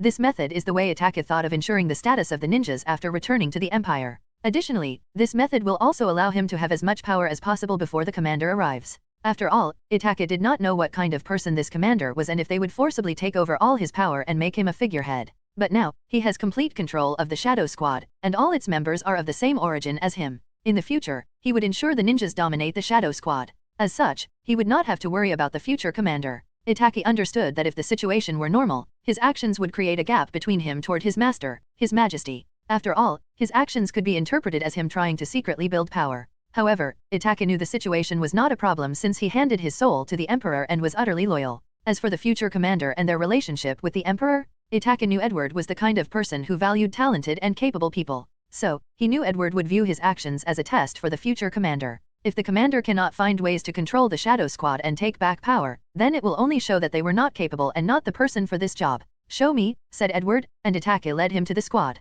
You two are here too, said Edward after seeing Kakashi and Jiraiya. I could understand Kakashi's presence, but why are you here, pervy sage? Shouldn't you be peeping somewhere? Jiraiya laughed embarrassedly. Well, peeping is a crime. And with your strength, it's easy to be captured by the golems. Jiraiya coughed lightly to hide his red face. He remembered some not-so-pleasant memories. If not for Tsunade's interference, he should have spent a few days in a cell and paid a hefty price. I asked them to help develop the training session for the squad, explained Itachi, and Edward nodded. He followed the group as he saw approximately 10,000 ninjas, all well-trained in shadow, space, invisible, chameleon, illusion, spiritual magic, and ninjutsu. Of course, they are also trained in assassination and information gathering and analysis. I have combined the inheritance of all villages with training this squad, explained Itachi before pointing at another group. We have begun studying an anti-divination sealing jutsus. Unfortunately, the progress is slow. Edward calmly watched the training of these ninjas, including some real-life stimulation done via virtual reality. Your Majesty, what do you think? Itachi was slightly nervous.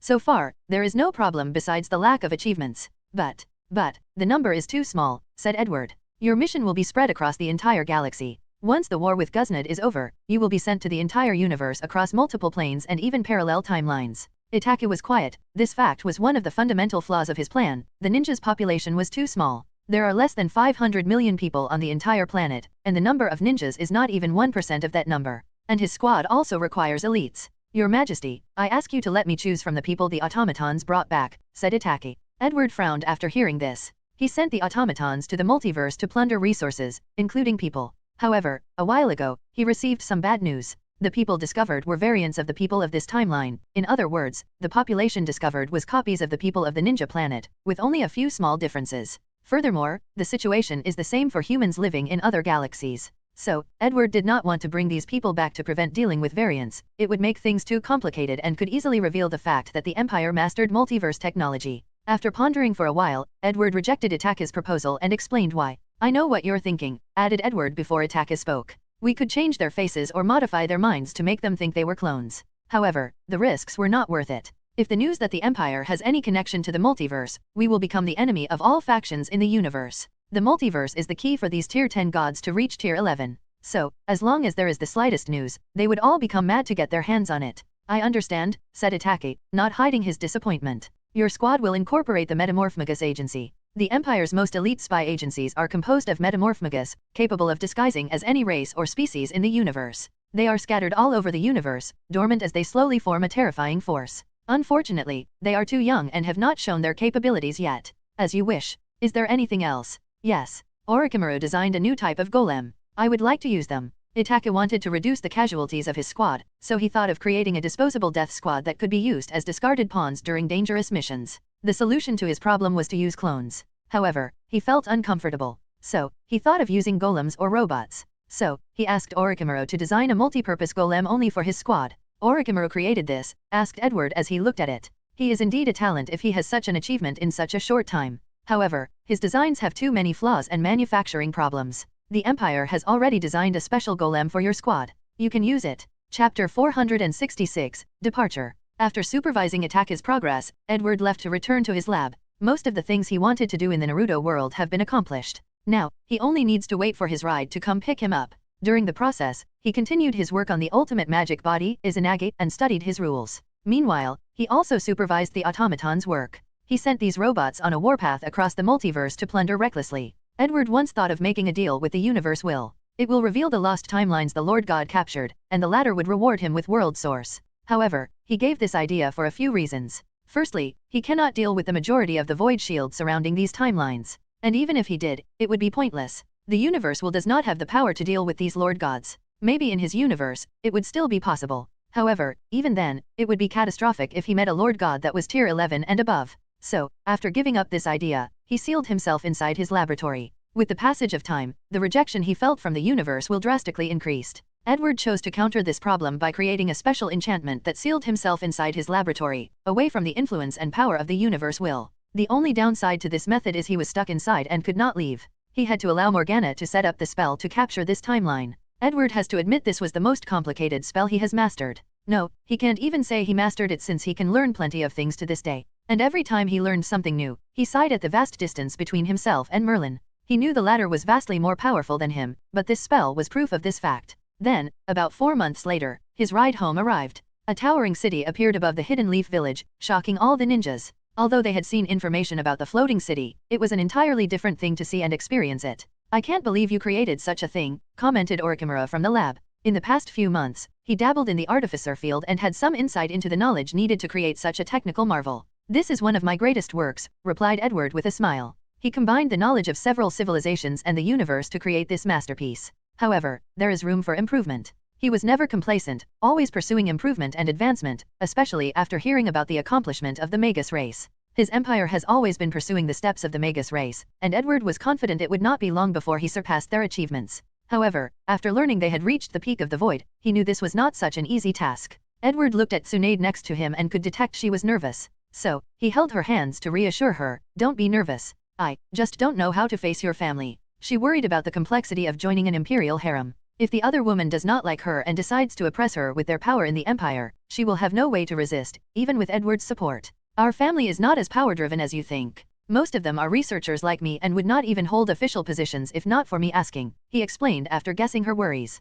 As for your personal relationship, they won't blame you, they'll blame me. His mouth twitched as he could guess the side eyes he would receive. Technically speaking, due to the short passage of time, he recently brought back Wiz, and now there was Tsunade. Despite how he felt, he still left the lab to receive the envoy. So, after arriving in the city, he only waited a few seconds before a white light flashed from the sky and someone appeared. Hermione, he said with a smile. Are you okay? This was the first time Edward sent an emergency signal, so she hurried to this place. Luckily, he updated the engine of the city in his last voyage, allowing the city to instantly travel to its destination after knowing the coordinate. I'm fine, he replied. I encountered a terrifying creature in the void, and my city was almost destroyed. That's good, she sighed in relief. However, Hermione soon noticed the woman next to Edward. Given her proximity to him and the sign of nervousness displayed by her facial expressions, she had already guessed her status. Suddenly, she had the urge to bite him or bombard him with a few million fireball spells. Hello, my name is Hermione Granger. She did not blame Tsunade as she knew how charming and attractive her husband could be. Whether it is his personal power, his political and military power as an emperor, his knowledge that seemed infinite, or his brilliant mind, it is too attractive to many women. Tsunade, it's nice to meet you. Come on, let's have a chat over some tea, said Edward. We don't have time, countered Hermione. Only a week has passed since your departure. However, the war intensity has drastically increased. According to Oliver's order, I need to pick you up and return. The floating city is a strategic weapon and cannot be missing for long. Edward became serious. Very well. He did not waste time and entered the Tier 9 floating city. The Tier 10 one had to stay home while the other Tier 9 was currently wreckage in the void. After entering, he connected to the city. He closed his eyes in ecstasy as he felt the vast amount of mana at the core. The sensation was truly something else. His first was to summon the automaton still in the multiverse. Once they all returned, he activated the spell to take away this timeline and all its people. Then, he activated the void engine and entered the void. His destination was not home but the place where the Tier 9 floating city was. Edward saw a world of grey and white before returning to normal. The void has always fascinated him, wondering why it has color. The word void indicated nothing, so there should be no color. His theory is that this is how his brain and soul process something as complex or incomprehensible as the void. It used his inherent cognitive views and showed him something that he could understand and process. However, Edward understood that once he reaches a certain tier, most likely Tier 12, he will see the void in a different manner. Not minding these distracting thoughts, he saw the picture before him, and his heart ached. He saw a destroyed city surrounded by a shield. My baby. Although this floating city was not the one he personally created, it was still his baby. After all, he designed most of the things. And the resources used to create it are also his. It needs to be fixed as soon as possible, but we don't have the resources, said Hermione with a frown. The Empire almost ran out of resources building Edward's Tier 10 city. They had to plunder from the multiverse. However, this option was not available after their last warning. I have brought resources from the Naruto world, but it's probably enough to fix it to 70%. The Naruto universe is a middle-tier universe with a power cap of Tier 8. Meanwhile, the city is a peak Tier 9 artifact. And adding the difference between the two universes and power systems, the resources are also different. Do you have a good idea? Asked Hermione. Chapter 467, Return and Hurry. Edward pondered briefly. I can think of two ways. The first is to use the mana grid. The mana grid grants the Empire unlimited energy, which in turn equals unlimited resources. The mana from the grid can be turned into any ore, alloy, or resources needed for the floating city through transfiguration or transmutation. Certain enchantments require to be fused with certain magical ores or potions to remain permanent. Otherwise, their effect will disappear after a few hours, weeks, months, or years. However, a tremendous amount of mana can be used instead of these resources, and the mana grid can provide such an intense need for energy. Unfortunately, we only recently accessed the grid and have little to no control. By using the knowledge he needed from the Akashic records, Edward managed to shut off the Milky Way section of the mana grid, thus stopping people from accessing the universe net. However, he has not concluded his research on the grid and how to properly use all this energy. If we have a little more time, this plan could work, added Hermione. However, the situation is changing at every moment. So, the sooner we fix the city, the better.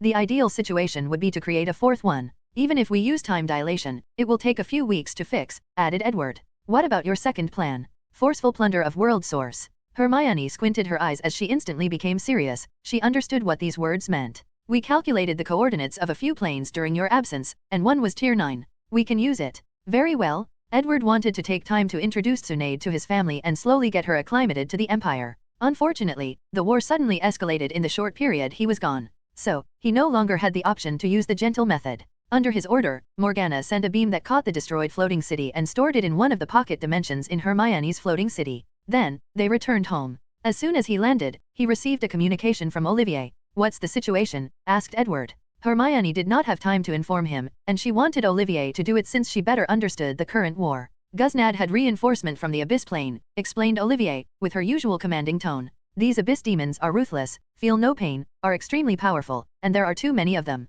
We have suffered a lot of casualties in the past 3 days alone. Edward frowned as he looked at a hologram before him. The statistics showed that the casualties for the past 3 days were thrice that of the past 6 months of this war. These demons are so fierce. Yes, they have a high magic resistance. If our system were not capable of using multiple types of energy, the situation would have been even worse. Do they have any weaknesses? Light or positive type magic, replied Olivier. However, Guznad's people took this into account and blessed them with anti-light magic spells. What's your counter to this situation? Do you want to mobilize the clone legions? Not yet, replied Olivier. Her eyes turned red for a moment. A ruthless light flashed in her eyes. We will fire with fire. You also want to use Abyss demons as troops? Asked Hermione, who was next to Edward and listening to the conversation. Yes. From the information gathered, troops are the least valuable thing in the Abyss Plane. As long as we conquer one of the layers and become Lord, we can control countless demons to fight Guznad. Edward groaned after hearing her plan. In general, this tactic is a great one. However, there is an issue after considering the overall implications.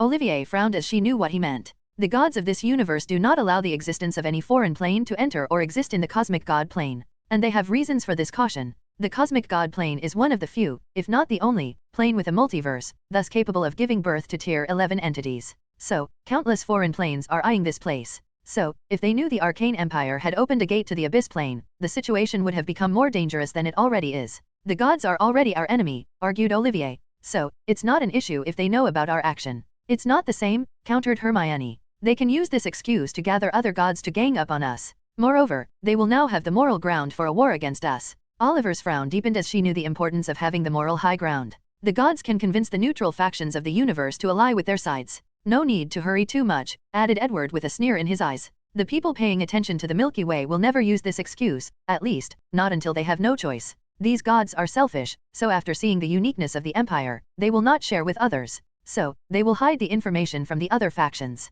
Benefit is above everything. So, since they believe they can control the Empire by themselves, they won't say anything. However, we also need to be cautious, continued Edward with dangerous lights in his eyes. After the war, I will cast a galaxy-wide spell to erase information about the Abyss Plane from the mind of everyone who knows. That's a good way, nodded Olivier before continuing with her plan. If we want to conquer an Abyss layer, we must kill a Duke, tier 9. So, we need your floating city. Hermione, you also need to return to your post to ensure no problem. My city is in terrible shape currently, explained Edward before explaining to her the current situation. I'm glad you're all right, she said, glancing up and down at him. However, we need to deal with this situation as soon as possible. I'm on it, said Edward. Morgana, connect me to my city and send me the time staff. Aye, sir. A few seconds later, Edward felt he had a connection to a vast quantity of mana. He suddenly felt he could do anything with all this mana. He had regained control over his tier 10 floating city. The sensation is truly more pleasurable than any drug, he muttered under his breath. Then, a portal appeared before him as a staff floating before him.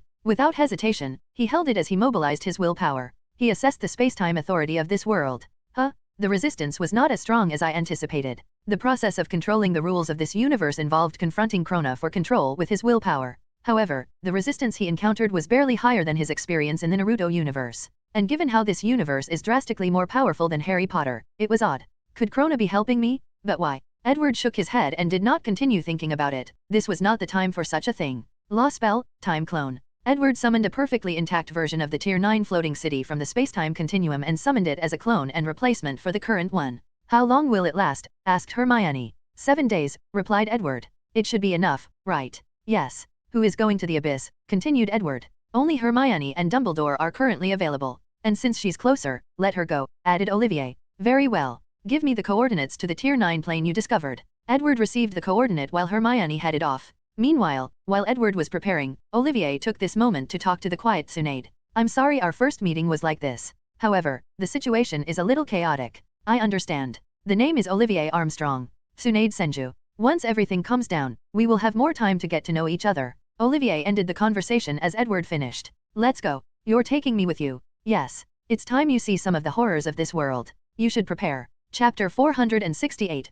Krona's Ambitions. An empty and all-white room. A beautiful petite woman suddenly appeared. Her expression was cold and indifferent, devoid of any emotions. She looked in one direction, gazing in the direction of the Milky Way galaxy. A lawmagus, she muttered after sensing Edward accessing the spacetime authority of this plane. After countless eons, another one finally showed up, muttered Krona, the physical manifestation of the cosmic god plane's universe will. After so long, I finally saw the opportunity to rectify my mistake. During the rise of the Magus race, Krona resisted their rule and supported the ancient gods. However, the ancient gods failed and became the experiment objects of the Magus race. As for her, she was also sealed and became the puppet of the Magus race for standing in their way. However, as the Magus race reached a certain level, Krona did mind her situation as she could evolve. The Magus conquered countless planes and fused them with their central plane. And after absorbing enough world source, she raised her level from Tier 10 to Tier 11 and acquired a multiverse. At the peak of her power, Krona was the greatest plane throughout the astral realm. Then, everything changed when the entire Magus civilization disappeared, leaving only a few things to show their existence. After their disappearance, Krona regained her freedom. And, out of fear of the Magus race, she wished to prevent the existence of law magi that can forcefully control the plane's authority from her. So, she supported the existence of faith gods. These gods now had a contract-based relationship with her as she essentially lent them the control of certain authority. As such, no matter how powerful they became, the best outcome is that these gods were on par with her. They would never have the chance to surpass or seal her as the Magus did. Unfortunately, Krona soon regretted this decision. The reign of the faith god drastically weakened the entire plane. They became parasites that prevented the development and growth of magic and technology. Krona's goal of having a civilization as brilliant as the Magus race but also under her control became nothing but a dream. On the contrary, her plane's overall strength drastically declines, allowing places like the Titan plane, Heavenly Deo plane, Abyss plane, Wizard plane, Disaster plane, and Ulcabula plane to catch up with her. Before the Magus era, these 6 planes were one of the most powerful planes in the astral realm. However, the Magus race conquered these planes, and they became a subsidiary of the Magus plane. Then, after their disappearance,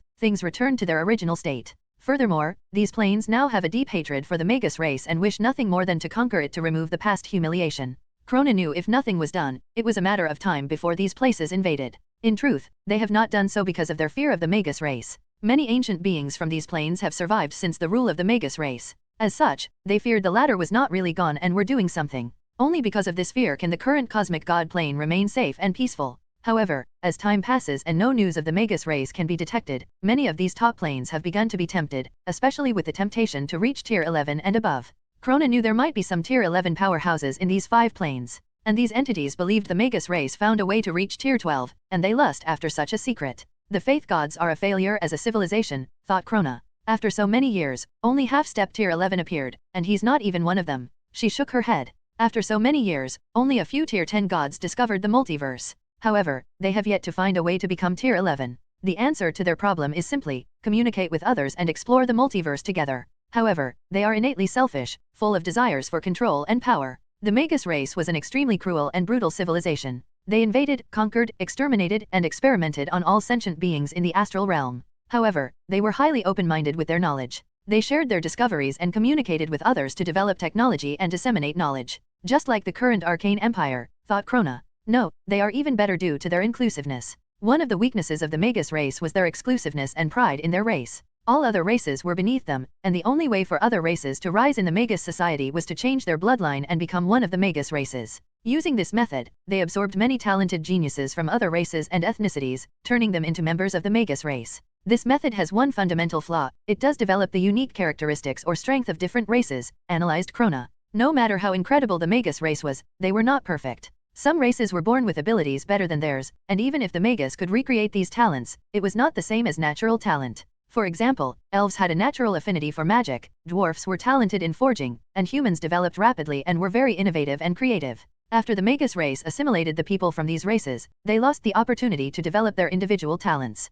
But the Arcane Empire is walking a different and better path, embracing all races, species, and ethnicities. Their development potential is on par with the Magus, if not better. Krona squinted her cold eyes. I will have to rely on them to defend this plane from the invasion of these top planes. Furthermore, they are also my hope to return to my peak and even go further. According to Krona's calculations, the Magus race turned into a Tier 12 civilization, so they left the astral realm to develop and continue their journey of growth. Since the Magus can do it, I should also have this opportunity. If she could become a Tier 12 plane, Krona could not imagine how powerful she would be. Krona is nothing but a will, a manifestation of the universe's consciousness to ensure the fundamental laws or rules of function properly. As such, she does not have any emotions. However, as a living entity, she has certain instincts, and the main one is to develop her universe and become as powerful as possible. So, after seeing the hope of becoming a Tier 12 plane, she did not hesitate to place all her bets on the Arcane Empire. The Arcane Emperor has become a law Magus. According to my analysis of him, it's only a matter of time before he makes this method public, and more will appear in the Empire.